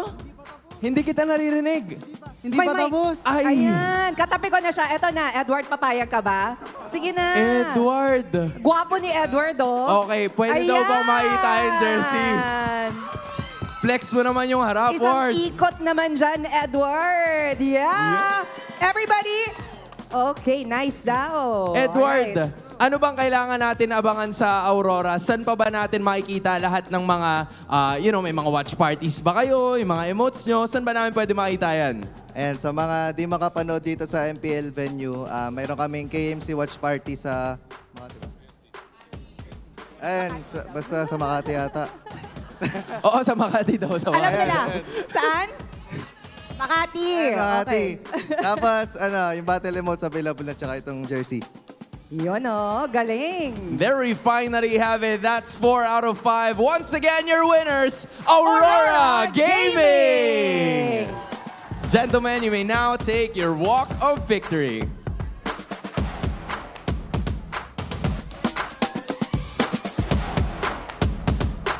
And with that win, you may now take your bow.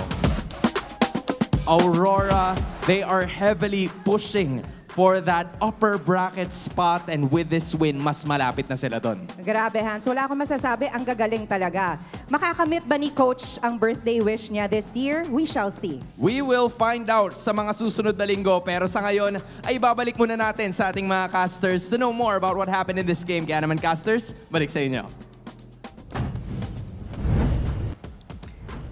Such a fun time for Aurora fans all over. And like you mentioned earlier, they're starting to really get into that contention. And securing that upper bracket is so important. So one of the not to-dos for Aurora has been checked out. Yeah. The next one we'll see later on because it's Onic versus TLPH. So if you're an Aurora fan, you're rooting also for TLPH. Yeah. Again, the condition for Aurora to make it into the top 2, half of it is out of their own hands. It's the results of other teams. But they got to take this one today. And you know what I really like? Edward's answer there about the Esmeralda pickup. He was I was just bored with the meta. And plus, there are a lot of shields, so why not? Why not pick the Esmeralda, right? It's true. It's very true, though, right? We got so comfortable with shielding that we forgot, you know what? There's a counter for that. And our MVP for that one is the Hitman. He's so on point in this one. Yeah. You know, I'm going to say this now. If in the future, Aurora end up becoming the champions, or if there is a running to vote for it, Renegade already up there your choices for being regular season MVP. He showed up week in and week out for Aurora, even though he's like the target of the points of criticism towards Aurora when it comes to consistency, especially. But when he shows up, he shows up. And when he shows up consistently, Aurora are one of the most terrifying teams to go up against. Whether it's heel man, hit man, hook man, whatever kind of man that he's forced to play for that day, for that game, for a series, he delivers, and he delivered again on the choke pick for this game number 2. And that goes to show the leadership of Renegade. The fact that he's able to pick out different kinds of heroes, it's because he doesn't let himself go first. He wants a good pick from his teammates, and that he's just going to adjust later on. So down the line, he's the one adjusting and making plays for Aurora. Yeah, I really like it. I feel like everyone was looking at him whenever he was making a move. There were very few moves that Renegade was making, very few knockups that weren't being answered immediately by the team. A big improvement here so far for Aurora, especially that one. That was so difficult to do, not to mention he was on the verge of death. Right there, one Fanny Blade could have done him in, and that could have really swapped out. But this last one really was the icing on the top. Fortunately for Aurora, Jome had the flicker. Purify wasn't a pick there from Joe, that's why Renegade really had a good opening to deliver that Way of the Dragon. That's called the winning kick for Aurora. And that was a threat that he had to deal with. I think Omega at that point also were just a little bit too focused onto the big team fight that was happening. They weren't able to check the conceal entry into the shrub and then the easy access that Renegade had onto Jome in the back line as Omega's formation crumpled with them playing around the Eve a little bit too hard, forgetting that there is a pick-off roamer that they needed to deal with. It was a good call based on the information that they saw. Just unfortunate that the information that they did not have led to their downfall. As we look at the items here, Jome, it was taken for quite some time for him to feel the damage, even though he wasn't getting taken out. I think that's one of the things with Clint right now. However, he decided to go for the path of penetration right away with the Blade of the Heptases, and then he even built the Malefic Gun third item so that he can be able to basic attack from a safer distance. Later in the game, he was able to build up a Sea Halberd, but at that point, it was just a little bit too late, and we really weren't able to feel it as much because, again, got kicked. Yeah, got kicked is just it. I think he was looking for that 6th item, maybe a Wind of Nature. He was building into that one. Definitely. But we didn't get to that point. He realized that his damage was very necessary to the team fight. That's why he went straight pure damage. But then again, no survivability for the Clint meant that everyone had to work double time as well to keep him alive. And one of the reasons why we didn't reach that point or that power spike from Omega is that the constant control that Aurora has with the mid lane because of the 2 consecutive games Yue has his Jushin. Imagine Omega already had a good start. I believe even Andoryu, although he didn't get kills, he was at 0-0-4, was clearly dominant ahead of Demon Kite in terms of level and economy. But because of the presence of Yue as the best wingman also, Omega had a hard time trying to make moves across the map. Yeah, 100%. Omega dealt with the Juice and the View way better in this game number 2. It wasn't like game number 1. It was clearly it was Omega's game to lose. Unfortunately, they lost it, but a part of me was really hoping that we get to see game number 3 here because of how they were starting it from early to mid. It was just like, yeah, these guys deserve to go to that game number 3. They've readjusted so well. Yeah. We were worried about if they were even able to adjust after losing game 1 that bad. They did. Just unfortunately, they got outplayed by the Hitman. That's right. And they were very on level in that game, and I really appreciated what they were doing. They were able to answer the draft very well. It's just so that these X factors that we always talk about, right, year in and year out, that the mindset of a hunter, the mindset of a veteran, is just something that you carry. And that's why these guys pay the big bucks, and we don't. But no, sort of. But we're seeing, right, like Renegades play there in the very last one felt important because if he didn't do it, it felt like Omega could actually overrun them too. That Clint was wreaking havoc in the front line. Yes. And if Renegade didn't do the heroics, we actually could have seen a game free. And not to mention, even Ukir's real world manipulation was casted on place. So really, that was the only reason why Aurora won, the Renegade kick. There you go. So Omega, just a little bit more. Come on. I know they're not completely out of it yet, right? Just a little bit more refinement here. And Jome, obviously, I would really love more work on Jome. Again, Captain Judy's might be weighing down on him a little bit too. So that's something that, of course, Aurora has to kind of just figure out coming into the rest of the week. For the meantime, though, obviously we also want to have a lot of fun here. So let's look at the mic check here, brought to us by Infinix.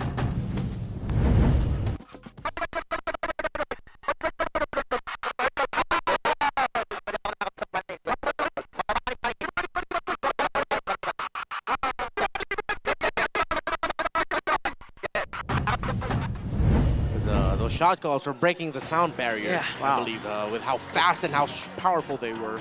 Yeah, straight to... I thought they were saying, what? I also Oh, yeah, it was very fun. It was very fun.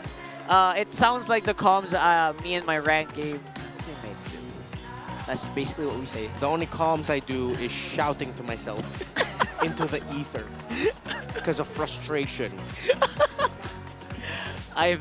I went from 42 to 34 stars in one night. So yes, one night.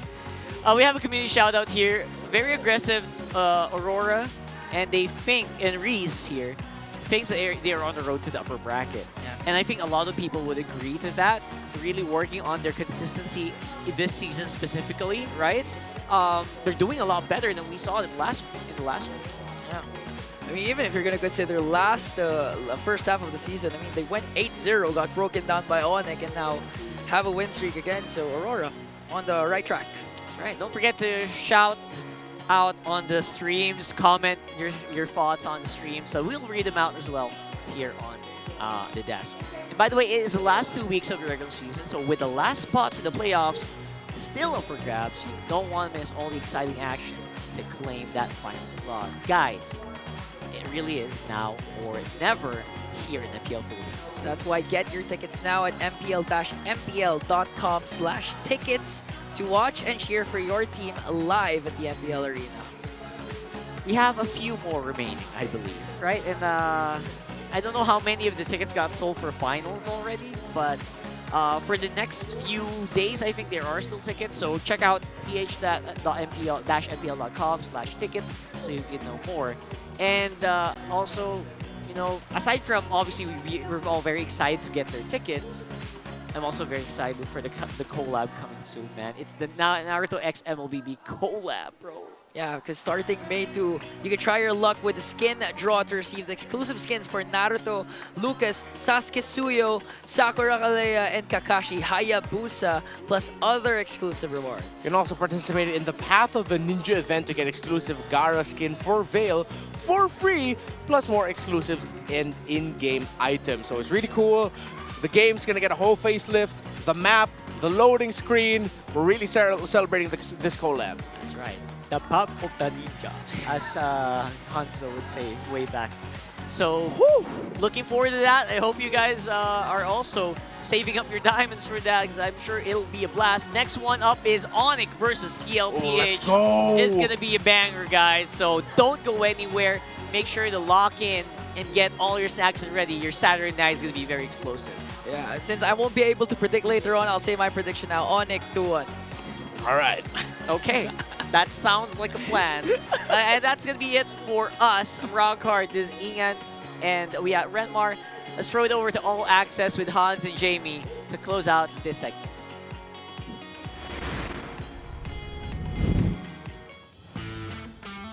Okay, salamat sa ating mga gorgeous casters. Ang daming nangyayari today here at the MPL Arena. In fairness, every time naman nandito tayo, ang daming nangyayari. And one of which is may mga re-streamers tayo dito Correct. na super pogi. We're so lucky because we have Prof B here as one of our re-streamers. Of course, let me mention this again. Prof B was one of the top 8 noong Moonton Talent Search. Prof B, Hi, kamusta guys. ka naman? Ayos na ayos. Sobrang lagi ako excited every time nanonood ako dito sa venue. Paano excite? Woo! Parang kulang pa. One more time. Paano? Woo! Ayan, Paano yung tama, excited tama, para okay. sa Naruto skins? Ganun. Okay, guys. Okay, alright. Pagpasensyahan nyo na sila. Okay, okay lang. Medyo excited lang kami. Hindi, gusto ko na lang malaman. Grabe ka naman, Hans. Then nabanggit mo kasi yung Naruto. Okay. So, meron ka bang inaabangan dun sa mga Naruto skins? Ano bang una mong bibilin pag nakuha mo kagad? Yung kay Hayabusa. Kasi may GC kami ni Burrito ng Hayabusa. Nag-sign din sa forms? Nag-sign ka sa forms? Nag-sign ako sa forms eh. Kaya Okay. Hayabusa tayo. Malapit Para may na yan. swag. May swag. Okay, I like it. Tapos meron pa kasi, di ba nag-stream ka kanina? I think, kamusta yung experience being here? Like, nagre-stream ka? Ano ba yung mga madalas na nakikita mo sa comments during this match? Mabigat ang fanbase talaga ng Aurora. Ang dami nag-cheer. Tapos nakakakaba kasi pagka sumisigaw yung mga tao, nadadamay ako eh.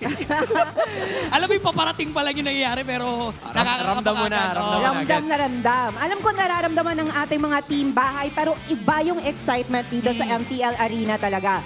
Now, Prof B, balikan natin yung sinabi natin kanina, no? Ang daming ganap today. So a lot of the teams are gunning for the last playoff spot, also the upper bracket slots. Ang tanong, may predictions ka na ba para dyan? Sa akin, yung top 1 and 2, yung condition ng TLPH tsaka ng Aurora, iba ngayon. Iba, sobrang sobrang init nila maglaro. So that's Aurora and TLPH sa upper brackets. Para naman dun sa natitirang last spot sa ibaba, sino sa tingin mo makakapasok? Is it Omega, Twisted Minds, or is it AP Bren? Tingin ko Twisted. Kasi nakuha na nila yung momentum after nung first half nung regular season. Tapos ang ginagawa talaga nila nakakapag-adjust kahapon, nakakuha sila ng at least isang game. Tapos ngayon sinarado nila ng 2-0. So ang ganda ng momentum pasarado ng regular season. So inaasahan ko Twisted yung makakapasok. Tama nga ba si Prof B? Ano sa tingin nyo? Comment kayo dyan. Pero Prof B, sabi nga natin iba yung excitement dito sa MPL Arena. Ang alam ko ay the playoffs tickets are available already. So why don't you invite them to already buy their tickets as early as now? Hi guys, ini-invite ko kayo na bumili na kayo ng ticket kasi ang bilis talaga ma-sold out. Tapos manood kayo mismo sa venue. Iba yung experience. May kita nyo si Athena. Ayan, tama. Makikita si Athena, makikita niya si Prof B, tsaka si Brigida. Basta lahat sila, makikita niyo sila dito, Prof B. Maraming salamat. Pwede ka nang, tapos na pala, hindi ka na nga pala pwede bumalik. Pero, Maya-maya. hindi pa tayo tapos dahil may susunod na laban pa mamaya. It's gonna be the amazing matchup between Onic Philippines and Team Liquid Philippines sa pagbabalik ng MPL Philippines Season 15.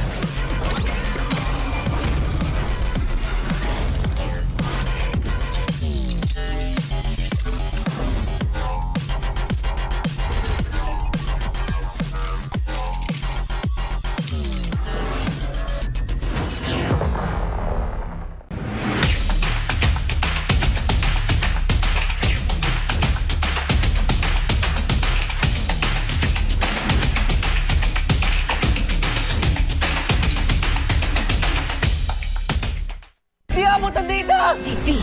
GG bro! Don't worry! The Only with Smart Power All 99. Hindi bitin with 10 gig data to power your games plus only Facebook or only TikTok. Load now!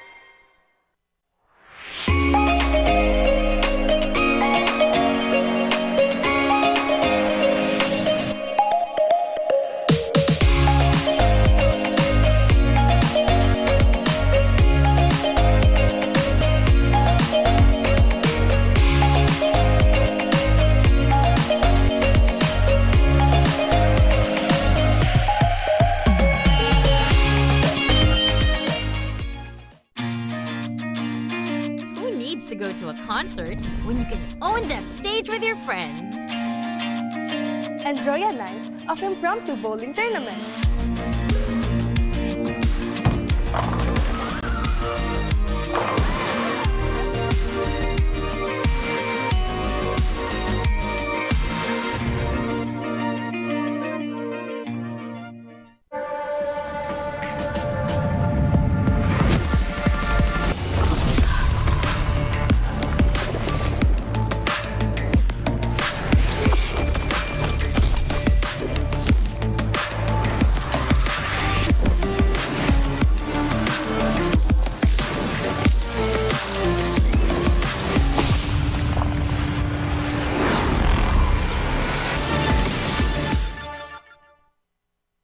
Want a skin that changes color in the middle of a game? Yep, this brand new Alpha Legend skin can do that. Watch this. Boom! How cool is that? So how do you activate this transformation? Simple, just take down 10 enemy heroes. Assists don't count though. But hey, don't worry. Even if you get 10 deaths, the base effects are still amazing. Just look at that animation. It's a first of its kind, and I hope they make more unique features like this. Maybe 10 assists for a new tank skin, right? As you all know, this skin comes with a unique golden number tag. We actually used 2 accounts to draw as soon as the skin dropped, hoping for a low number. The result? 41 seconds after release, we got the number 892. On the second account, it's 1,132 after 48 seconds. So in a span of 7 seconds, 240 skins were sold in a snap. Man, we've got some hardcore players out there. So how much did it cost? It's a staggering 9,500 diamonds on each account, which is 100 draws. But don't panic. If you're an alpha main, I got you. We only spent that much because we were rushing. If you're on a budget, here's a list of events to get it cheaper. Free weekend bonuses. Get 2 free draws just by playing games. Daily recharge event. Get 3 tokens if you recharge daily.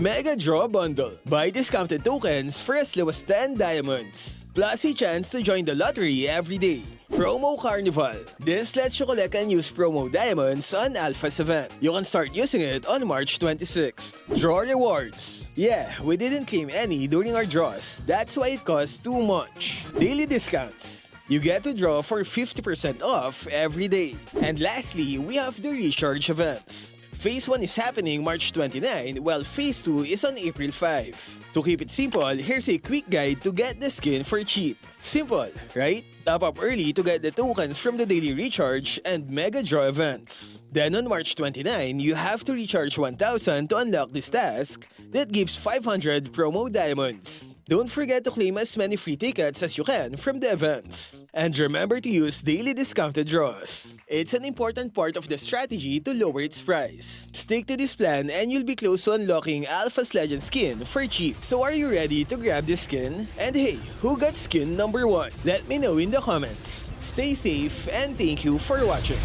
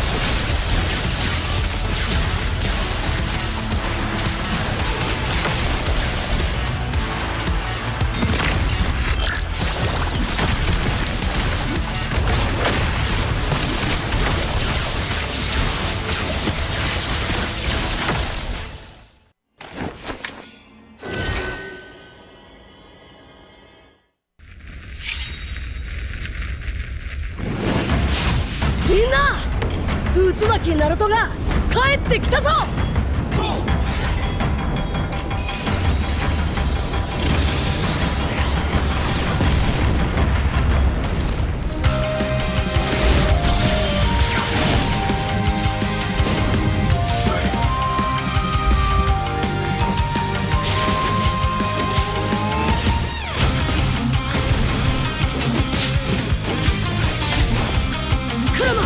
力を貸してくれ。よ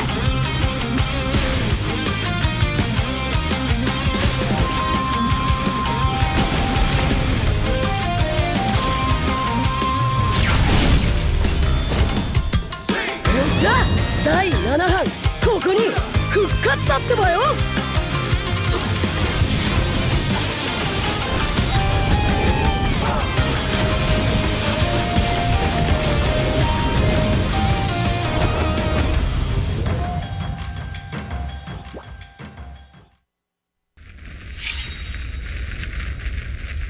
見せてやるよ、シャリンガンの本当の力をな。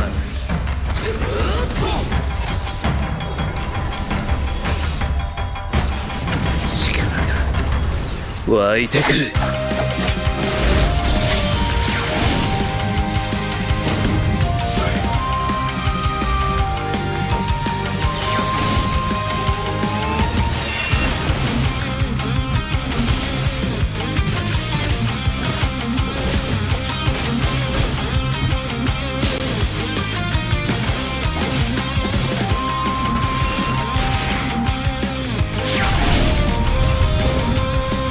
相変わらずやかましい奴らだ。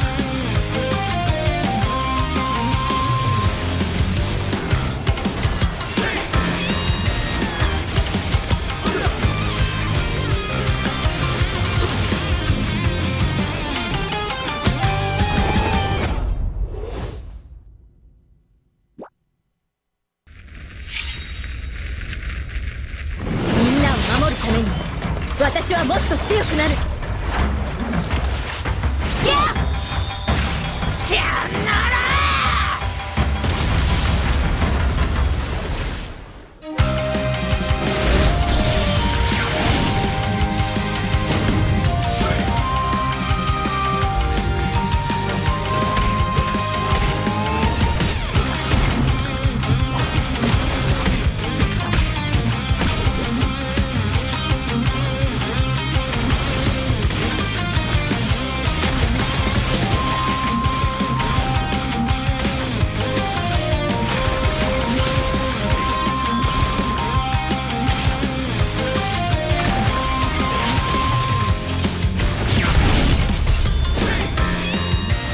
今度は背中合わせでいくわよ。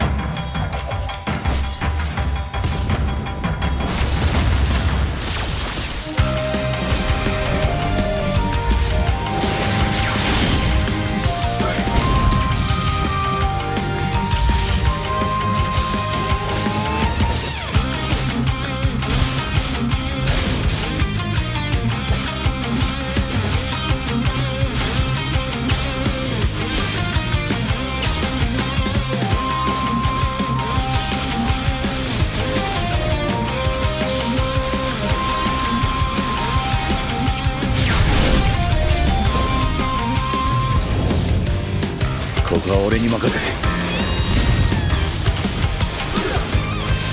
もらった。4代目ほかげを超える忍びはお前しかいないと俺はそう信じた。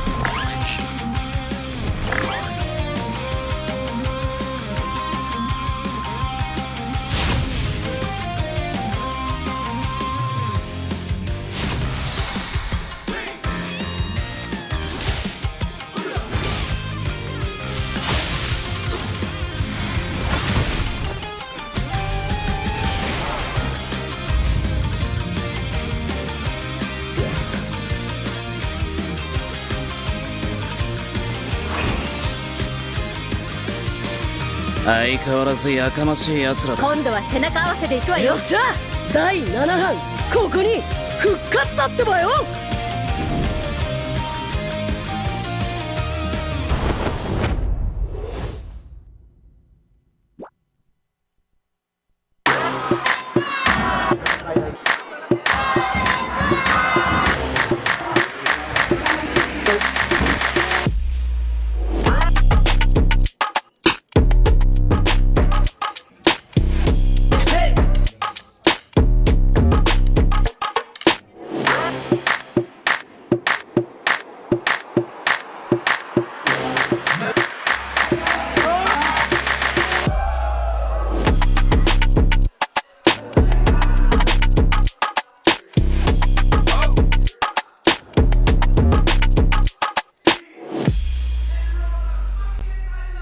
Ayun no, biling ko nga lahat to. Bibiling ako diamonds, biling ko lahat to ng Naruto na to.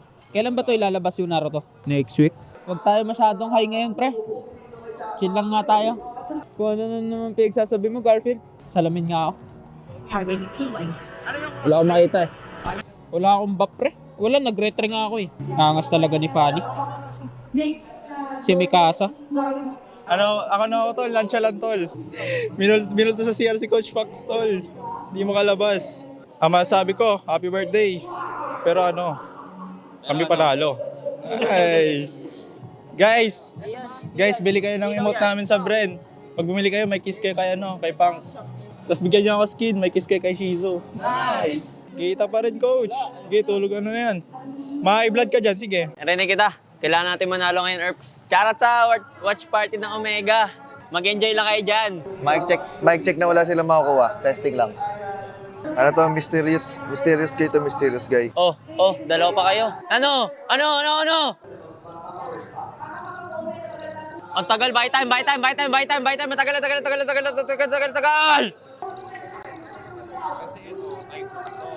Abot mo, Jom! Abot ka!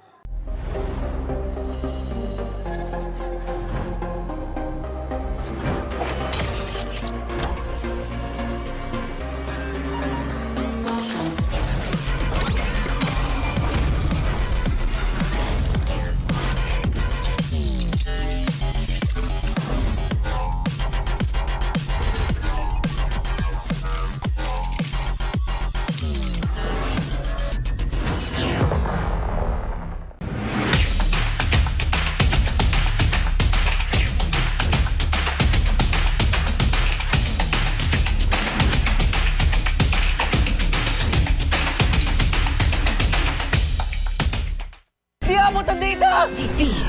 GG bro! Don't worry. The only with Smart Power All 99. Hindi bitin with 10 gig data to power your games plus only Facebook or only TikTok. Load now.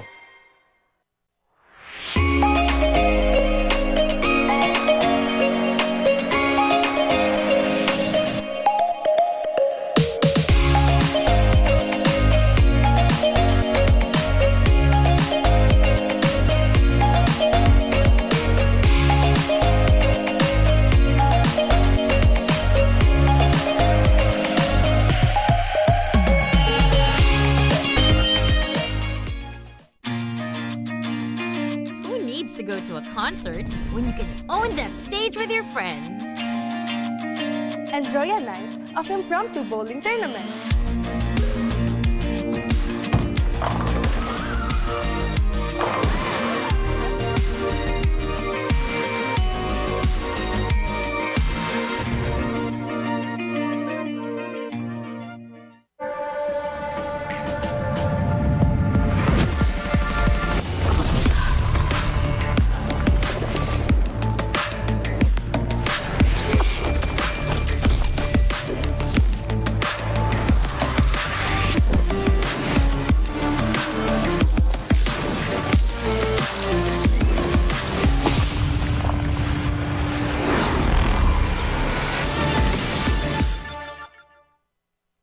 Want a skin that changes color in the middle of a game? Yep, this brand new Alpha Legend skin can do that. Watch this. Boom!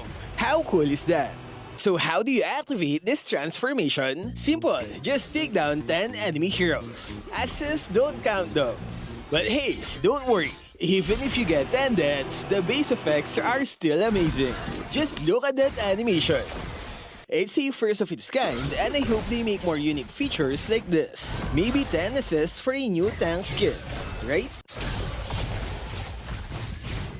As you all know, this skin comes with a unique golden number tag. We actually used 2 accounts to draw as soon as the skin dropped, hoping for a low number. The result? 41 seconds after release, we got the number 892. On the second account, it's 1,132 after 48 seconds. So in a span of 7 seconds, 240 skins were sold in a snap. Man, we've got some hardcore players out there. So how much did it cost? It's a staggering 9,500 diamonds on each account, which is 100 draws. But don't panic. If you're an alpha main, I got you. We only spent that much because we were rushing. If you're on a budget, here's a list of events to get it cheaper. Free weekend bonuses. Get 2 free draws just by playing games. Daily recharge event. Get 3 tokens if you recharge daily.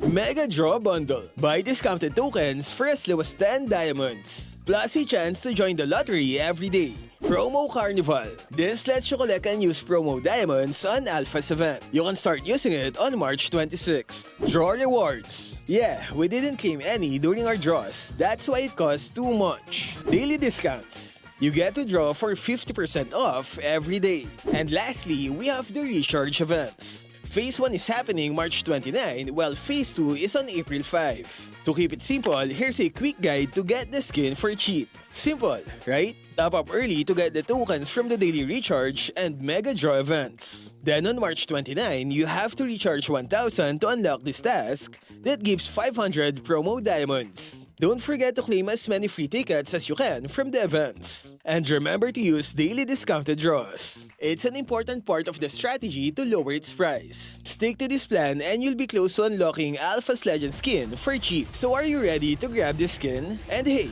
who got skin number 1? Let me know in the comments. Stay safe and thank you for watching.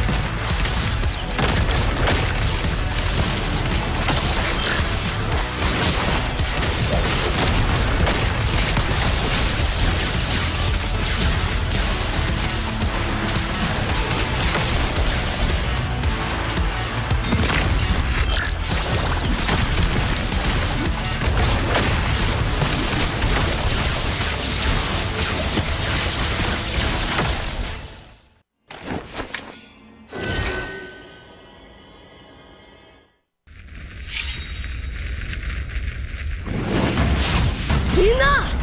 渦巻きナルトが帰ってきたぞ!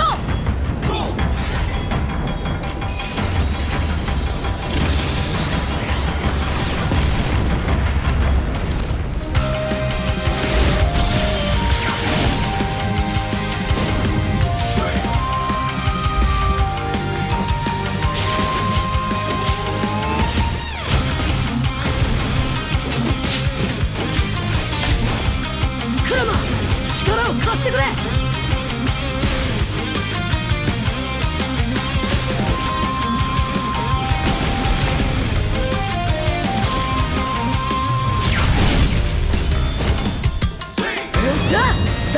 班ここに復活だってばよ。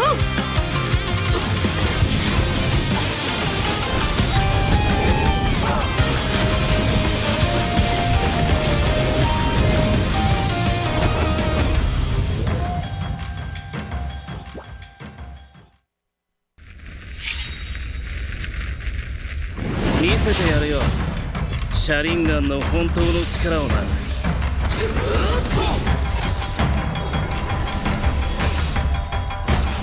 力が湧いてくる。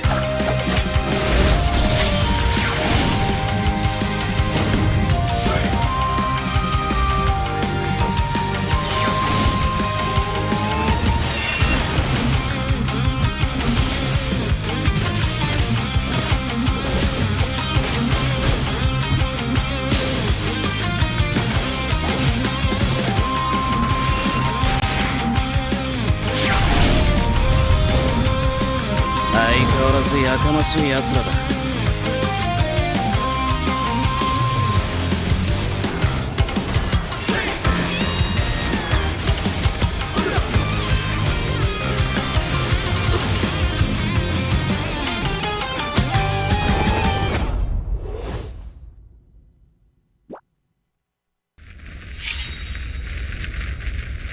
みんなを守るために私はもっと強くなる。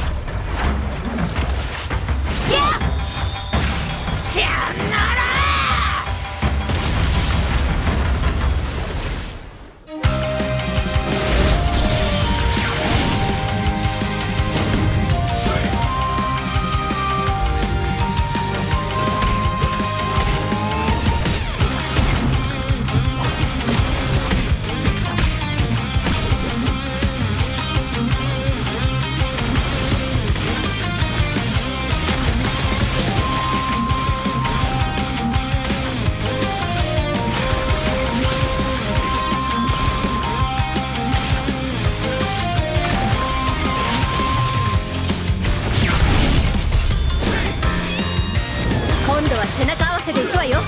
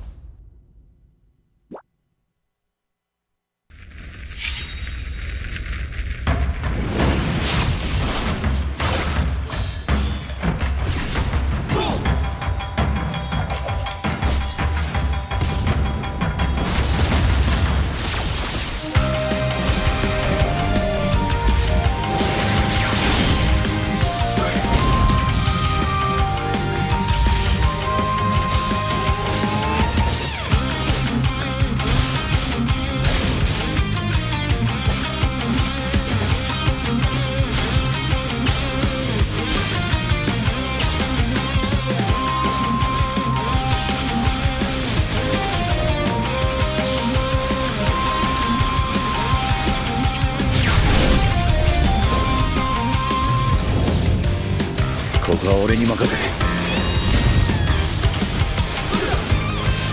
もらった。4代目ほかげを超える忍びはお前しかいないと俺はそう信じた。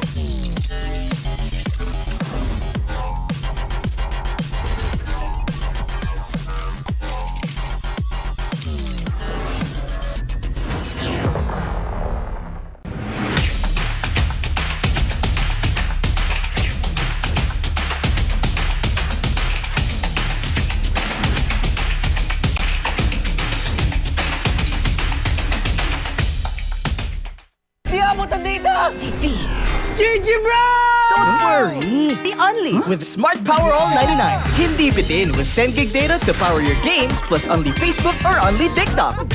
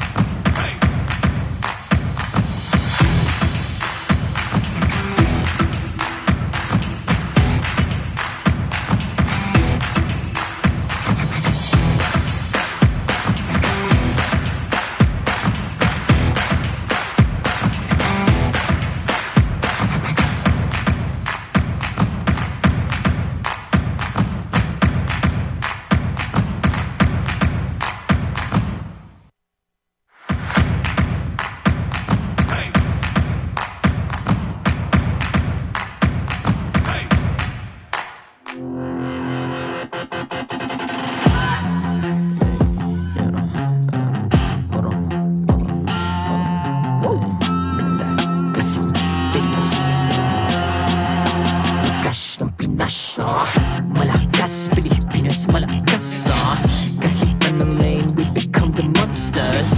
Malakas, Pilipinas, malakas face the golden sun and repping for the 3 stars. Look at us to the top, no ifs, no buts, winning any game para to sa PIN na yes.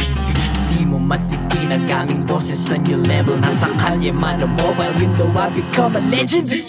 Open fire, we unite, we winners. Built with pressure, like diamonds are made of. Switch in a lane na parang gera, HP racing, may reset up. Tagatang buhat ni Hilda, full load SS parang Lyra. Susundan ko ang iyong bakas, kasama patas, tagumpay natin to. Dahil tayo'y malakas para sa Pinas. Nasa amin ang lalas, hindi tuwa atras, kinikilala sa taas kasi kami ang malakas para sa Pinas. Nasa amin ang lalas, hindi tuwa atras, kinikilala sa taas, ganito kami sa Pinas. Wow!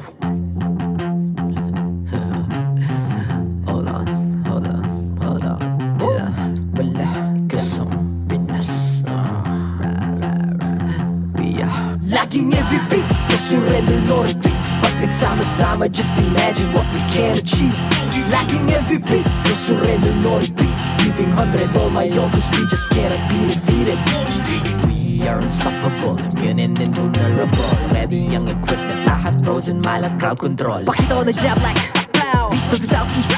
Taas sa matawa, proud and loud, cause every enemy we devour. Susundan ko ang iyong bakas, kasama patas, tagumpay natin to. Dahil tayo'y malakas para sa Pinas. Nasa amin ang lalas, hindi tuwa atras, kinikilala sa taas kasi kami ang malakas para sa Pinas. Nasa amin ang lalas, hindi tuwa atras, kinikilala sa taas, ganito kami sa Pinas. Wow!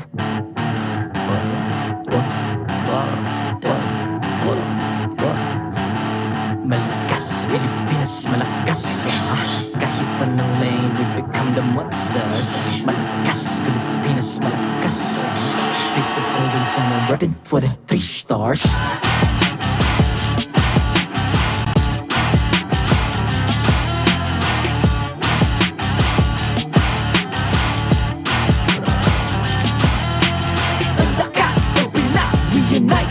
Stars, ang lakas ng Pinas, we unite, we the stars. Ang lakas ng Pinas, we unite, we the stars. Ang lakas ng Pinas, we the stars. Ang lakas ng Pinas, we unite, we the stars. Ang lakas ng Pinas, we unite, we the stars. United Stars, ang lakas ng Pinas. We the Stars.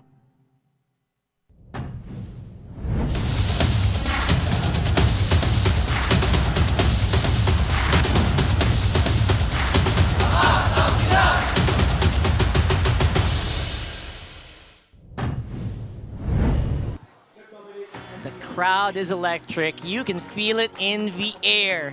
It is TLPH versus Onic Philippines right here in MPL Philippines Season 15. We are going to be your casters for this one. I'm Rockhart, this is Leo, and this is Renmar. And it's safe to say, this is definitely one of the most awaited matchups so far for round number 2. In addition to being one of the most matches of all time, Yeah.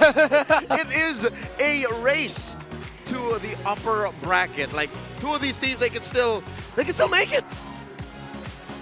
And of course, we have a bit of a recap here for match number 2. Aurora is actually inching closer and closer to TLPH for that upper bracket spot. And they did that with a sweep against Omega. Again, a lot of what-ifs in that last one for Omega here. But it feels like, Aurora really worked on so much of their consistency issues so far in the season. Yeah, they were so clean. Again, Renegade with an MVP's performance, and they're going to need more of that from Aurora for the remainder of the season. Yeah, it's gonna take a hot minute. Obviously, a lot of people, probably still a lot of doubters out there, but they are working on it. So that's something very exciting for you guys to find out whether or not they actually will reach that number 2 or number 1 spot, actually, right? So they're starting to roar towards it. And right now, obviously, for this matchup specifically, it's Onic Philippines versus TLPH. Now, if you've been following the MLBB scene, you're going to notice that they have actually been at each other for a while as well. Our top 4 teams right now, actually, have been at each other in the previous tournament, the Mobile Masters, as well as SEAL qualifiers. So, you know, these teams are teams that you always see day in and day out. But so far, TLPH still securing that top 1 with Aurora, actually at top number 2 still, with Falcons 8, 7, and 5 for TNC. It's weird that going into this matchup, it's Liquid who's actually ahead. The newly crowned and minted Mobile Masters champion is down on matches against Liquid going into this best of 3. So, again, how often does that happen that the world champion is the one who is the underdog? Again, it makes the story of Onic all the more interesting. In the middle of one of their toughest seasons in MPL PH Season 15, they go off in a global tournament and be crowned the inaugural Mobile Masters champions. They come back home to what is touted amongst all the professionals here in the Philippines as the toughest region to play in. Now they have to do it and tell themselves, wait, we still got this. And this is coming from the fact that they came off of losses in another tournament that determined that who would represent the Philippines as a country for IESF. And that's actually something that we can actually talk about later on, because that was hot. That happened just last week, right? Yeah. So for this one, though, it's the golden rivalry, apparently. Kelra's case on the GOAT debate. Now, here we go again. For sure, everyone's going to have a hot take here. But after Kelra helped Onic Philippines bring the inaugural Mobile Masters in 2025, Kelra also bagged the MPL PH title with an MPL PH Finals MVP, plus MSC title, plus MSC FMVP, plus M-Series title, plus M-Series FMVP. It's all right there. And that's very close to the 2 guys flanking him. It's Oheb and Carl Teasy with very respectable stats of their own. There's a high statistical chance that any tournament Kelra joins, he becomes the MVP. 100%. Any tournament he wins, he becomes the MVP. And how perfect is it that tonight he faces off against 2 of the most prolific athletes in the game. The very first 2-time world champion, and I'd say the mover, the force behind Kelra's momentum, Oheb, his first rival when he debuted in MPL. Yeah, it's not just him getting compared now to arguably one of the people that elevated Kelra to the status where he is in now. I mean, professionals have always talked about in the past how going up against a certain person just brings out another level of them. And Oheb and Kelra have talked about each other in that light for so many seasons now. Now that they're at different points in their career, dare I say, different new peaks in their career that maybe even they themselves are surprised to reach in, it makes their matchup all the more interesting. But then now you have to consider the junglers that they're paired with, who, by the way, King Kong is celebrating his birthday today. It's literally the 4th birthday celebrant of the week. Am I correct? Yep. And who are playing? Third of the night. Who are playing on stage? So I didn't want to bring it up, but we have to update it. It's free for free so far for birthday buffs so far. And King Kong is number 4. Now, question is, will we go for the 4 here, or will it be broken by TLPH? So King Kong, very happy birthday. He's still red on the hair here. So I'm really liking the combo. Obviously, we're talking about how Kelra has been elevating himself paired with their junglers, right? Because Oheb just was so good, especially with Carl TZ. And I love that they are now head-to-head here. The Golden Goat versus the Young Goat. They have so many nicknames amongst each of them. Monikers, if you will. The gold standard, the Filipino savage, facing off against the best in the world. Carl Tusok. Carl Tusok. What else was that? There was another one. Carl Suntok. Everything. Carl everything, basically. Basically the guy who has the OG TZ, right? I think he is the OG. He is the MLBB TZ. Yeah, he is the OG TZ.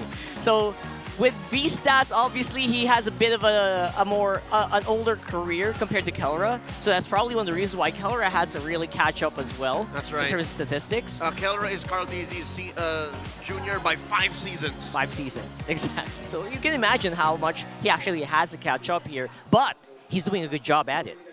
So here in this one, the Savage counts, the Maniac counts, even the triple kill counts are actually toe-to-toe. And again, think about it, guys. We're talking about 5 seasons apart. And that's why so many people are really vouching for Kelra to be probably in the running here for the big GOAT debate. And that's crazy because look at how close these stats are, yeah? Carl TZ never took a break. Ever since Season 2, Carl TZ was here. Carl TZ was grinding, and it took him a while to win his first season after debuting. While for Kelra, he won his first international title in his debut year. So, you know, that's saying something. And he was, it was so impressive that a lot of people really looked at Kelra right after that, right? And it was always with Omega. And now, with a completely different team. A super family. They a family, you're correct. It feels like Kelra can do no wrong here. But again, we are talking about the regular season so far. The points really do kind of show a different story. So, yeah, that's a big story about Kelra, and maybe we'll talk about it a bit later. But for now, it's your time. You guys watching right now, who is your GOAT? Is it A, the Golden Goat, Kelra, or the talented Young Goat, Carl TZ? People called me Young Goat because I think that was like season, what, 7, 8? Or something, season 9. He was so early on becoming on the running for the GOAT candidacy. What do you think makes the greatest of all time? That is one of the most difficult questions to ask in a professional athlete setting because that will always bring out discussions, but it's a discussion that I always love because at one point people would like to say at the end result it's the titles, it's the championships that you win. Some would say it's the consistency, the level that you play with. How often do you show up at the top compared to everyone else? And these two have a case against the other in different categories, multiple of it. I don't think we will be able to decide the final GOAT up until someone wins like a 4th world championship or a 3rd. In a row, maybe? I know who my heart says is the GOAT. Who is this? It's the best in the world. It's Carl TZ. I mean, very few can actually argue against that. I'm going to say this now. Carl TZ, I've been vocal about this, is my favorite player. He is my GOAT. But Kelra has achieved godhood status. Yep, Kelra is undeniable. He's undeniable. These 100%. Two belong to the MLBB Mount Rushmore. Yeah, 100%.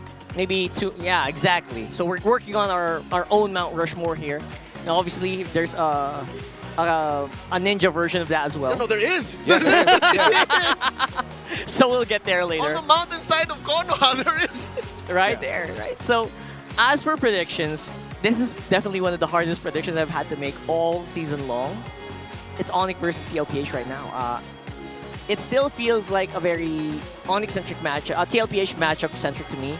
But Onic PH is definitely, it's scary to ignore them, you know? So, what about you guys? Oh, I thought you were already going to drop a prediction name. Mine's Onic. Mine's TL. Oh, yours is Liquid. Yeah. All right. What's yours? He said that. He did that. I already put it out there. The forecast says Team Liquid Philippines. Team Liquid. But I did say 2-1. I don't know. Not that it matters. But Not that it matters.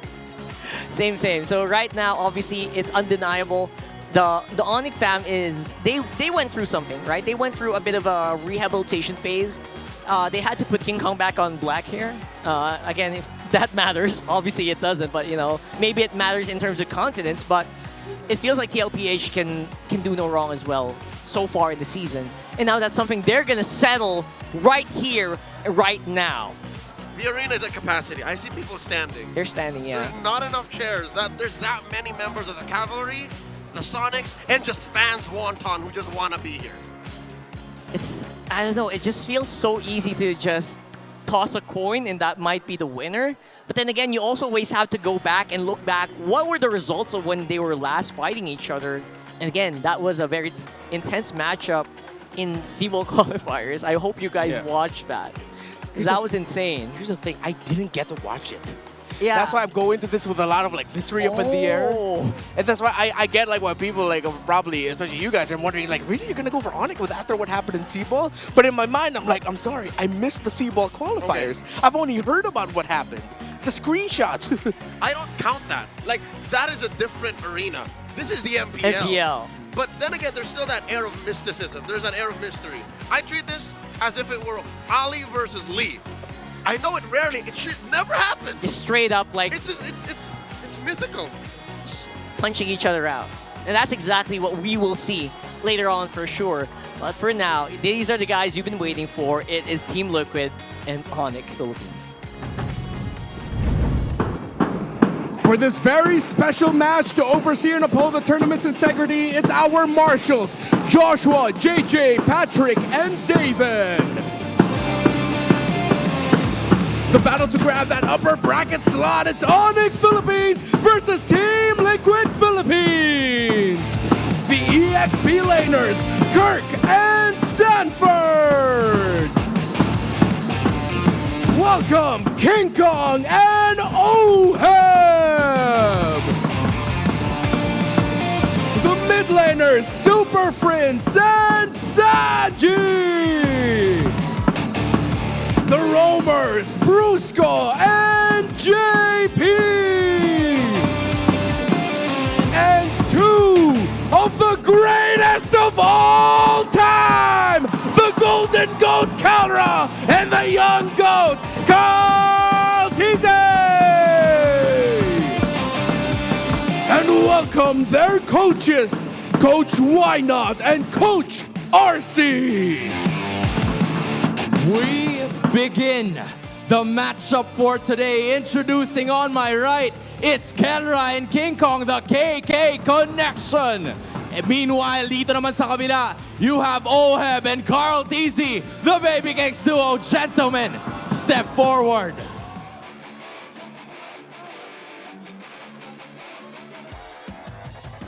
Oheb. Sige, sabi niya kasi away daw sila. King Kong, paano mo papalagan si Carl Tise? Ano ang palag mo? Galingan nyo na lang, gagalingan namin.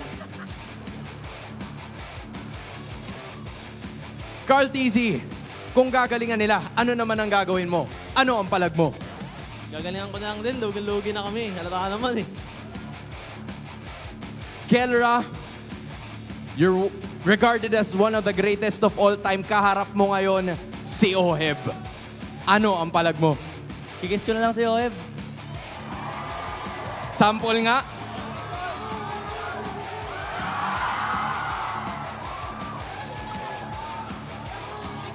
Oheb, ano naman ang palag mo? Kiss ko din siya. Kikis mo din? Fist bump, gentlemen! Team Liquid Philippines, Onic Philippines, do your fist bump! MPL Arena, make some noise! We are ready for this matchup between Team Liquid Philippines and Onic Philippines. Casters, balik sa inyo. It's kind of hard how to describe the friendship is between these people. These very young gentlemen. This is Onic Philippines. All right. Currently, the gods of the game still. But back home in the land of champions, the gods don't look as godly. They are on a winning streak though here in MPL Philippines. They are fresh from their Mobile Masters win. So let's see if Onic Philippines can keep that up. And how the meta affected them, especially with King Kong being ever so reliant with that Suyo. And of course, his Joy becoming the #1 pick now, especially to counter his Suyo. How did it affect Onic Philippines? How did it affect their drafting and their style? Because remember, in the beginning of Season 15, they struggled because they were taking a while to grasp the meta. And will these big patch changes actually affect the performance here of Team Liquid Philippines? I don't know what the hell Carl DC is saying, that they'll also do well because it's clear that they are at disadvantage. What do you mean disadvantage? Sure, you're facing off against the new gods ushering in the new era, but you are titans of MLBB. People around the world who don't even have MPLs look up to Team Liquid Philippines and say, those are the best in the game. We want to play like them. And there would be no Kelra if OHEB did not push him forward. So look at OHEB right now. Look at those heroes. Those are still the best heroes even if they got adjusted. Iritel, Granger, Iritel, not really, but Granger and Harren.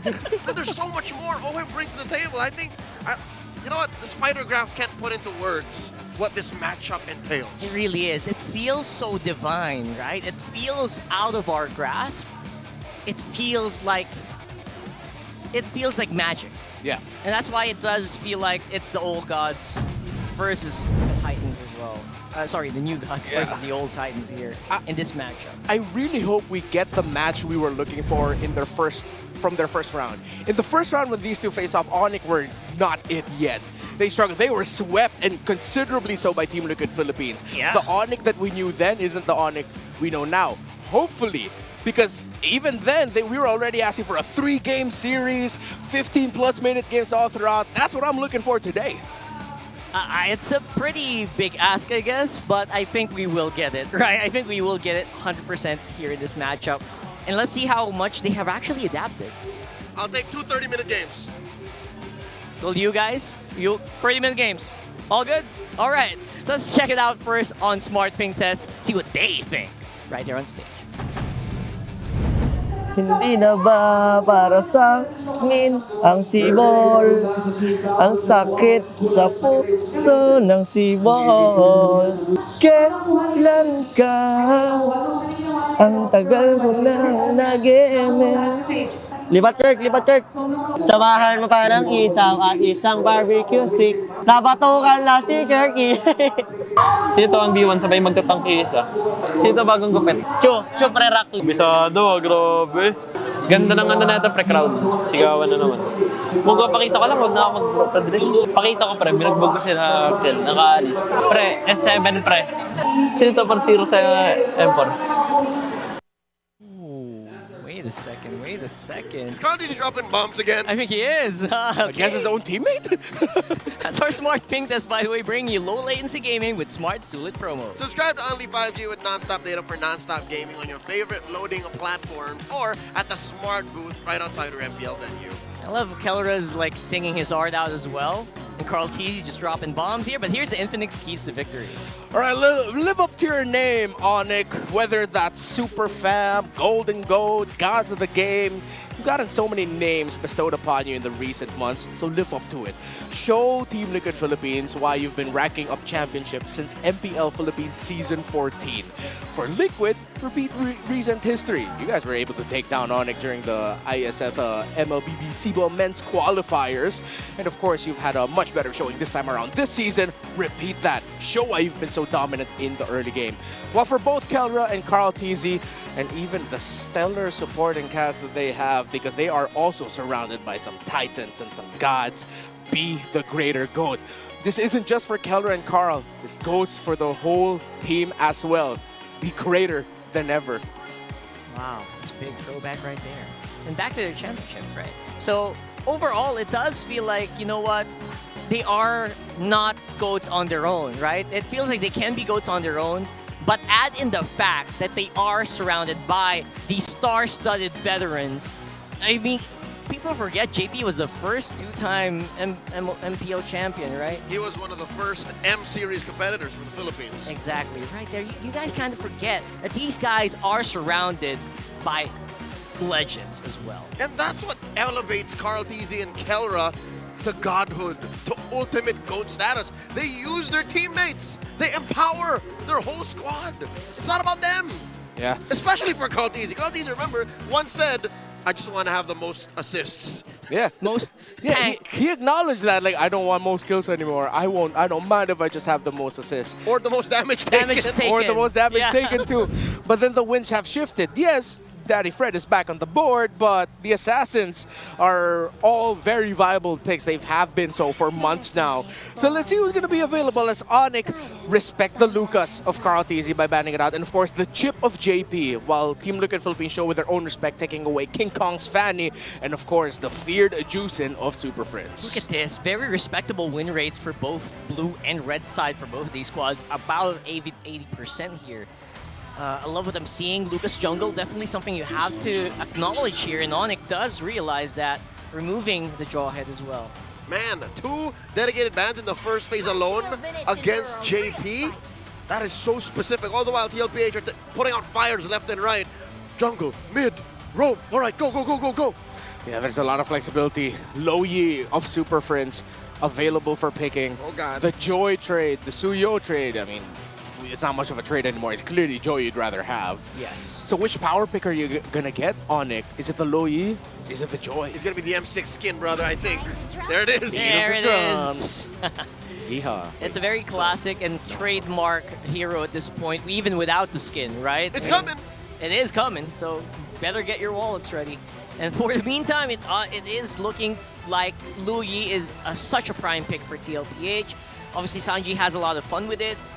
Combo it maybe with someone who can just ride that momentum. Yep, Chef Sanji can cook up some amazing rotations, mid-fight, post-fight. That's just what Lu Yi does. I guess it's a blessing that she wasn't touched at all during that patch, so you know teams can anchor around that strategy. All right, Team Liquid, are you gonna revolve around the Low Yi of Sanji? A great Low Yi on his own right. They do. And they back it up with a Phoveus for Sanford, so they want that strong EXP side presence. I love this new chant that Onyx been showing off. Yeah, they're waving everything. Man, they're bringing the Onyx spirit here. Is that Ian? That Ian? I don't know, can't tell. I think it is. Might be, actually, yeah. Thought he went home. Hey, if the front row seats on the Sonic side is home, then he is home. He probably That's true. is. So... Back up the Joy, obviously we talked about you can't really go solo. There goes the high loss, and the Moskov was banned out consistently today, by the way. I love that Onic did not double dip into the Harith. I think that would have been too spelled out. Yep. A little bit too much there in the magic damage, and they can balance out. They have a good source of macro, and of course, as expected, since there's a Moskov on the other side and you want to go into second phase already with a jungler, they pick up a Hayabusa. Joy, Hayabusa is the main trade they went for, but I believe the other main trade was really around that Low Yi. With Onic not showing their mid laner pick yet, I think they are also weighing the option of them potentially still being able to pick up the Selena, considering that they already have good sources of magic damage from the Joy. Oh, look, it is. By the way, wow, very familiar face here, despite MPL Malaysia running. The host of MPL Malaysia, Rose, is here joining us, of course, here in the Philippines for a special project. Well, Malaysian fans very happy to see our very own Rose as well hanging out here in MPL PH. Malaysia, Indonesia, the Philippines. She's a trilingual She's everywhere. She's everywhere, man. And everyone just loves Rose. Welcome here. And now we're talking about like possible gold laners. They didn't pick up the Harith. What do you think about that? Okay, so without the Harith, I think they're really thinking twice about that matchup. And Onic deciding to ban out the Beatrix, that's already them also signaling we're either trying to funnel you into the Harith. Yeah, if I had a guess, they're forcing them into it. Yeah. Or it's like, we both know you don't want the Harith, so we'll just take out the other best options that you could potentially go for here. Well, I think they might ban the Granger next and then say, that's it, Oheb, you got Harith. Go Harith. Or Irithel. And then Oheb goes Clint. Yeah. And before, there's the Selena you're talking about. Good control on the mid. Recognizing that Super Friends is still the prime Selena player of the age. In terms of the matchup, if TLPH decides to go something like carry, might be a bit difficult there for Caldera. Their magic damage is already enough from a Low Yi. A part of me still hoping we could see Nathan, but with the presence of the Moskov and Joy on the other side might not be the case. So they might end up having to just force a mismatch in the gold lane so that they can get a better in the bigger picture marksman in the carry. And I would be, you know what, if they just don't ban out the Harith here, that's a signal, right? And then carry is actually still a pretty good pick. And they lock it out. They really are forcing the Harith here. Good ban. Or the Granger. Yeah, I think at this point now, Team Liquid is just like, oh, can you just play Granger, man? And they're leaving it for last pick, by the way. So I was gonna say, if the carry was open, Cho carry would have been good for Liquid, but they can only have half of that combo. So again, it comes down to what's in Onyx mid and in their row. Valier is coming out, That's man. his debut! The buff Valier is coming out to play in Season 15. All right. I mean, his ultimate, as a Valier player, I don't consider it that much of a buff, considering that it's essentially just a glorified Purify. They took away like the best aspect of it, which is you increase the damage of skill 1 and 2. Skill 1 and 2 do hurt more, but it's a trade-off. Let's see how they make it work. I think that's a response to the Cho, and especially the Phoveus. I've experienced that before. It's difficult. And here comes Brusco with the Kufra. A lot of dash blocks, excuse me, against Cho and I love that. I love that. Even Oheb thinking, like, what am I going to pick here? You know what? It's all the more you shouldn't Harith. Yeah, you can't Harith. You can't Harith here. I think... What he does anyway! What? If he pulls this off, that's crazy. He's just going to lean into it. Yeah. He sees the trap sprung by Onic, and he says, you know what? Nah. I'm gonna go. Nah, I'd win. I'd win. Well, I don't know what I think. I don't know what I feel about that, though.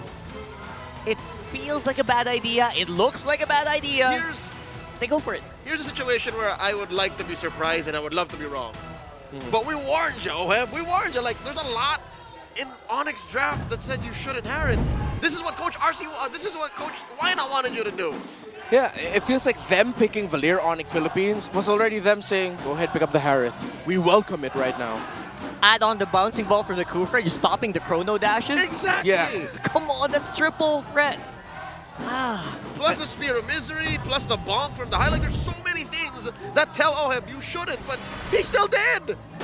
We're going to have to really, really dig deep here and just see, I guess, in the gameplay with how TLPH are going to handle this draft, this lineup coming in from Onic to Mobile Legends with a gold Legends. laner that Onic wants them to play. Here we go for game number 1 of TLPH versus Onic Philippines.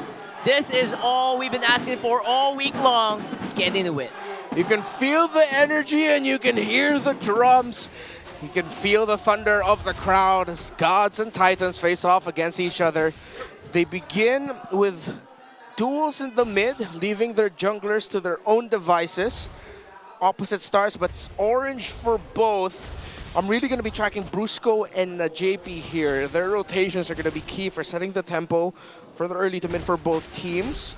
Nothing too crazy with the emblems, as although tenacity there for Super Fins. At this point, that's almost a requirement for a Valier, even pre-patch, because it does really help you with being able to dish out more damage, as naturally Valiers do take a lot of damage in fights. Oh, up top.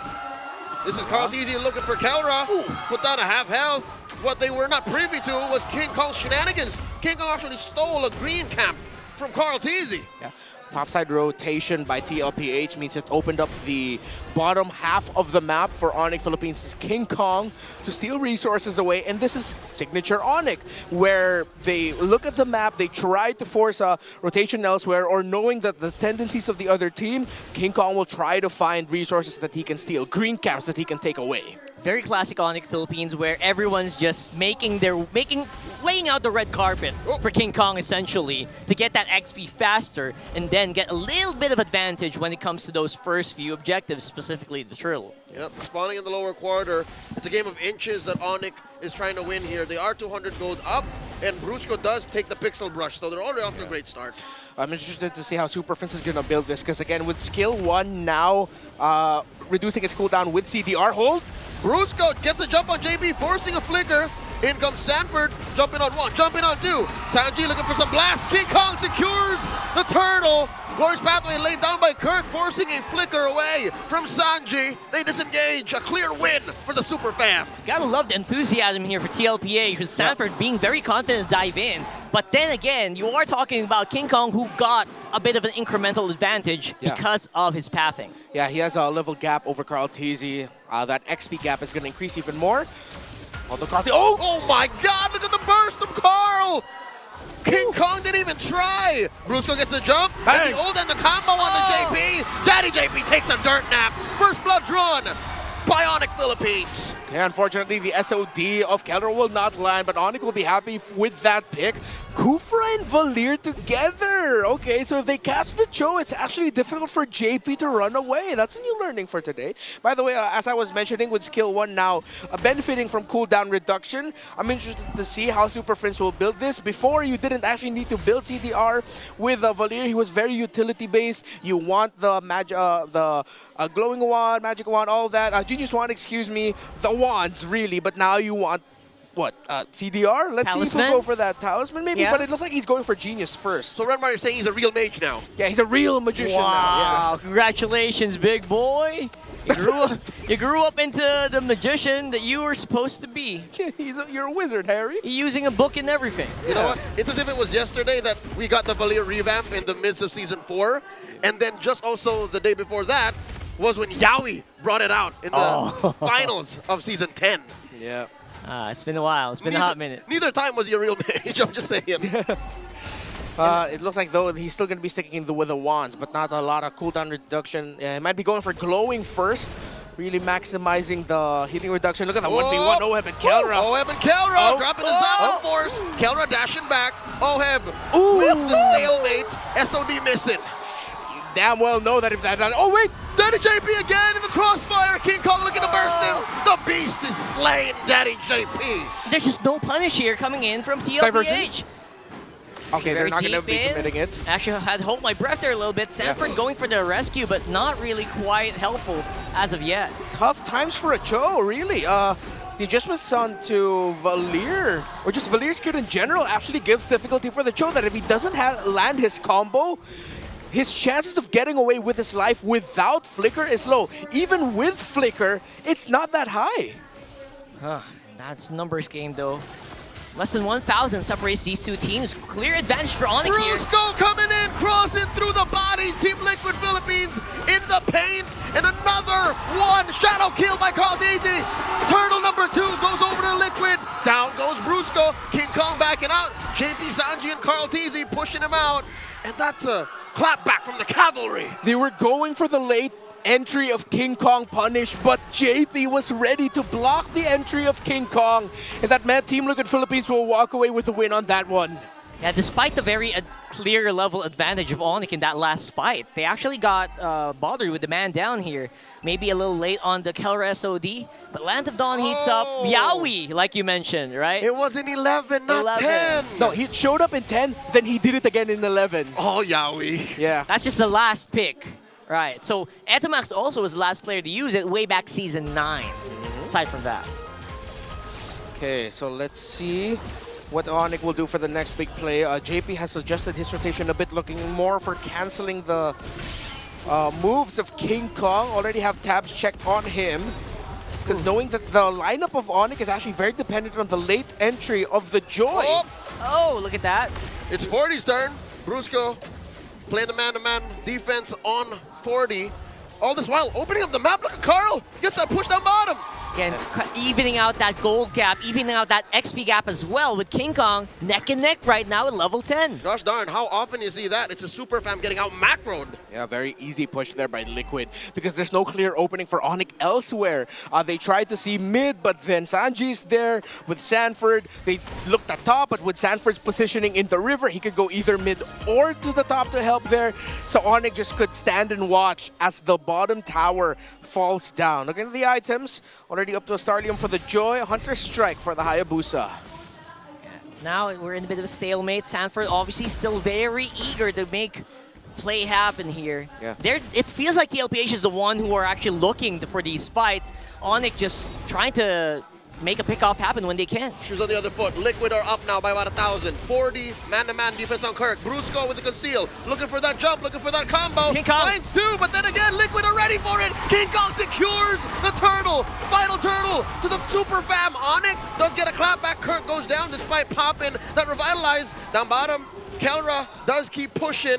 So far, I think Onic is happy with the trade. Kirk for the turtle and the turret down bot. Yeah, Liquid Philippines were looking for the big post-objective punish. They were only able to get Kirk, but Onic were able to all back away in time with Super Prince and Brusco committing flickers to escape properly, while Kelra was pushing down bottom to open up the map. So that's just as good as it will get for Onic.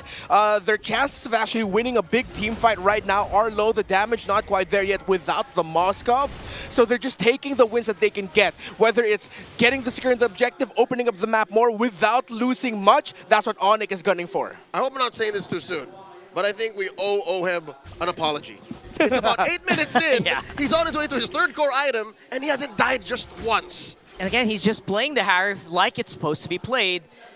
Nay, even more, right? Even safer compared to what the matchup should be dictating. Oh, Lurch pathway by Kirk. It looks like Onic wants to fight. King Kong look at the back line, looking for Chef Sanji. Flickers away. 40 eats quite a bit of damage. He's playing with three. Man to man to man to man. Brusco takes him down. Now, the Zaman Force enough to take down Kirk. It's 1 for 1.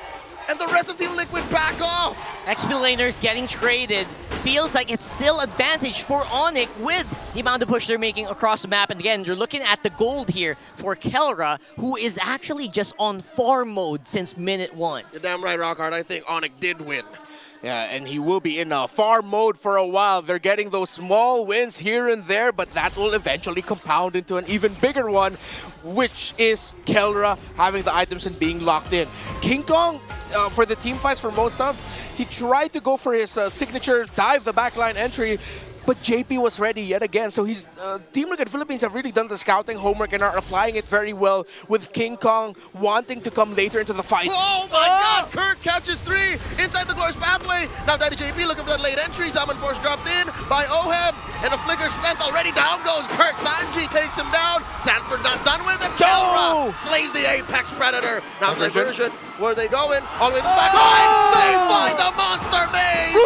Goes into the closet, saying, "I'm the Baba Yaga now." Carl Teasy gets taken down. 2 for 2 so far, and the gods and the titans disperse. That was a big clash right up on mid, and a nice charge as well. Go! King Kong's not done. King Kong coming through. Too late for Daddy JP with the kick. The beast is eating good. Are we in a farm? I'm seeing goats everywhere, man. Just a bunch of men with focus and sheer will, able to get one back one way or another. But now Onic have their eyes set and securing this Lord. It's clean. Wow. There's no need to dance. Diversion for Carl. Onic are all in here. Can Carl easy get it? White brush coming through. No shadows. King Kong secures.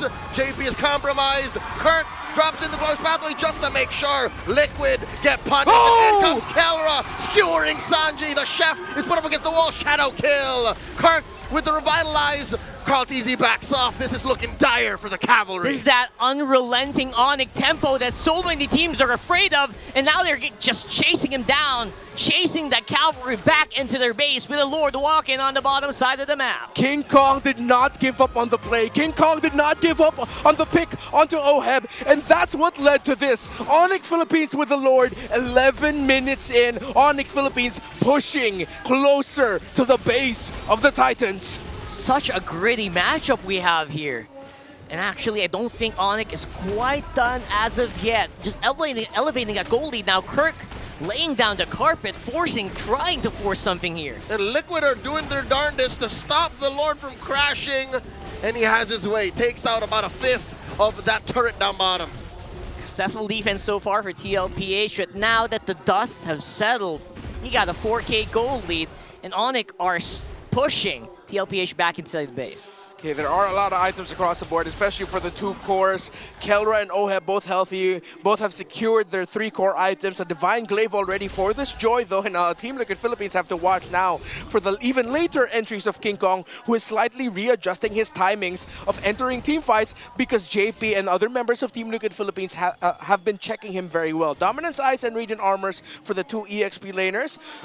good standard build for both of them to give the right utility for their teams. You know, I can't completely agree with JP just having such. This is one of the worst matches for a Cho to be in, to be honest. Oh it's so my hard. God! Look at Brusco that. won't let you finish your sentence as he takes out Carl Teasy, serves him up to the Super Fam. Sanji's up next, 2 out from the Cavalry, and the Super Fam are coming in strong. Sanford doing his darndest, but he'll only last a second longer.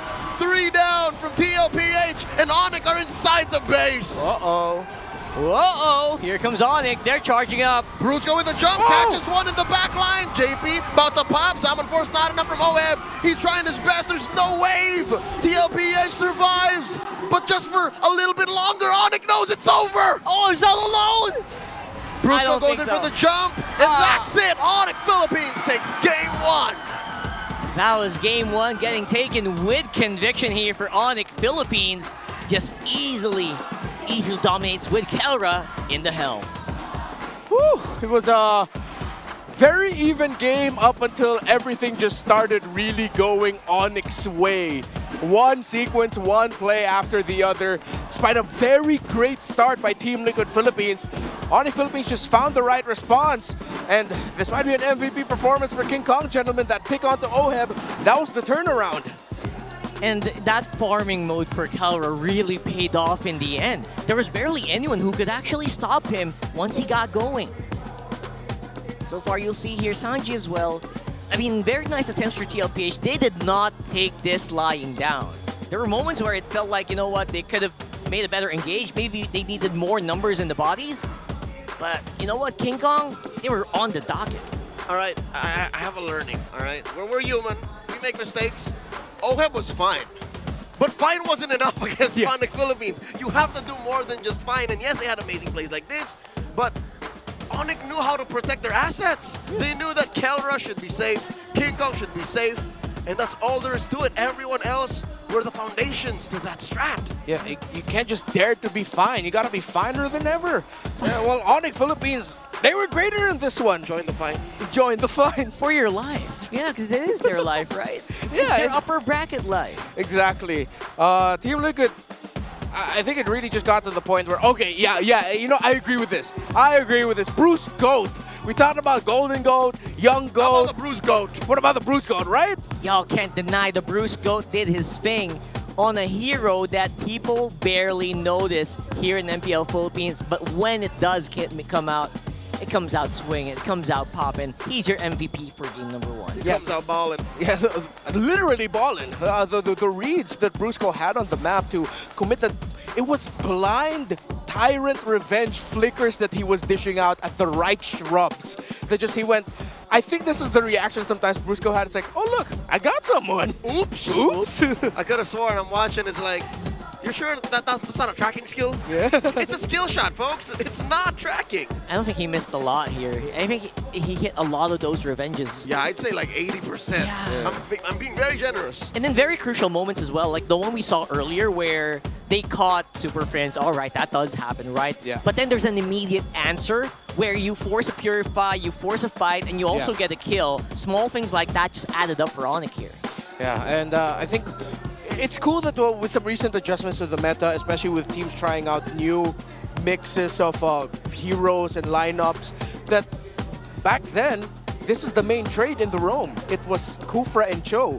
Who gets to the spot first? Who gets to set first? And earlier on, yes, even though Onic were able to get that first blood, it eventually shifted and JP was like, no, it's my turn to read. I'll die, but I'll get the reads. I'll get here first so that we can do things like these. But this was also another one of the turnarounds because of Brusco landing that revenge into rage combo to set up for Kelra, and him even being able to find the right shrub here onto JP. It just stacked. You can actually look back at a lot of the highlights, and lots of it was because Brusco decided to check it, initiate, and execute. So he decided to check it before you wreck it. Exactly. So apparently just Brusco doing Brusco things. Yeah.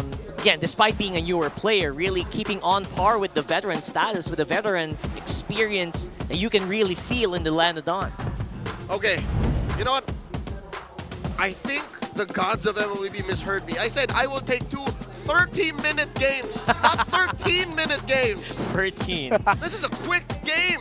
by God's and Titan standards. Yeah, it won by really quickly. Again, it's a signature Onic. When they hit that power spike, when they find that moment, it doesn't stop. When they know, they know. Yeah, when they know, they know. That's when they're just playing with absolutely no fear, no regard for human life. And this is why we ended this in 13 minutes. No shame. No shame. No conscience. Very similar to like, you know, what we'd call an E-Express, Like right? a bunch of demons. Bunch of demons. Kings of hell. Straight out of the underworld. The underworld. Crawling out, scratching at their opponents. It does feel like they become unstoppable at a certain point. We have seen this happen before. Yeah, no, they have MGK, right? So they're the MLBB Devils. Yeah, they are. Oh my god. And getting to this point feels like it's so difficult, right? It takes such a high level of coordination to actually pull off counterattacks against a team such as TLPH, where normally they're the ones who are doing the Express. Yeah, Onic PH made TLPH look like the Express was chasing something. Yeah. Look where we are now. Super Friends built a book. Whoa, what a level up. Finally a real wizard is Valir after Breaking building, news of the day. Yeah, after building glowing items. ones. Yeah. And then for Brusco, I like his itemization here. He went Dreadnought armor, did not full build the anti-cuirass because he knew the threat of the physical damage at that point was moot.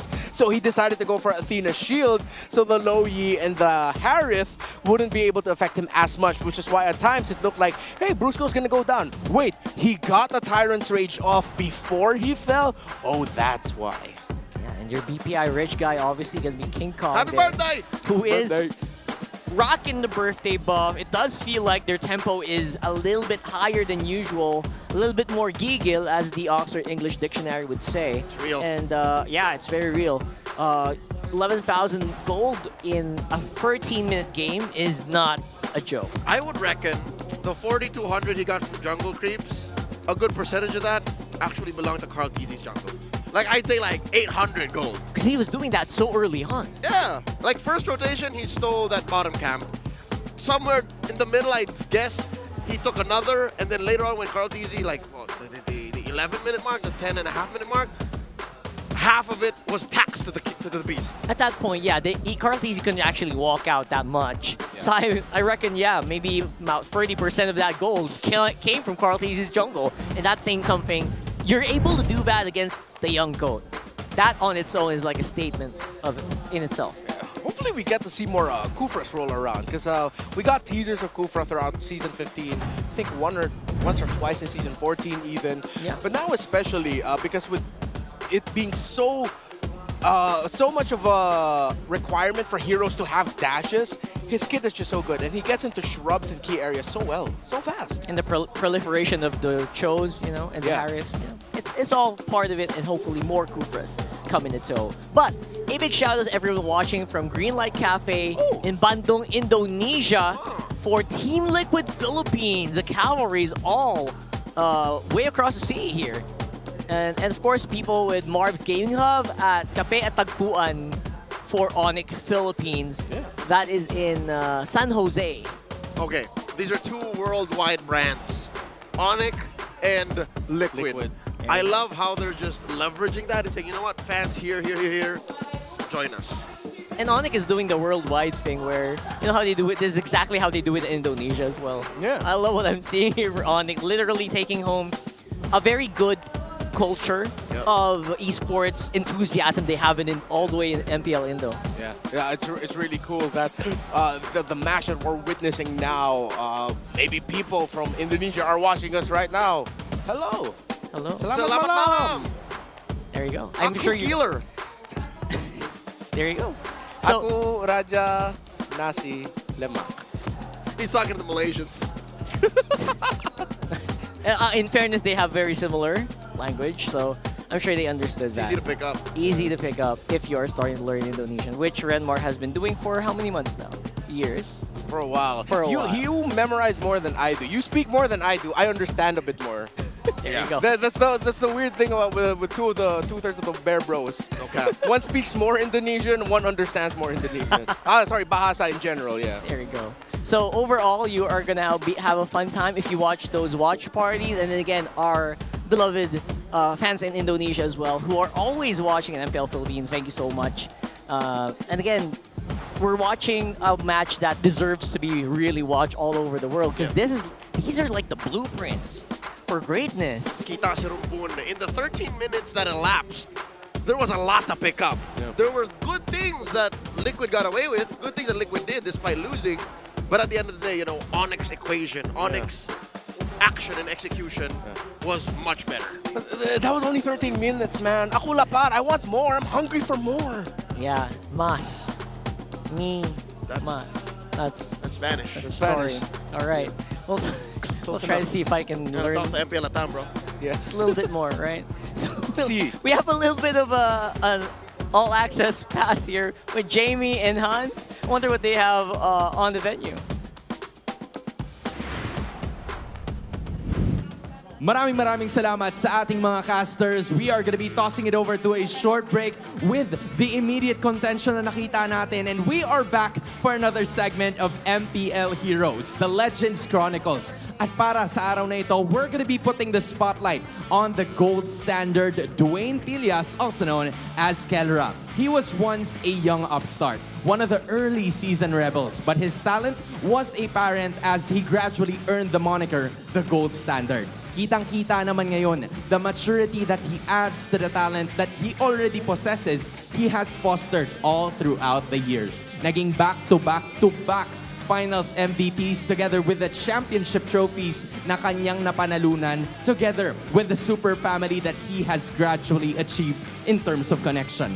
The Kelra we know now is humble. Mas binibigay niya yung credit sa kanyang mga kasama at kakampi. Not looking into his own achievements, but rather on the contributions of the entire Sonics. Kaya naman, noong tinanong siya ng All-Star Magazine kung ano ba ang susunod niyang goal, it is to leave a legacy. Ika nga ni Kelra, what I'm after is the title and the legacy. The prize money is a bonus. Of course, gusto ko yung money, but my ultimate goal is to leave a legacy. Like how when people say, in terms of NBA, they think about Michael Jordan. When people say MLBB, I want them to think of Kelra. And this is what makes Kelra an MPL legend. This is what makes him the golden goat. And Kelra and the entire Onic Philippines are on the lead 1-0 as we speak. Pero teka lang, I'm actually wondering, nasaan ang aking co-host? I wonder where Jamie is. Alam mo, Hans, I'm sorry. Medyo nasarapan kami sa kwentuhan dito dahil, ladies and gentlemen, may magandang dilag dito sa MPL Arena. Everybody, please give it up for Rose, ladies and gentlemen. Hi, guys! Rose. Oh my goodness. Di ba may... Pero... Ano? Kaya mo yan, ano? Bakit? Merong MP... Ba? Ano nangyari? Okay, joke lang. Mahal niya tayo, kaya nandito siya. Ay, sige na. Pag-usapan niyo. Sabihin niyo nga sa akin kung ano yung napag-usapan niyo kanina. Huwag na yung pinag-usapan namin kanina. we were discussing. Pero pag-usapan natin yung reason kung bakit nandito ka, no? Like, how's your experience? I want to say this and tell me if I'm saying it right. Apakabar. Kababae. Kababae, that's good. Yes, it means I'm good. I love it. How's your experience here at the MPL Arena, Rose? So it's actually my first time in MPL PH. Yes, I love the vibes. Very different from MPL MY. And the reason why I'm here is actually I have an event tomorrow. Pero, I saw that there's a game, an exciting one. I'm like, I messaged Ingan, can I come? And we're so lucky na nandito ka. We're so happy that you're here. Are you happy, guys? Pakita nyo naman yung supporto niya kay Rose. Now, Rose, nandito tayo sa harap ng dalawang teams. I don't want to put you on the spot, but I will. But she will, yeah, she will. Okay, so, are you supporting any team in particular sa MPL Philippines Season 15? And if meron, sino? Aling team? Actually, ayoko. Kaso nga lang napilitan ako eh. Ha? Napilitan? Yeah. Ako. May mga pumipilit sa akin eh. Na mga unggoy. Mga unggoy? Yes. Sino yung mga unggoy mo, Rose? Yeah. Yung mga unggoy ba na to ay nakasuot ng blue or ng yellow? Feeling ko yellow eh. Yellow! Okay, so I think alam na natin. Your team for this season is? Onic Philippines. And since nandito naman sila, Rose, may message ka ba para sa kanila now that you're here right in front of them before their game? Actually, nothing much. Just wag na lang akong bigyan ng sakit sa ulo tuwing international tournament. The mother. You are the mother Yeah, of, the mother. not only the Filipino players na pinapadala natin overseas. I want to know, because like, you've been hosting for quite a while already in MPL Malaysia. How has the experience been like, mula nung nagsimula ka doon until now, you're one of the well-known personalities as well. How does it feel to be recognized internationally as a host? I think it feels amazing, and I honestly wasn't expecting this much love from the community kasi not just from MPLMY, but also whenever I host in Indonesia, even the fans online from the Philippines. The love from the MLBB communities worldwide is just amazing. And you know what, guys? I love you guys so much. I love that. So let's zoom in on that, Hansto. It is apparent that the Filipino viewers of MPL love you. So what is your message for them, especially dun sa mga team bahay na nanonood ngayon? Ano yung gusto mong sabihin sa kanila? Well, obviously, to everybody watching, thank you so much for supporting me. And I hope you guys will continue to support MPL Malaysia as well. We have just entered week 2. We have like 4 more weeks of regular season to go. We do not know yet who's going to represent us in EWC. So just keep supporting us, send us your love. And I see your love and I feel your love all the way from Malaysia. Rose, it is so nice for you to come over here and nagpakita ka ng suporta sa MPL Philippines. Once again, let's give a warm round of applause to Rose, please. But now, we're gonna be tossing it over right back to the casters because we're gonna be starting game number 2. Casters, back to you. There you go. The lovely Rose all the way from MPL Malaysia. Those Malaysians really are some of our best friends in the world right now, especially in MLBB. And I know you guys also just want to live there at this point. I just realized we're not in Malaysia, so she's not going to feed us. So she's not going to buy us treats. Because now, technically, even though she's also Filipino, it's our home course, so now we have to buy her food, I guess. Is that how it works? Yeah, I mean, she bought us tarts and lots of food during M6 and every time we visit her and we're with her. So I think it's our turn. We gotta get some quick here. We just get her a full-on lechon at this point. The whole lechon. Okay. I thought she would feed me. Wouldn't she? No, I think it's the other way around. We gotta show her hospitality. Gotta get back. Yeah. Gotta get back. Yeah. All right. We'll talk to Rose a little bit later. And again, it's always a pleasure, always a treat to watch Rose. And apparently, it's her first time in MPL PH. What do you believe in? Yeah, I feel like the time we've seen her come back home for a while. She was last year, 2 years ago. Yeah, 2 years ago. Round 5. It was that was an M series. So this is the regular season, and now she's watching it, and we all love it here. And again, we are on to the draft here for game number 2. 13-minute game for game 1. Leia's a little bit disappointed. I wonder what's gonna turn up here in game 2 draft. Let me clear it out again. Gods of MLBB. 3-0, 30 minutes. I want to see more. 3-0, more games like this, because we need to study them. We want more sample sizes, you know? So we're loading it up, and surprisingly, no Lucas ban yet. Maybe later. I think Onic don't want to ban the Lucas because they can pick it up for themselves in the first 2-pick swing. They can honestly rush it at this point. They can bait the Joy, they can bait the Zushin. Yeah. You know what? Never mind. I don't think the Zushin's going to show up. Oh. Ooh, okay. Lucas jungle's crazy, though. Yeah. Love it. I think this is what Onic might actually be setting up for. With them taking out the Kalea chip. Yeah, if TLPH bite into the bait of the Joy, they'll pick up... I think even if the Joy's available for Onic, they would rather choose Lucas. But that Moskov ban here as well. That Moskov was crazy in game 1. Ah, that's true, yeah. You might, if you're Liquid, you might want to consider a Moskov. Which will again make more possible the trade that Coach Weinhardt is presenting. I love it. And it also allows for the redemption arc of King Kong with Lucas, much like my own personal arc with Lucas. Your own arc. Yeah, people know. If you've been watching and listening to all of the broadcasts that we've been on, I was a Lucas hater. Was. Yeah. Not anymore. Same. We are both reformed in that regard. Yes, we are reformed Lucas appreciators. Yes. Lucas RLAs. Appreciation Squad. We lack it. I need to think of a better acronym. All right, I told y'all Zushin was going to show up. Yes. There's a Zushin.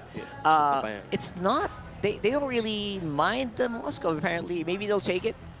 Maybe they'll want to take it. I don't know if it's we're first pickable, man. You want to deny it? There's a Lucas ban, though. Okay, they decide to commit it. So this is a clearer path for a Joy pickup for Team Liquid, though. And if ever for the jungle later is definitely going to be Hayabusa for King Kong if that's the case. But they don't even go for the Joy Rush right away. So Team Liquid Philippines are playing their own style, their own way, which says we want JP on the Jawhead. We want that pick-off, that snowball, that very fast.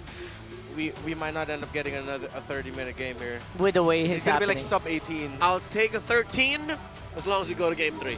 Okay, there you go. I want a Liquid Stampede. Yeah, our Saturday is going to be a little bit lacking if we go for 2 games. Yeah, we've already had 2 sweeps today, so yeah, something's got to give. It's a little short, you know? So they're giving away the Joy trade, obviously, in this one. But what's the other half of it? There's a Kator. Yep. Of course, could have been going to the hands of Sanford. And this will, again, one of the flexible picks for Onic is this Gato Gacha. It's not necessarily a Brusco pick, but they block off one of the best counters against the Joy. So Liquid now, their EXP needs to be strong crowd control. Of course, Hayabusa goes to the hands of Carl TZ. They go for Badang in the EXP. Brave choice. Also a good Joy counter. Yeah. You force out 1 dash at least from her if you catch her, because she's forced to use 1 dash over to the get wall. out of the wall. That's right. And I actually really like the... There you go. Superfin's still back on the Valier. He has a new flame. Yeah, that's right. And there you go. You also have a Jawhead, by the way. Just makes it a lot harder for the Joy to go crazy. So you got a lot of things going for TLPH so far in the draft. Yeah. At least in terms of dealing with the Joy. Okay, so is Valier now a response to lineups that like the pickoff? Because we saw the Cho struggle against it, and plus, if you commit a pickoff onto the Valier, he'll just use his ultimate to purify it away anyway. I need to see more, but the fact that the Valier showed up again in the first phase makes me believe that maybe yes. Against the pickoff lineup, he might be the answer. It's not quite taking shape just yet, but if you don't ban out the Moscow here, I feel like Onic is still going to go for it. So, you know, you got to really think about this last ban here. And it could be a big deal. It's going to be such a big deal. It's going to be raw physical gold lane for Calra. I think TL would want to take away the Moscow, right? Just here. Yeah. And then let him deal with a less than ideal Granger. Exactly, because if you want to be able to space out the map, another the above. What? Yeah, I think this could be another Moscow game for Calra. It looks good for him. There's no clear disadvantage. And then Liquid can just play better out of the gold. Because again, it's not like Oheb was the reason why they lost. Yeah. Completely. I agree with that one. I feel like the Harif is also just something that you can consider here. I feel like the Harif is still the powerhouse it was in the last season. He's aight. Yeah. He's For still Onic? aight. No, I mean for Liquid. For either of them. Okay.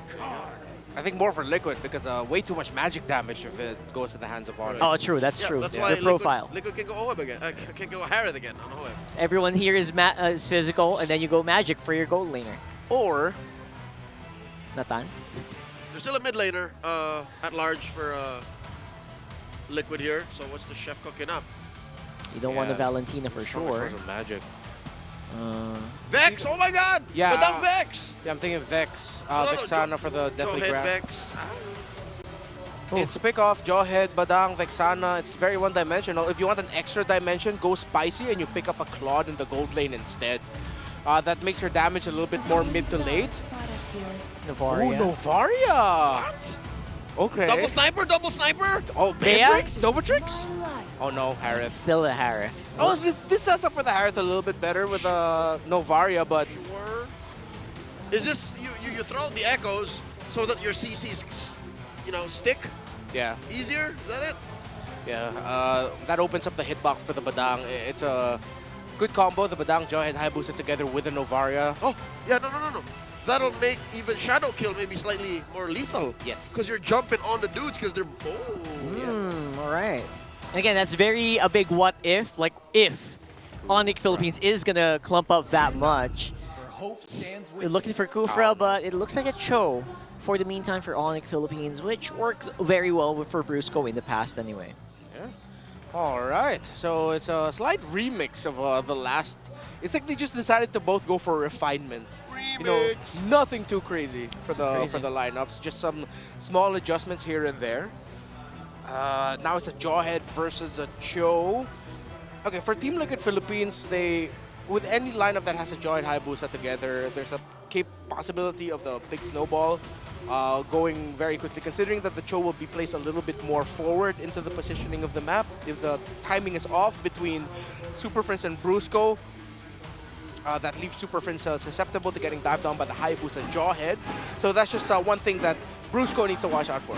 This game definitely feels like a better Cho match for them, though. The last game was a bad matchup for the Cho, so I can't really fault JP too much for that. Yeah. But here we go for game number 2. Again, fingers crossed for it not being a 13 minutes such a fast game, because we need more games here in Saturday night MLBB here in MPL PH. Welcome to Mobile let's load up in Legends. game number 2 here and see where they will stack up. All right. Excuse me, folks. The drums right behind me scared me. But let's see how they're going to be starting. Orange for... no. Kartisi started purple, and it was the Jawhead leashing, so it was the double start. And Kartisi committed the retribution much earlier there, so he might be able to use it later on for a quick little invade. So quick leash for the Hayabusa to rotate faster. Oh, Kartisi threatening Brusco here real quick. Even Super Friends catching a few beads there. Already used regeneration. Very early on, TLPH looks like they're eager to just invade, just exactly what Onic was doing in the previous match. But look at this. If King Kong just happens to find these creeps, like we were talking about earlier. Nothing comes for free when it's the beast we're talking about. Yeah. Cross-map trade. He's not going to be hitting level 4 just yet. Kartisi will get there first because of the pathing that will balance and equalize in just a little bit. So a remix again of the Keller versus Oheb Harith, Moscow versus Harith matchup. It's a repeat. Yeah, repeat. Big repeat. Not even a remix. It's a sequel. Part 2. Dudes just shifted sides. Yeah. And let's see if maybe Keller will do pretty much the same what he did game 1, or maybe be a bit more proactive here. I guess he doesn't need to, because you do have a Valier, Joy, and Cho on your mid trio. It's already very powerful on its own anyway. Yeah, the onus is on Oheb because he knows now that he has to have extra teeth. He knows he has to be more aggressive and use the space given to him. He can't be, again, like in game 1, just fine. He's actually one of the only sustained damage dealing heroes they have in this game, in this whole lineup. Everyone's more burst and more pick off. So Oheb is, if they group up together, if they clumped up together, it feels like Oheb is the guy who needs to do most of the heavy work. Yeah, kind of 50-50 here for both teams. I think for 2 roamers, Brusco and JP would want to get level 4 first. But with the 2 EXP laners already dancing for this turtle, they might not even wait for that. Oh, King Kong. He spots Kartisi as he secures the purple, and he sees Kartisi, hey, he's maybe half an XP bar higher than me. Yeah. Team Liquid Philippines are going to be positioning for the turtle first in the big picture of it all. Kartisi orange drive-by, he already has it. Yeah. That was very fast. And because of the turtle, Onic could not get his orange yet. Oh, Brusco missed! With the flicker, exposing 3, there's the Astral Echoes, in comes 40, the ejector on the Brusco, dash it back out, Kirk here, already in the middle of 3, AOG, point blank, Kartisi draws first blood, down goes Kartisi, Super Prince sets him on fire, JP falls as well, King Kong takes him down, 2 for 1, Onic goes for the turtle. Yeah, and despite having such a good initial position on that turtle, Onic is the one who actually took it from TLPH. What? It was Super Friends. It was Super Friends, it was the Valier, it was him being able to fireball and torrent. Team Liquid Philippines that stopped the tempo of them taking Brusco out. We thought that Onic will lose the roamer right away, but Super Friends got the control, the damage right on time. Yeah, this Valier pick, man. Oh my god, gets away the dragon on him, JP to the rescue, Zama underneath, served it up to the tier 1. That's a kill for Liquid. Big rescue mission coming in from JP, but look at that. SOD will hit. Kelra doesn't really want to take it. Yeah, with the Hayabusa nearby, JP protecting Oheb would have been way too risky. Even Super Friends thought he could get a few shots there onto Oheb, but JP was protecting his gold laner. So both teams just trading it out across the map via kills, via good rotations. Yeah, and so far I would say JP still doing a pretty good job with Brusco, not giving any quarter right now and making sure that Kelra has a great lane. No opportunity for them to invade the Onic jungle side. I'm so happy. I think I'm going to be able to get more Valir games. And again, I spent a lot for that KOF skin, man. It'll change the way mid lane is played. It's been a while since we've seen a battle mage like Valir. Yeah. Yeah, battle mage. That's a good way to put it. He's like a battle mage.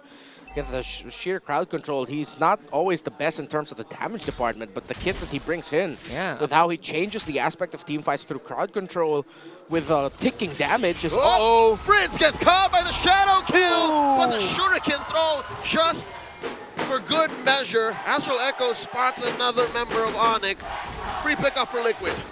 Of course, as we mentioned it, right? Happens right before our eyes. Very classic here in MPL PH at this point. Uh-oh. And now Keller with a 2v1. Drops the Salmon Force, gets kicked up. Purify, and he does survive the two-man gank. Oh, playing with fire here, and I mean figuratively. SOD, will Keller try to toss it? Nah, he won't. He's going to focus on the tower instead. He wants to save up the SOD because there is the turtle up already. Oh, free push for Liquid. Kelra does get, oh wait, he's short a minion. Turtle, very low. Turtle down to a 10. Carl DZ secures the ejector away from King Kong. Liquid wants to disperse. They want to disengage. Sanji. They're chasing. Down with the Astral Echoes. Kurtz jumped in. Sanford with the fist crack. JP, smart missiles. To disincentivize and engage from Kirk and Brusco. Brusco conceal. JP as well, the response. They're pushing top mid lane, tier 1. Top lane still standing. Brusco very low. Brusco gets taken out by Oheb. But Onic take the turret. That was a very interesting trade. Brusco obviously was traded for all of that, but TLPH feels, Onic PH rather, feels like they got what they wanted, and now they're going to have to answer this push. Yeah, they're going to be able to get a good push in through mid. Unstoppable Force was an ejector, takes out Carl in the back line. The young goat takes out the golden goat, and Oheb finds a double in Prince. They're going to jeopardize King Kong's purple too, but the beast comes in and says, nah, not on my watch. There's a kick coming in from Brusco. Carl TZ, very low. Carl TZ helps Oheb gets a kill. Brusco down. Onic PH reeling. Just like that, the clap back by the cavalry. As Onic thought they got a win with a team fight after Liquid got the turtle. Liquid read the situation. Onic spent too much, so Liquid decided to push in mid to force a fight in mid, and now Onic Philippines will have to climb back into this down 2,000 gold. Looking at the items, very close for the two junglers, while Oheb has a considerable lead over Kelra, who only has one item locked in, while Oheb already is up to Starlium Scythe after the Feather of Heaven. Now that is an undeniable advantage going over the TLPH right after we went into full-on brawl mode for like the past 3 minutes. That was very insane, and TLPH finally making use of that jawhead the way it is supposed to be. I don't think we saw a lot of jawheads in the past few days here. And it is looking really good for TL. They're having a lot of control on this map. Whoa, Unstoppable Force coming in from JP. Pushed back by Prince. And the cavalry looks like they have their eyes on the turtle here. They begin the dance. Kirk here holding onto the AOG. That's 5 members of the cavalry all around. Finds the fist crack and the break. Doesn't use it just yet. Carl Deasy gets the final turtle. Kelra not even trying to join here, leaving the turret to push on the bottom side. Yeah, reading the scenario, Onic Philippines just decided to play the macro and give up that turtle, while they will not be able to protect the purple buff here of King Kong unless... Nope, will not be able to make it in time is King. So Liquid, the cavalry can breathe easy, as the Stallions have a considerable lead right now against the Super Fam. And these are positions where you don't see Onic in a lot, and this boy, oh boy! How in tarnation! Brusco was there. There were some minions, but Carl Deasy found his mark.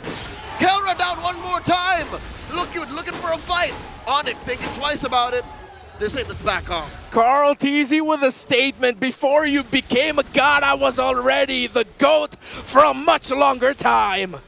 They are roaring, they are stomping it just like they did. 45 Express back, plus the ejector on the Kirk free pickoff. Big pickoffs here. King Kong, 1 HP, making it back into the base, but they're getting pushed in. Like a trapped animal, King Kong can't run around. Another shadow kill, forcing a flicker from Friends. We are getting shades of peak Carl, Assassin Carl. The greatest assassin in the game, Carl. 4-1-2, almost getting a massive kill there, but before that, he already got a massive kill and taking down Kelra. And again, this is what we talked about with the lineup of Liquid, the threat of having a Jawhead and Hayabusa together. It was tempered by Onic Philippines, but Liquid eventually ran away with it. And that was way too much. You're right, it's a big throwback to like OG Assassin Carl Teasy when he was just playing the Lancelot and everyone just staring in awe and amazement. This is peak creation, Carl Teasy. Yeah, you can cover up JP's name. It's like, Lusty, is that you? Oh my goodness. And they're really doing everything they should be doing, pushing Onic Philippines back, making sure some of these resources are not available for Onic to take. And conceal. Conceal play. What are they looking for? Could be a Big big ass one. Echo finds 3. Injector on the 1. Kurt is taken out here. Oh, he gets out with the AOG. They use up a lot of resources once more to just slow that down. And no contest whatsoever. SOD won't even be thrown here. Yeah. They can't do much. Go, King Kong tried. Summon Force plus a Shadow Kill. King Kong backing out. Injector all the way to the back. Serving up King Kong to the Filipino sniper. Point blank synchro vision. What a read by JP. The flicker toss, perfect to stop the escape of King Kong. Sanford! Fist break. Fritz goes down. OF drops the Summon Force underneath. TM3 in mid. Kirk gonna fall here. It's just Kelra left. And Liquid want to stampede through. 10 minutes. 10 minutes all it takes. I could read the lips of Sanford there. They want to go. They want to finish it right here, right now. They got a whole bunch of minions. And ladies and gentlemen, amongst gods and titans, we're going to game 3. And it feels like the crowd would want it no other way. Game number 3 between the old gods and the new titans here in MLBB. We are seeing it and roaring it. And again, I swapped it out again. It's for the second time. Two teams who have built an identity and a name for themselves for being so great in the early, so great with the aggressive play, fast, hard-hitting Mobile Legends bang bang. We're not getting long games, we're getting their signatures, and we're getting a game number 3. You know what they say? We're not here for a long time. We're here for a good time, baby. I'll tell you, it's a great time because in the clinic that Onic put on in turning games around in game 1, Liquid just showed him, hey, we know how to do the sprint as well. And to be fair, they are the OG Express boys, right? Yeah. They're the ones who came up with it. They're the ones who really run down their opponents, giving them any chance. It's in their DNA. Like, it's wild. Like, major respect for Liquid for saying we're first picking the Jawhead, and this is why. This is their first pick.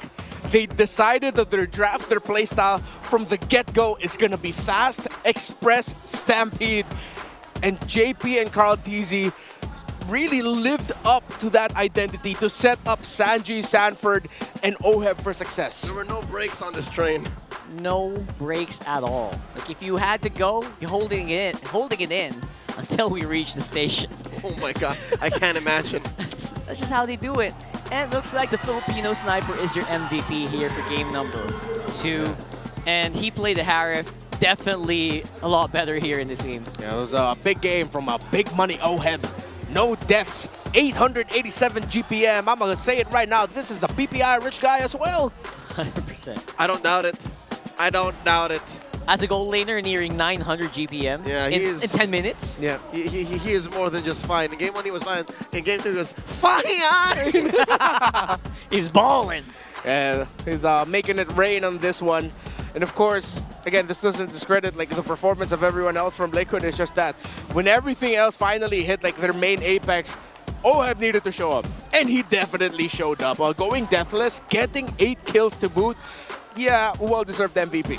Oh god! Look at that, Dudes mid-air. is just flying. Daddy JP turning these heroes into ragdolls. Slow motion as well. And again, we're seeing the reason why he got picked up at such a early stage. First pick here for TLPH. Yeah, a sleeper hit for me as well. And this one is Sanford.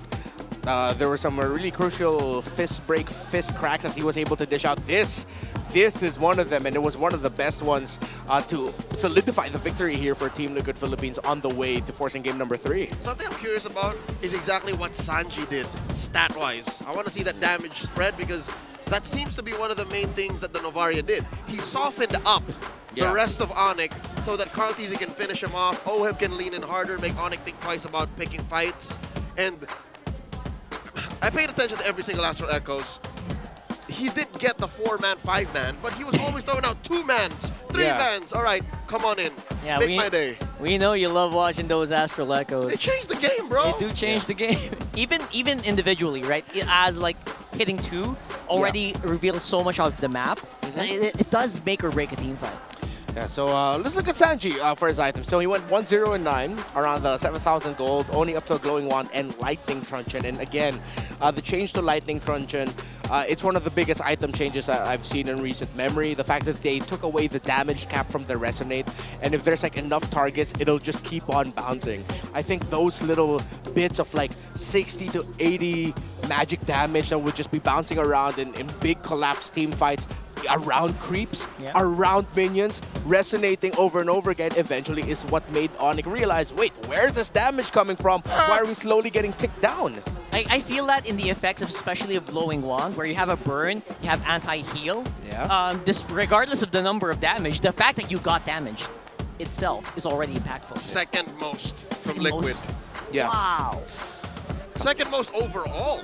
Yeah, all the pokes. I think a lot of the engagements that Kirk, Brusco wanted to do, they were always doing it in a point where they're like relatively unhealthy. Where there's like they already took bits of damage that they wouldn't be able to survive for as long as they wanted to. I think even Brusco, because he took up 45,000 damage here, definitely felt that.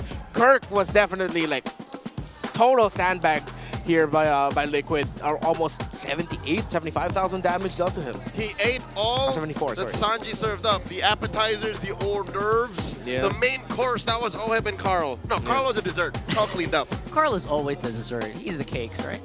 Wait, is he? Is he the baby? I don't know. We'll have to double check. Yeah, that's the #1 question, actually. Who's the baby, who's the cake? But Oheb is bringing the big money, that's what. 9664, he's a BPI rich guy. In a 10-minute game, 887 GPM. That's my theory. What? That together they are baby cakes. Like nobody can stand alone. Nobody can really separate which is which. Yeah. That's my theory. I guess that's what makes them so good, right? Yeah. They activated each other. They activated Oheb in this one. Fun. Again, these are fast games that we're getting, but they've been some fun games. And I guess the MLBB gods listen to Leo here. You know, not really long games, but 3 short ones is not bad. Not a bad trade. We got not what we wanted, but what we need. Yeah. Now can we get a 25-minute game? Just as a coup de grace, you know? Just clean it up. Yeah, like pied de resistance. Yeah, to the point like by the 25th minute, we're all like already voices cracking a little bit. We need a little bit more, maybe some, you know. I was about to say it. I'm gonna say it. Talakangin din us. Shout out to the Indonesians. Talakay. So good, so good. It's always, it helps us, it saves us. Yeah. It doesn't help us, it saves us in so many situations. Anyway, yeah, so we got what we wanted. The fans got what they wanted, I think. It was a 14-minute game in Onic. 10-minute game for TL. Oh, God. What's next? These 2 games so far, I'll tell you now, they don't feel like regular season games. I could see these 2 games being earlier parts of a best-of-5 or a best-of-7 in the playoffs. Yeah. Like, that's the kind of technical display and showcase that these 2 teams are putting on for us. And I guess they're just giving us what we deserve, right? And the gameplay that they are showing is really international caliber. Throw it over to Hans for the meantime, though. We're going to slow down a little bit. Talk. We are going to be heading to a game number 3. I want to know, what time is it? How about when I say, let's go, Liquid? Let's go! Let's go, Liquid! It's me, Madars, and Nick Nock na maghaharap na naman ngayon para sa araw na ito. Nag-usap na tayong dalawa kung sinong mauuna. And Nick Nock, pangunahan mo na ang Sonics. Ano ba ang banat mo? Simple lang naman yung banat ko. Ano pa ba? May napatunayan na kami. Not just one, not just twice, but rise back to back pa!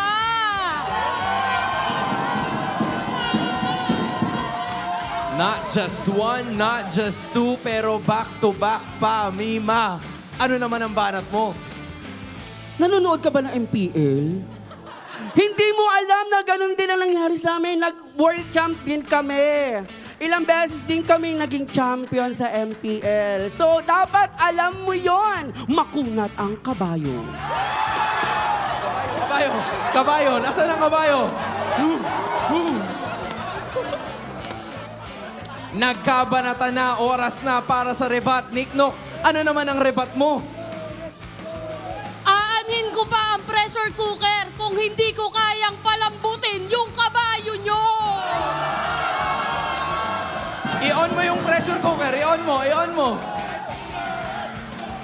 Yun na pala yun. Nadaan sa pressure cooker, Mima.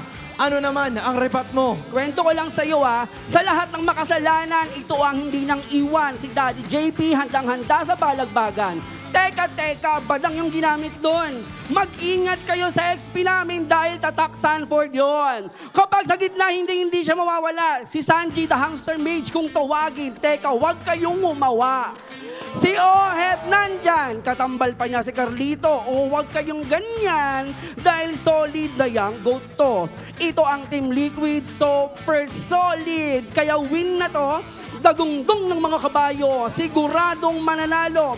Sinong bumangga, tiyak matitibag ka dito.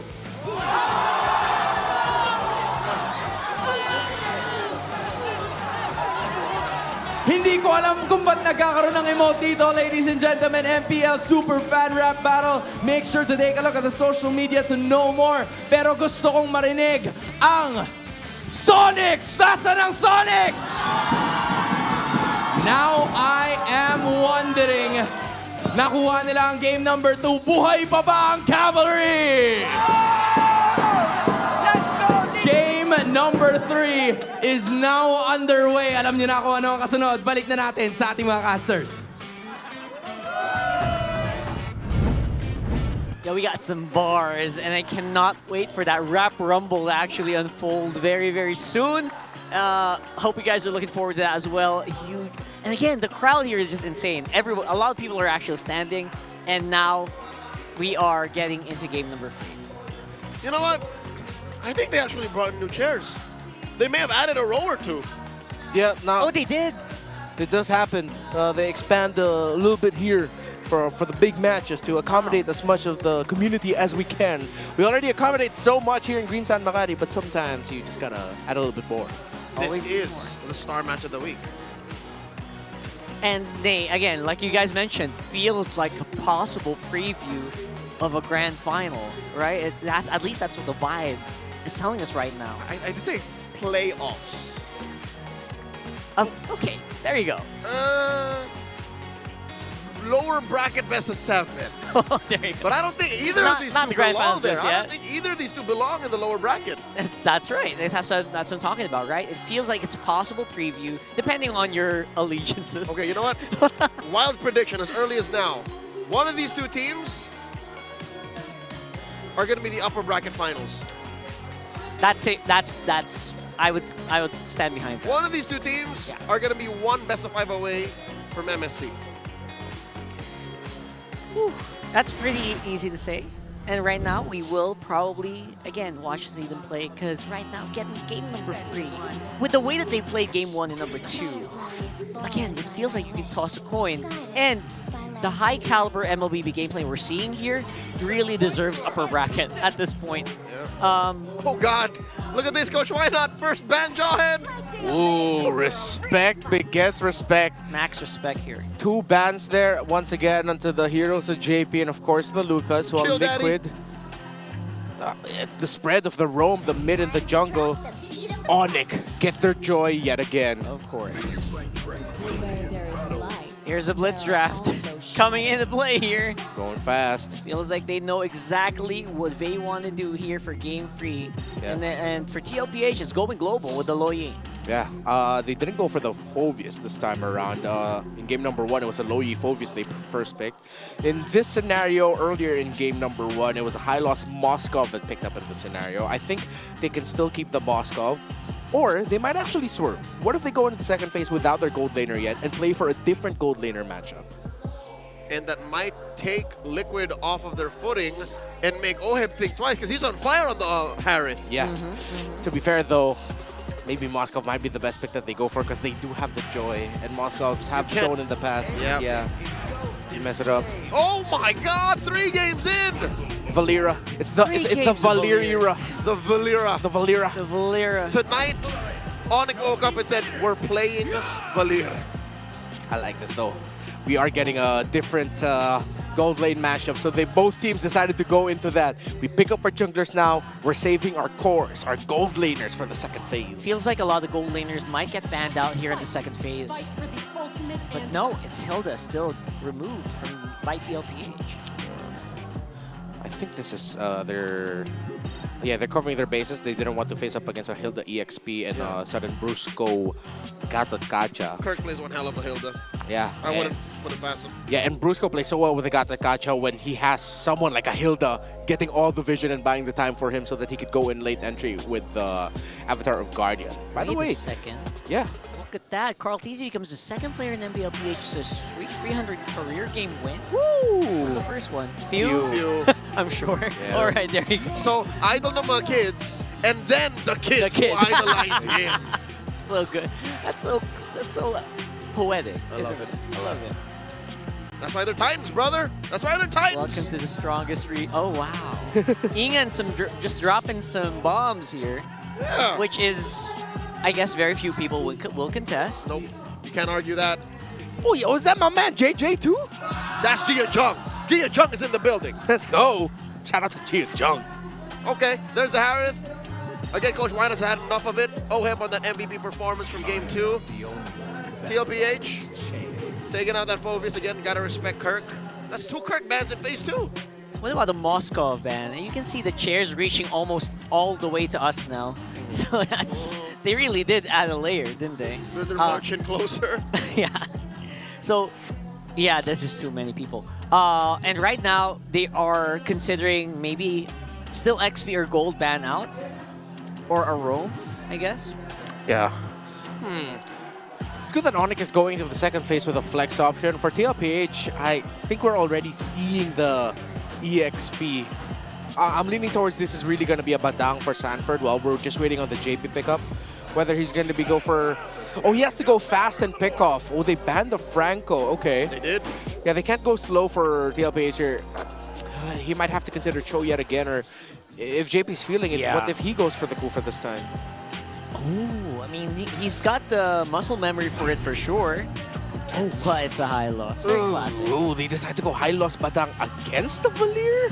Superfizz is going to be quite happy with that one. As a high loss main. Yeah, slow. I hate Valir. Yeah, right?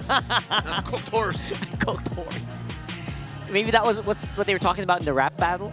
You can't really soften up a horse like Can't that. tenderize it. Can't tenderize that Yeah, one. this guy can. Not a lot of things can tenderize a horse. The hot flames of a Valir definitely can. He can. He definitely will, by the way. Baby. So that makes us wonder, right? Like, what are they up to? What's the game plan here? Definitely don't want to face a Valir head on. But it sounds like they opened up the Moskov, no? Is that not free right now? Yep. It is. Moskov. Or you know what? It's slow front to back. Beatrix. Beatrix! Hey! All right. And the Cho. Okay. So what does Oheb play? Is he the one who's going to play Moskov here? Do you want to play Moskov against a Bea? That's a bit overkill on the macro. They don't need it. Clint? I don't think so. Bruno? Yeah, because of the presence of the Bruno Joy, or you're really Moskov. thinking twice. Yeah, Bruno or Moskov, I agree. Strong burst. A lot of the AoE is going to be coming from the Loyi, Badang, though. And of course, the spread of the Shadow Kill. If you Irrital here, you're going to have to Irrital Purify. I don't know how effective that's going to be in lane. Yeah, it's going to take time. It applies so much even more pressure in the center of the map for a Hayabusa to scale. Oh! But they decide to go Granger How can we instead. forget? Granger was still open. I guess we kind of just start forgetting because teams are starting to kind of just shy away from him as well. He's not a high priority anymore. Yeah. I didn't think they'd go for it, but I'm not going to knock it. It covers what they needed. They wanted a bit more range, good physical damage, so not a bad pick at all. Can snowball.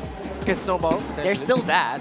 And not to mention, it's also very difficult to free hit if there's a Valier. So you don't want Irfeld, you don't want like Clint. You want someone who can do it from a distance. And I guess that's like the lesser evil here. Given in the recent patch, it's shorter distance, but a distance nonetheless. Yeah, and you don't like free hit while you're standing, you know, which is, you know, people who play Valier love to hit targets who just love to stand. My God, not a single Purify. Oh, this is gonna be spicy, boys. It is gonna be spicy. Here we go for game number 3. I am looking forward to these big flicker plays, and because of that, I also think this will end very quickly. just because of the recipe. You put in so much chaos between both of these teams, you just end up with a big piling mess. But it's a beautiful mess. It's a beautiful mess, though. Because it's the best MLBB in the world kind of mess that we're witnessing here tonight. Game 3, final game in this final bout. Beautiful MLBB on a Saturday night. What else could you ask for? I want a string quartet of violence. That's all I'm asking for. Fast, non-stop, brawly. Please give that to us right now, Liquid and Onic. We have drums. Take it or leave it. Yeah, we got some drums right behind us, both sides too. Fine.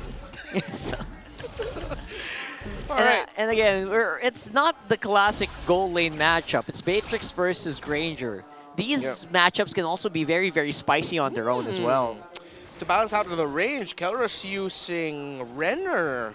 All right, usually we see, even up against the Grangers, that Beatrixes would use Bennett because it does provide the range and it zones out a little bit against the Granger, but this time he really wants that range, so he goes for the Renner instead, maximizing the last hits, bursts that he can get instead. By the way, that Beatrix does have tenacity, so Kelra does understand that he's going to be susceptible to a lot of physical damage, especially in the laning up against Oheb, so I like the emblem choice there by Kelra. Yeah, really good choice, and making sure that you also just don't get bursted to oblivion by a Granger on the lane itself. Yeah, I should have done that earlier when I played the Layla against the Granger. But no point crying over spilled milk now. I was in that game. You should have done that. Yeah. You were. Oh yeah, that was the game after match 1. So here we go. Stuff that we do at the backstage, boys and girls. Whoop. Brusco up on front. JP is also just gathering information as he can. Super Friends has the ultimate as well. King Kong on the side. Sanji, will they go for something spicy here? I don't think so. Dear God. King Kong is a full bar of EXP almost ahead of Carl Deasy now. 4 members of the cavalry coming through. AOG from Kurt dispersing Liquid. There's a revitalize from JP. Carl Deasy secures the turtle, but King Kong punching him down. Dropping the glorious pathway for the retreat. No dice for Onic. No one goes down. Liquid happy with that take.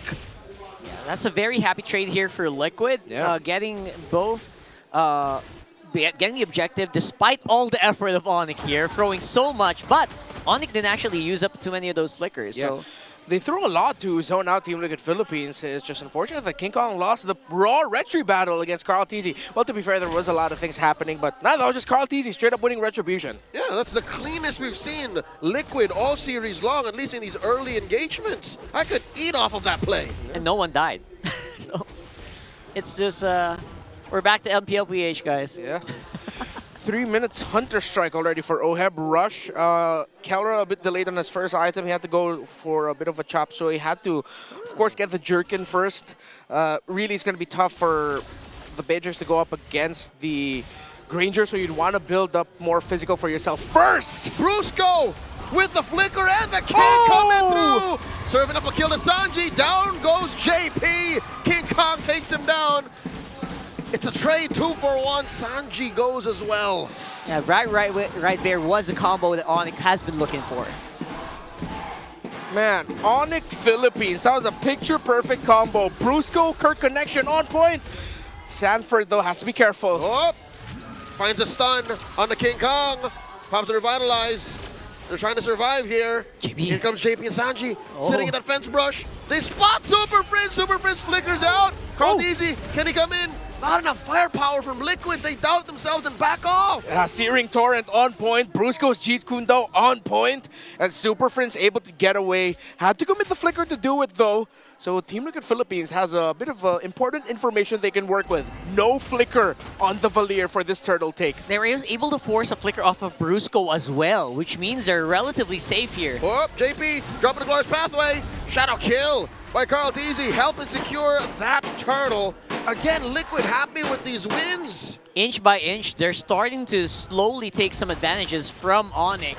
But again, despite two turtles going over to TL, Goldie doesn't really show it that much. Yeah. Keller got to balance out a little bit of the early lead that Oheb got by getting a bit more hits on the energy shielding of the turret right now. So a bit more gold diversion getting cooked up here by Sanji. Where is he going there? Cooking. Right there. The chef has arrived alongside Sanford, but Onic smelt it. Onic smelt it. Keller and Brusco got out of there.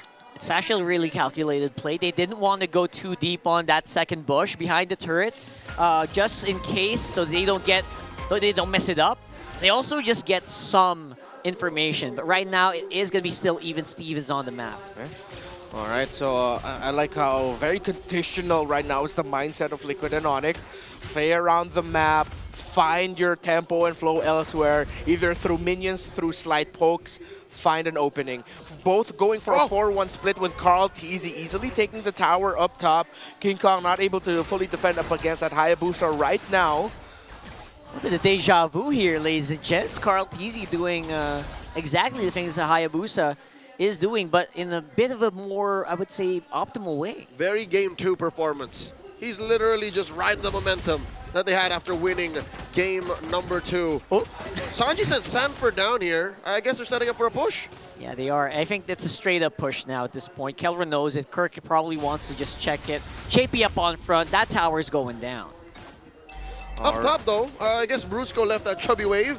A passive push for Onic. I wonder if that's enough. Looks like it. I think. No? Oh, there it is. Right. There it is. Right to the last HP bar. Top for bot then. Top for bot. Top for bot? What did I see? Sanji, stutter step flicker. He flinched. He flinched. He flinched. Onic forced him to flinch. The stare down worked. All right. Without the flicker there, that's a big info now for Onic. Team Liquid, oh, this is just going to blow up into one big fight, isn't it? They're all here.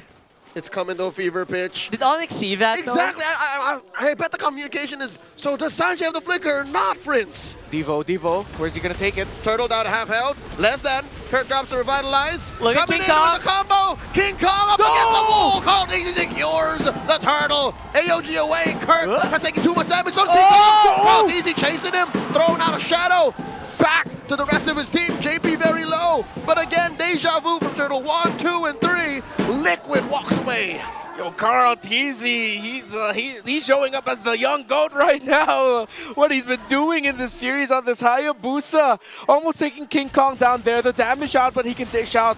And how far he was able to reach the Hayabusa to almost take down King Kong, to break the formation of Onic, and then get out of there without getting taken down, helping to secure the objective as well. Crazy. At this point, it feels like Carl Teasy's just flipping a switch, going into GOAT mode. Every time a match starts, like he decides, you know what, I'm gonna go GOAT today. It's really so classy to watch. It's so you learn so much as well. And again, looks like that flicker was not as important as we thought. It was not as impactful. TLPH got away with it. I'll tell you now what this reminds me of, gentlemen. A minute away till the Lord spawns. It's like Pacquiao Mayweather. No knockdowns, no big haymakers, just good boxing. Good MOBB. Very technical, very point-based, and you know, it shows veterancy. And that's exactly what's happening here in Onic and TLPH as well. It's battlefield wisdom. There you go. So, again, very classic MPL Philippines, 2-1 at almost 9 minutes. And it's the one who's at an advantage. That's just how we do. That's Peak just how we MPL PH, baby. It is. Oh, wow, look, they sent Carl Teasy up to the top. Yeah. Escort that chubby wave. Force Liquid to respond. Force Onic to respond and say, what are you going to do about it? Yeah. They haven't even done the Loyi Super Global Shadow, right? So yeah, we'll probably see that later. The world's longest shadow. The world's longest shadow. Yeah. Oh. Carl Teasy smell something. Yeah, at this point, Onic can't really engage. They need Brusco as a bodyguard right now. This is all now just about excellence and execution. Could be a big difference maker here. The fact that 3 items are locked in for Kelra. BOD, Malefic Gun as well. So let's see if that's enough reach, enough damage on this attack speed. The Bennett focused Matrix. Renmar, you just mentioned the magic word. Can't wait for a machine gun Kelra to come through. Wagner. MGK. And we're going to see that later. Right now, it feels like TLPH is setting up for something pretty big. That is 3 people on the side. Did he read into it? JP and Sanji They're coming from behind! Coming from the behind! Dropping the glorious pathway! Sanford! No! JP comes through, Kirk falls, so does Kelra! Carl Deasy finds him in the back line, 2 free pickoffs! That is big! Kelra already used the flicker as well!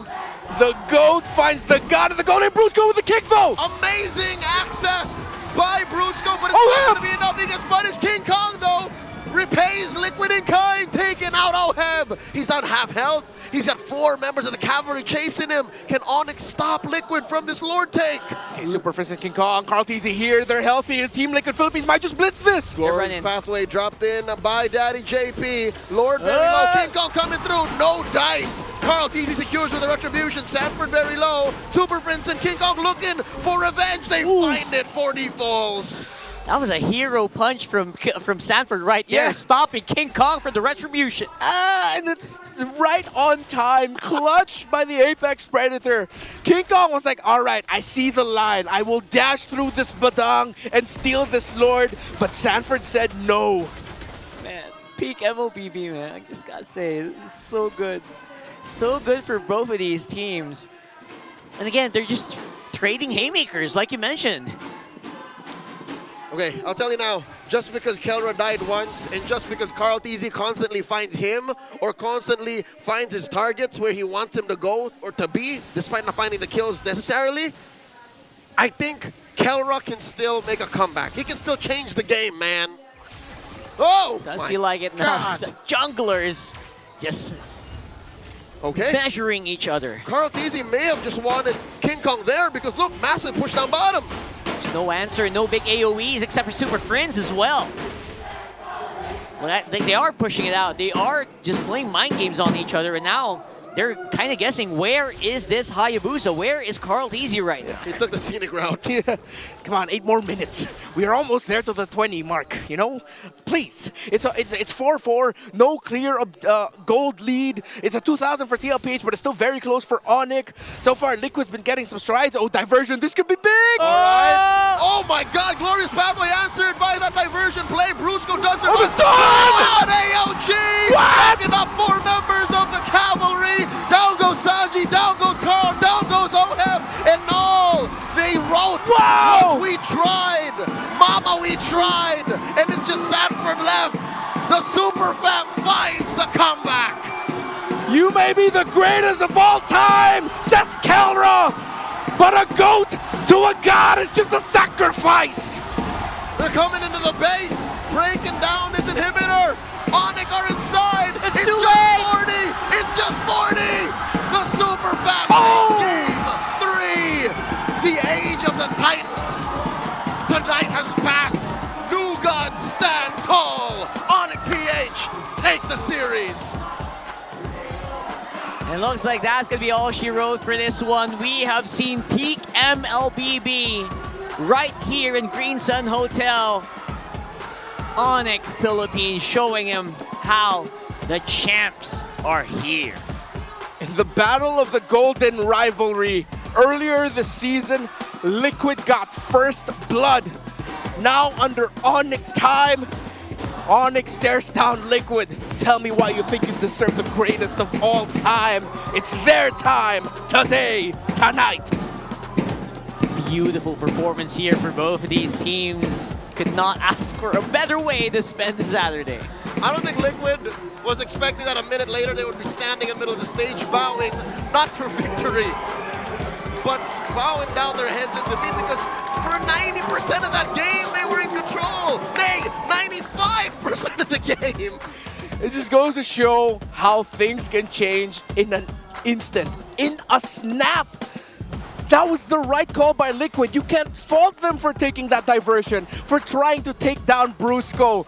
but Kirk was ready for the AOG to respond right away, and Brusco even got away. He flickered away in time. I guess that's just how the champions do it. And there you go. Starting the Riz, starting it young. Throw it over to the interview with Onic Philippines. Ladies and gentlemen, here are your winners, Onic Philippines! Boys, ibang klase yung pinakita nyo kanina. Talk to us about that final play. Kasi nagtugtong-dugtong lahat eh. Was that all according to plan? Kelra, ano yung tumatakbo sa pag-uusap ng buong team while that final play was going on? Yung ano lang namin nun, Coach, parang inaantay lang namin talaga yung TP nila eh.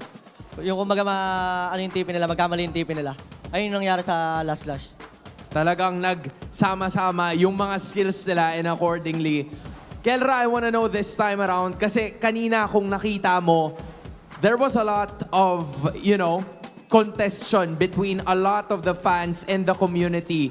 Nai-include ka na sa GOAT status, being the greatest of all time to ever play MLBB. What do you think of the moniker, the Golden GOAT? Do you think that fits you? Or do you think you still have to prove something? Para sa akin, sa player walang GOAT eh. Siguro, hindi ako naniniwala may GOAT na player. Ang pinapaniniwalaan ko, GOAT na team. And who do you think the GOAT team is? Sino sa tingin mo ang GOAT na team? Hindi ko masabi. Pero doon ako naniniwala sa GOAT na team. Kasi 5 yun eh. Kumbaga, hindi ka naman magiging GOAT mag-isa. 5 kayo. You're right. That I is really right. love that, Hans. I love It's that. about the team. Calra, congrats ulit. Galing nyo talaga. Now, I wanna place the spotlight on a special person. What time is it? Kaninong birthday today? King Kong, happy birthday. Can we all greet King Kong a happy birthday, King Kong, in 1, 2, 3! King Kong, I'm sure masaya ka ngayon, lalo't na't nanalo kayo. Lahat ng mga birthday celebrants today, tinanong namin ito, ano yung birthday wish mo? Birthday wish ko sana mas mag-improve pa kaming team, tapos sana mas maging consistent pa kami sa mga ginagawa namin araw-araw. Sana nga makita natin ang mga pabaon nyo in the next few weeks. Actually, we have one last week for the regular seasons bago yung playoffs, di ba, Hans? Meron pa isa. At saka may isa pa tayong aabangan. What is? Naruto skins. Okay. King Kong, ano yung pinaka-aabangan mo? Ano yung kukunin mo? Unang-una sa lahat ng choices. Yung kay Hayabusa.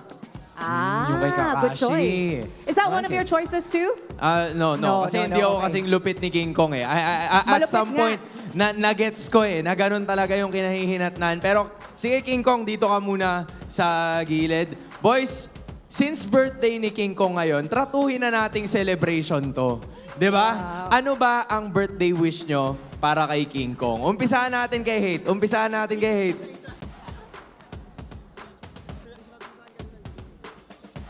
Sana wag ka magbago and say what you are. Brusco? Sweet naman. Ano ang message mo kay King Kong? Sana next week, hindi lang assassin alam ni King Kong. Sana hindi na lang daw assassin yung gamitin. Kelra, ano ang message mo sa connection mo? Wait lang. Siguro, wish lang Ano ka ba yun? Kiss na lang kaya. Mamaya. Uy, kiss palag na naman. Ano lang? Kiss daw. Kelra, kiss Sana daw. wag na siya sumigaw pag madaling Sana? araw. Pag madaling araw. Sana wag na siyang sumigaw pag madaling araw. Nagigising si Coach eh. Okay, speaking of which, Coach, ano naman ang mensahe mo kay King Kong? King, sana hindi na natin autoban yung Lucas next week. Okay. Super Friends? Super Friends. Sana bumait na siya. Sana bumait na siya. Nako, King Kong. Kirk?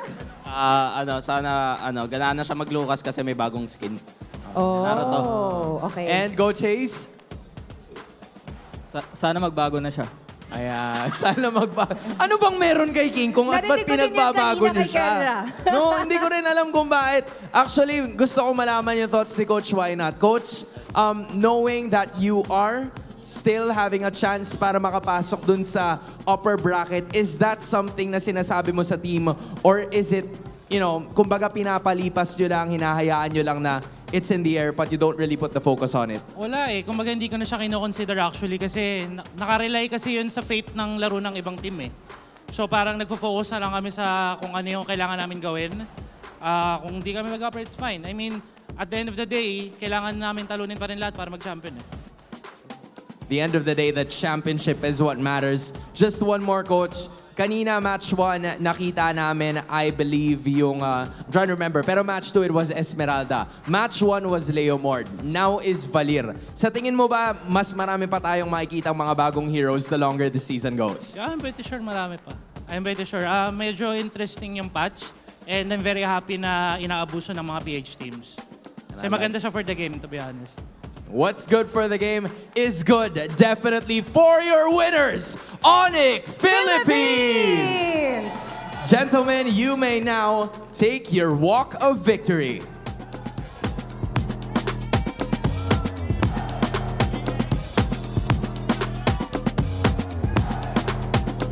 And with that win, you may now take your bow. Onic Philippines, the Sonics coming up in waves na ipakita nila in that final flashy play in what the Super Family is all about. Exactly. Unbeatable for that match. I mean, I'm so excited to see what's in store for the following week. They said, marami pa tayong aabangan. At nag-iisip din ako kung ano ba ang sasabihin ng ating mga casters. Kaya naman casters, balik sa inyo. It's 4 for 4 for the birthday buff today. All the way. Since yesterday. Since yesterday. You're another birthday celebrant tomorrow? Can I have my birthday changed? I think someone from AP Bren is hoping right now, is it one of y'all's birthday? Please? Say it. Any of you guys? Maybe your cousin? Boot camp chef? Yeah. The manager? The driver? Anyone, please. Because they're MVP for that one, Super Friends. Yeah. 3 Valir games in a row. Yep. It's going to be a good time for Mages right now. He's an option, definite option. But it's because he uses the Searing Torrent really well. And I like he decided to go for... excuse me, my brain is blanking on the Demon name of Vengeance Flame? Not Vengeance Flame, the emblem. What's that again?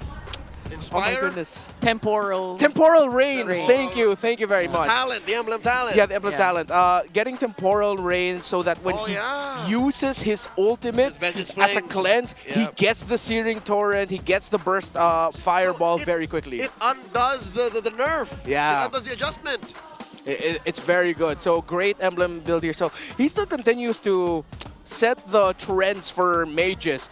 The Turbo Farsa, that was him. The Temporal Rain, cooldown reduction, Valir, it's Super Friends. The Smite Valentina and Lo Yi, that's him. Yeah. So now he's making whatever this is. Yeah, that is. And the Searing Torrent and Burst Fireball, one of the reasons why it got set up for Kirk perfectly is because Super Friends got that crowd control lockdown onto the members of Liquid. The Ashes, the passive trigger, that was him. Yeah, now looking at it, the torrents look like a mage's version of the Final Slash. That's and right. the Final Slash is an ult. That's literally just one of his skills. Yep. If we got like a machine gun Kelra, we got Fireball Friends here. Like that. It feels like he's going to be the Valir god of MPL PH for like the whole week. Sounds like he's from Miami. Fireball Friends. He's called that for a specific reason. We can't talk about it right now. He became the Valir in the span of a series. Yeah. There have been a few, prolific Valirs in the history of our league. Again, Yawi. Etomax, who's now with BTR and MPL ID. Yes, sir. But now it's Friends. It is just Friends, right? And he did it so well and had so much faith in it, even in game number 1. So I think this is the kind of setup that you want to see as well for a Valir. You have a Katot out front. You also have like very conditional. Obviously, Brusco needed to do some really good plays for this to happen.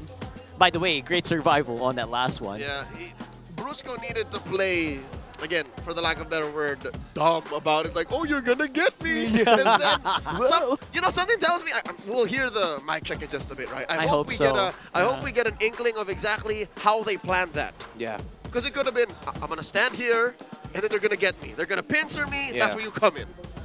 I hope it's just a scramble of here. I got him. Come in.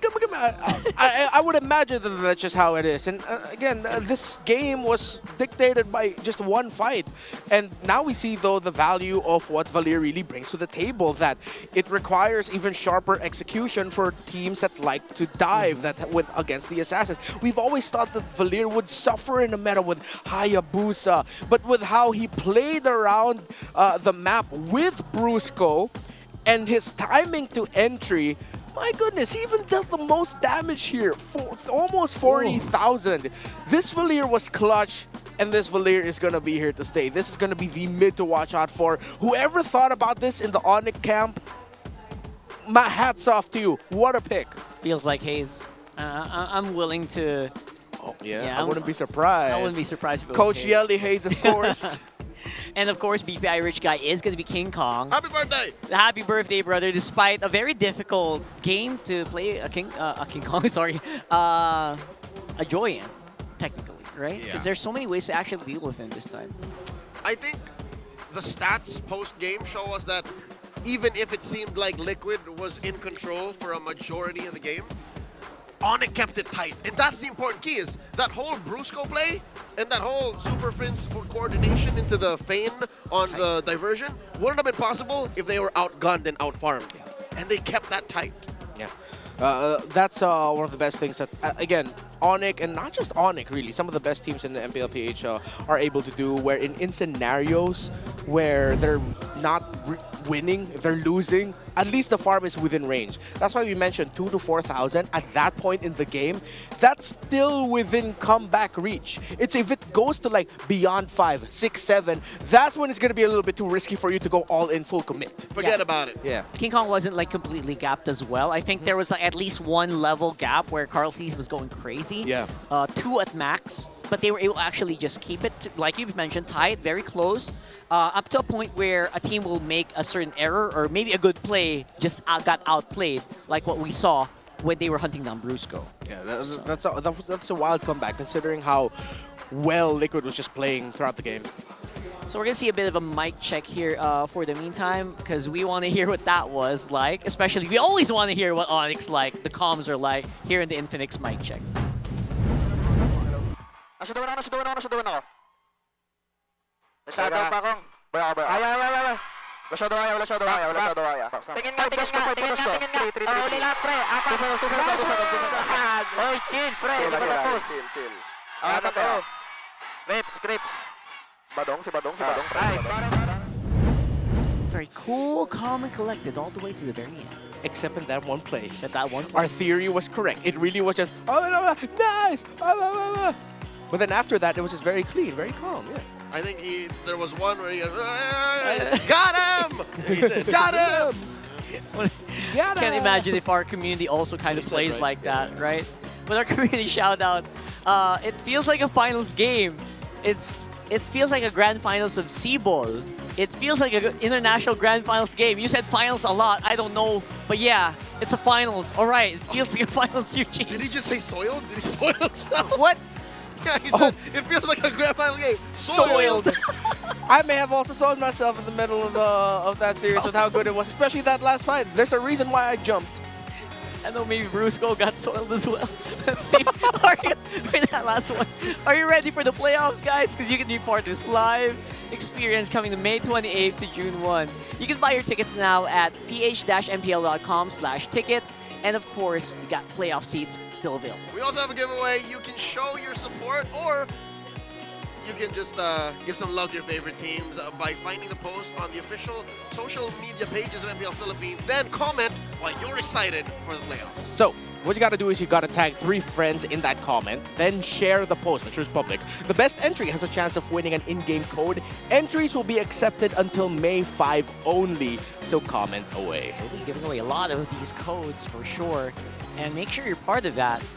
Especially if you really want to be part of like the grand finals, the playoffs, you can also check out the tickets because it's very important. And you can also want to get those codes so you can join us. You can show up with your friends. You go, hey, I have skins. Right? So let's see the standings right now for our Week 7, day number 2 And I believe I want to see some news though. With the win by Onic here. Yeah, what's the race like? What's the race like? What's the race looking? Wait, RORA's up on top. Yeah, look at the points. It's the match win-loss and the game win-loss. RORA and TLPH still neck and neck. They go down. And Onic goes up, getting closer and closer. They still have 3 matches. RORA may be all but locked in. Maybe just one more game and they're locked in. I don't know, one more match. I don't know the math, but 3 more. Liquid, 2 more. And then Onic has 3 more. Yeah, I will double check the computations right now. For Falcons, it's tight anyways. Like, Falcons just want the other 3 teams to just kind of mess with each other. Yeah, okay. Falcons has 2 more matches. So for Aurora to say that they are upper bracket secured, that means 2 match wins for them. And Onic needs to lose against AP Bren. Ooh, very tight conditions here. I can't believe we're still doing this at week 7, by the way. Usually at week 7, we're just coasting. And we're confirmed not to know who the 6th team is by week 8. Yes. Yeah. I mean, to be fair, that's also one of the more simpler. There's still a lot, but that's one of the simple routes that you can look at to really get it. And in Infinix Fancy Laban, I don't know. I know they're going to have the playoffs as well.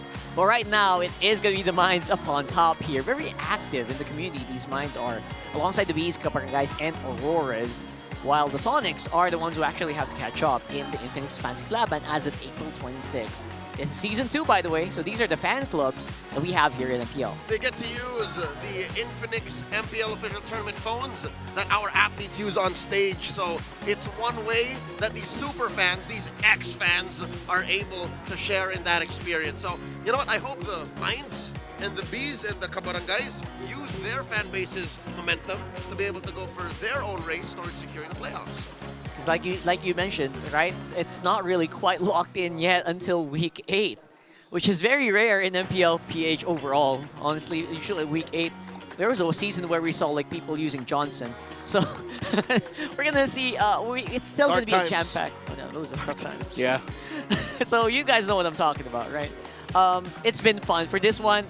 It does. I kind of agree with the community sentiment. It feels like a grand finals match. But then again, that's the reason why we still keep the tournament going. Yeah. We want to give opportunities to other teams to actually try to make it to the top and maybe show themselves worthy of our grand final slot. Yeah, this is why the regular season is so important to watch every game. It's not just all about, it's like, oh, we'll see the real ones in the playoffs. Yeah. Again, we said it before at the top of the season. You see a lot of previews of the playoffs in the regular season, week in, week out, every single day. So that's going to be it for the meantime for us. It's been a pleasure having you guys here. Marakart, Leo, and Renmar. Whoa. Throw it over to their host to close out the show. That is it for our triple header Super Fan Saturday. Araw ito ng mga kakaibang picks at meta sa nakikita natin right hands.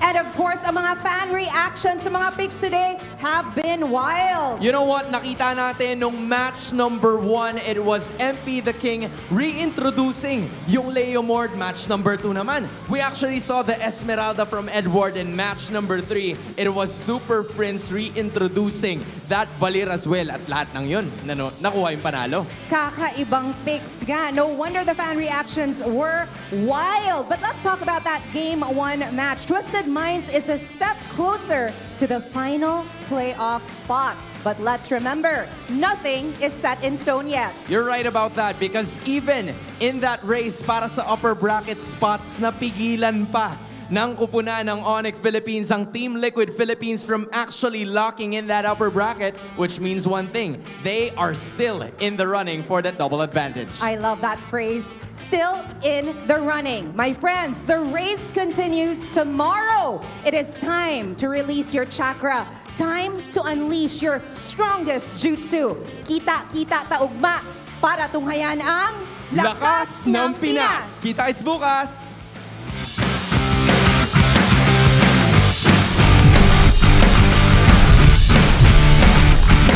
The 15th season of MPL Philippines is brought to you by the following sponsors. Infinix, the MPL official tournament phone. Lakas sa laro with Infinix. Smart, the official telco partner of MPL Philippines. BPI, the official bank partner of MPL Philippines. Mas magandang bukas, buksan sa BPI. Our partner in esports, Time Zone. Join the fun at Time Zone. TT Racing. For those who dream, work, and play, TT Racing has your back. Don't miss any MPL action by following our official Facebook and subscribing to our YouTube channel. Follow MPL PH on TikTok for more content. Experience the lakas ng Pinas of MPL PH Season 15 action live at Green Sun Hotel. Grab your tickets now via official MPL PH website. All the regular season tickets are now available at 200 pesos. MPL Philippines is monitored and supervised by the Games and Amusement Board.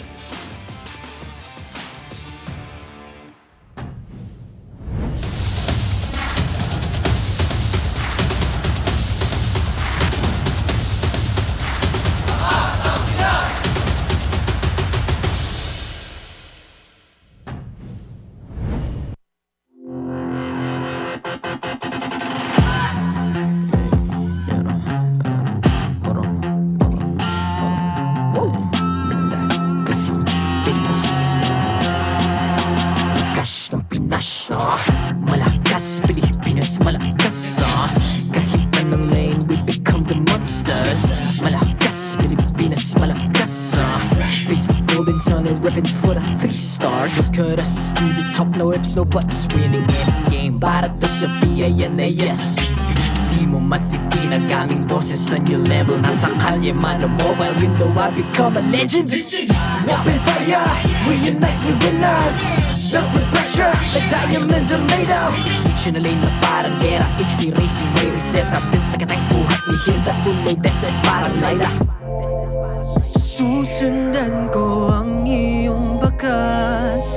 Kasama pataas, tagumpay natin to. Dahil tayo'y malakas. Para sa Pinas. Nasa amin ang alas, hindi tuwa atras. Kinikilala sa taas kasi kami ang malakas. Para sa Pinas. Nasa amin ang alas, hindi tuwa atras. Kinikilala sa taas, ganito kami sa Pinas. Wow! Hold on. Yeah, malakas ang Pinas. We are Laging MVP, no surrender, no retreat. Pag nagsama-sama, just imagine what we can achieve. Laging MVP, no surrender, no retreat. Giving 100 all my own, cause we just cannot be defeated. We are unstoppable, immune and invulnerable. Ready ang equipment, lahat frozen, malang crowd control. Pakita ko na jab like pow. East to the southeast. Taas sa watawat, proud and loud, cause every enemy we devour.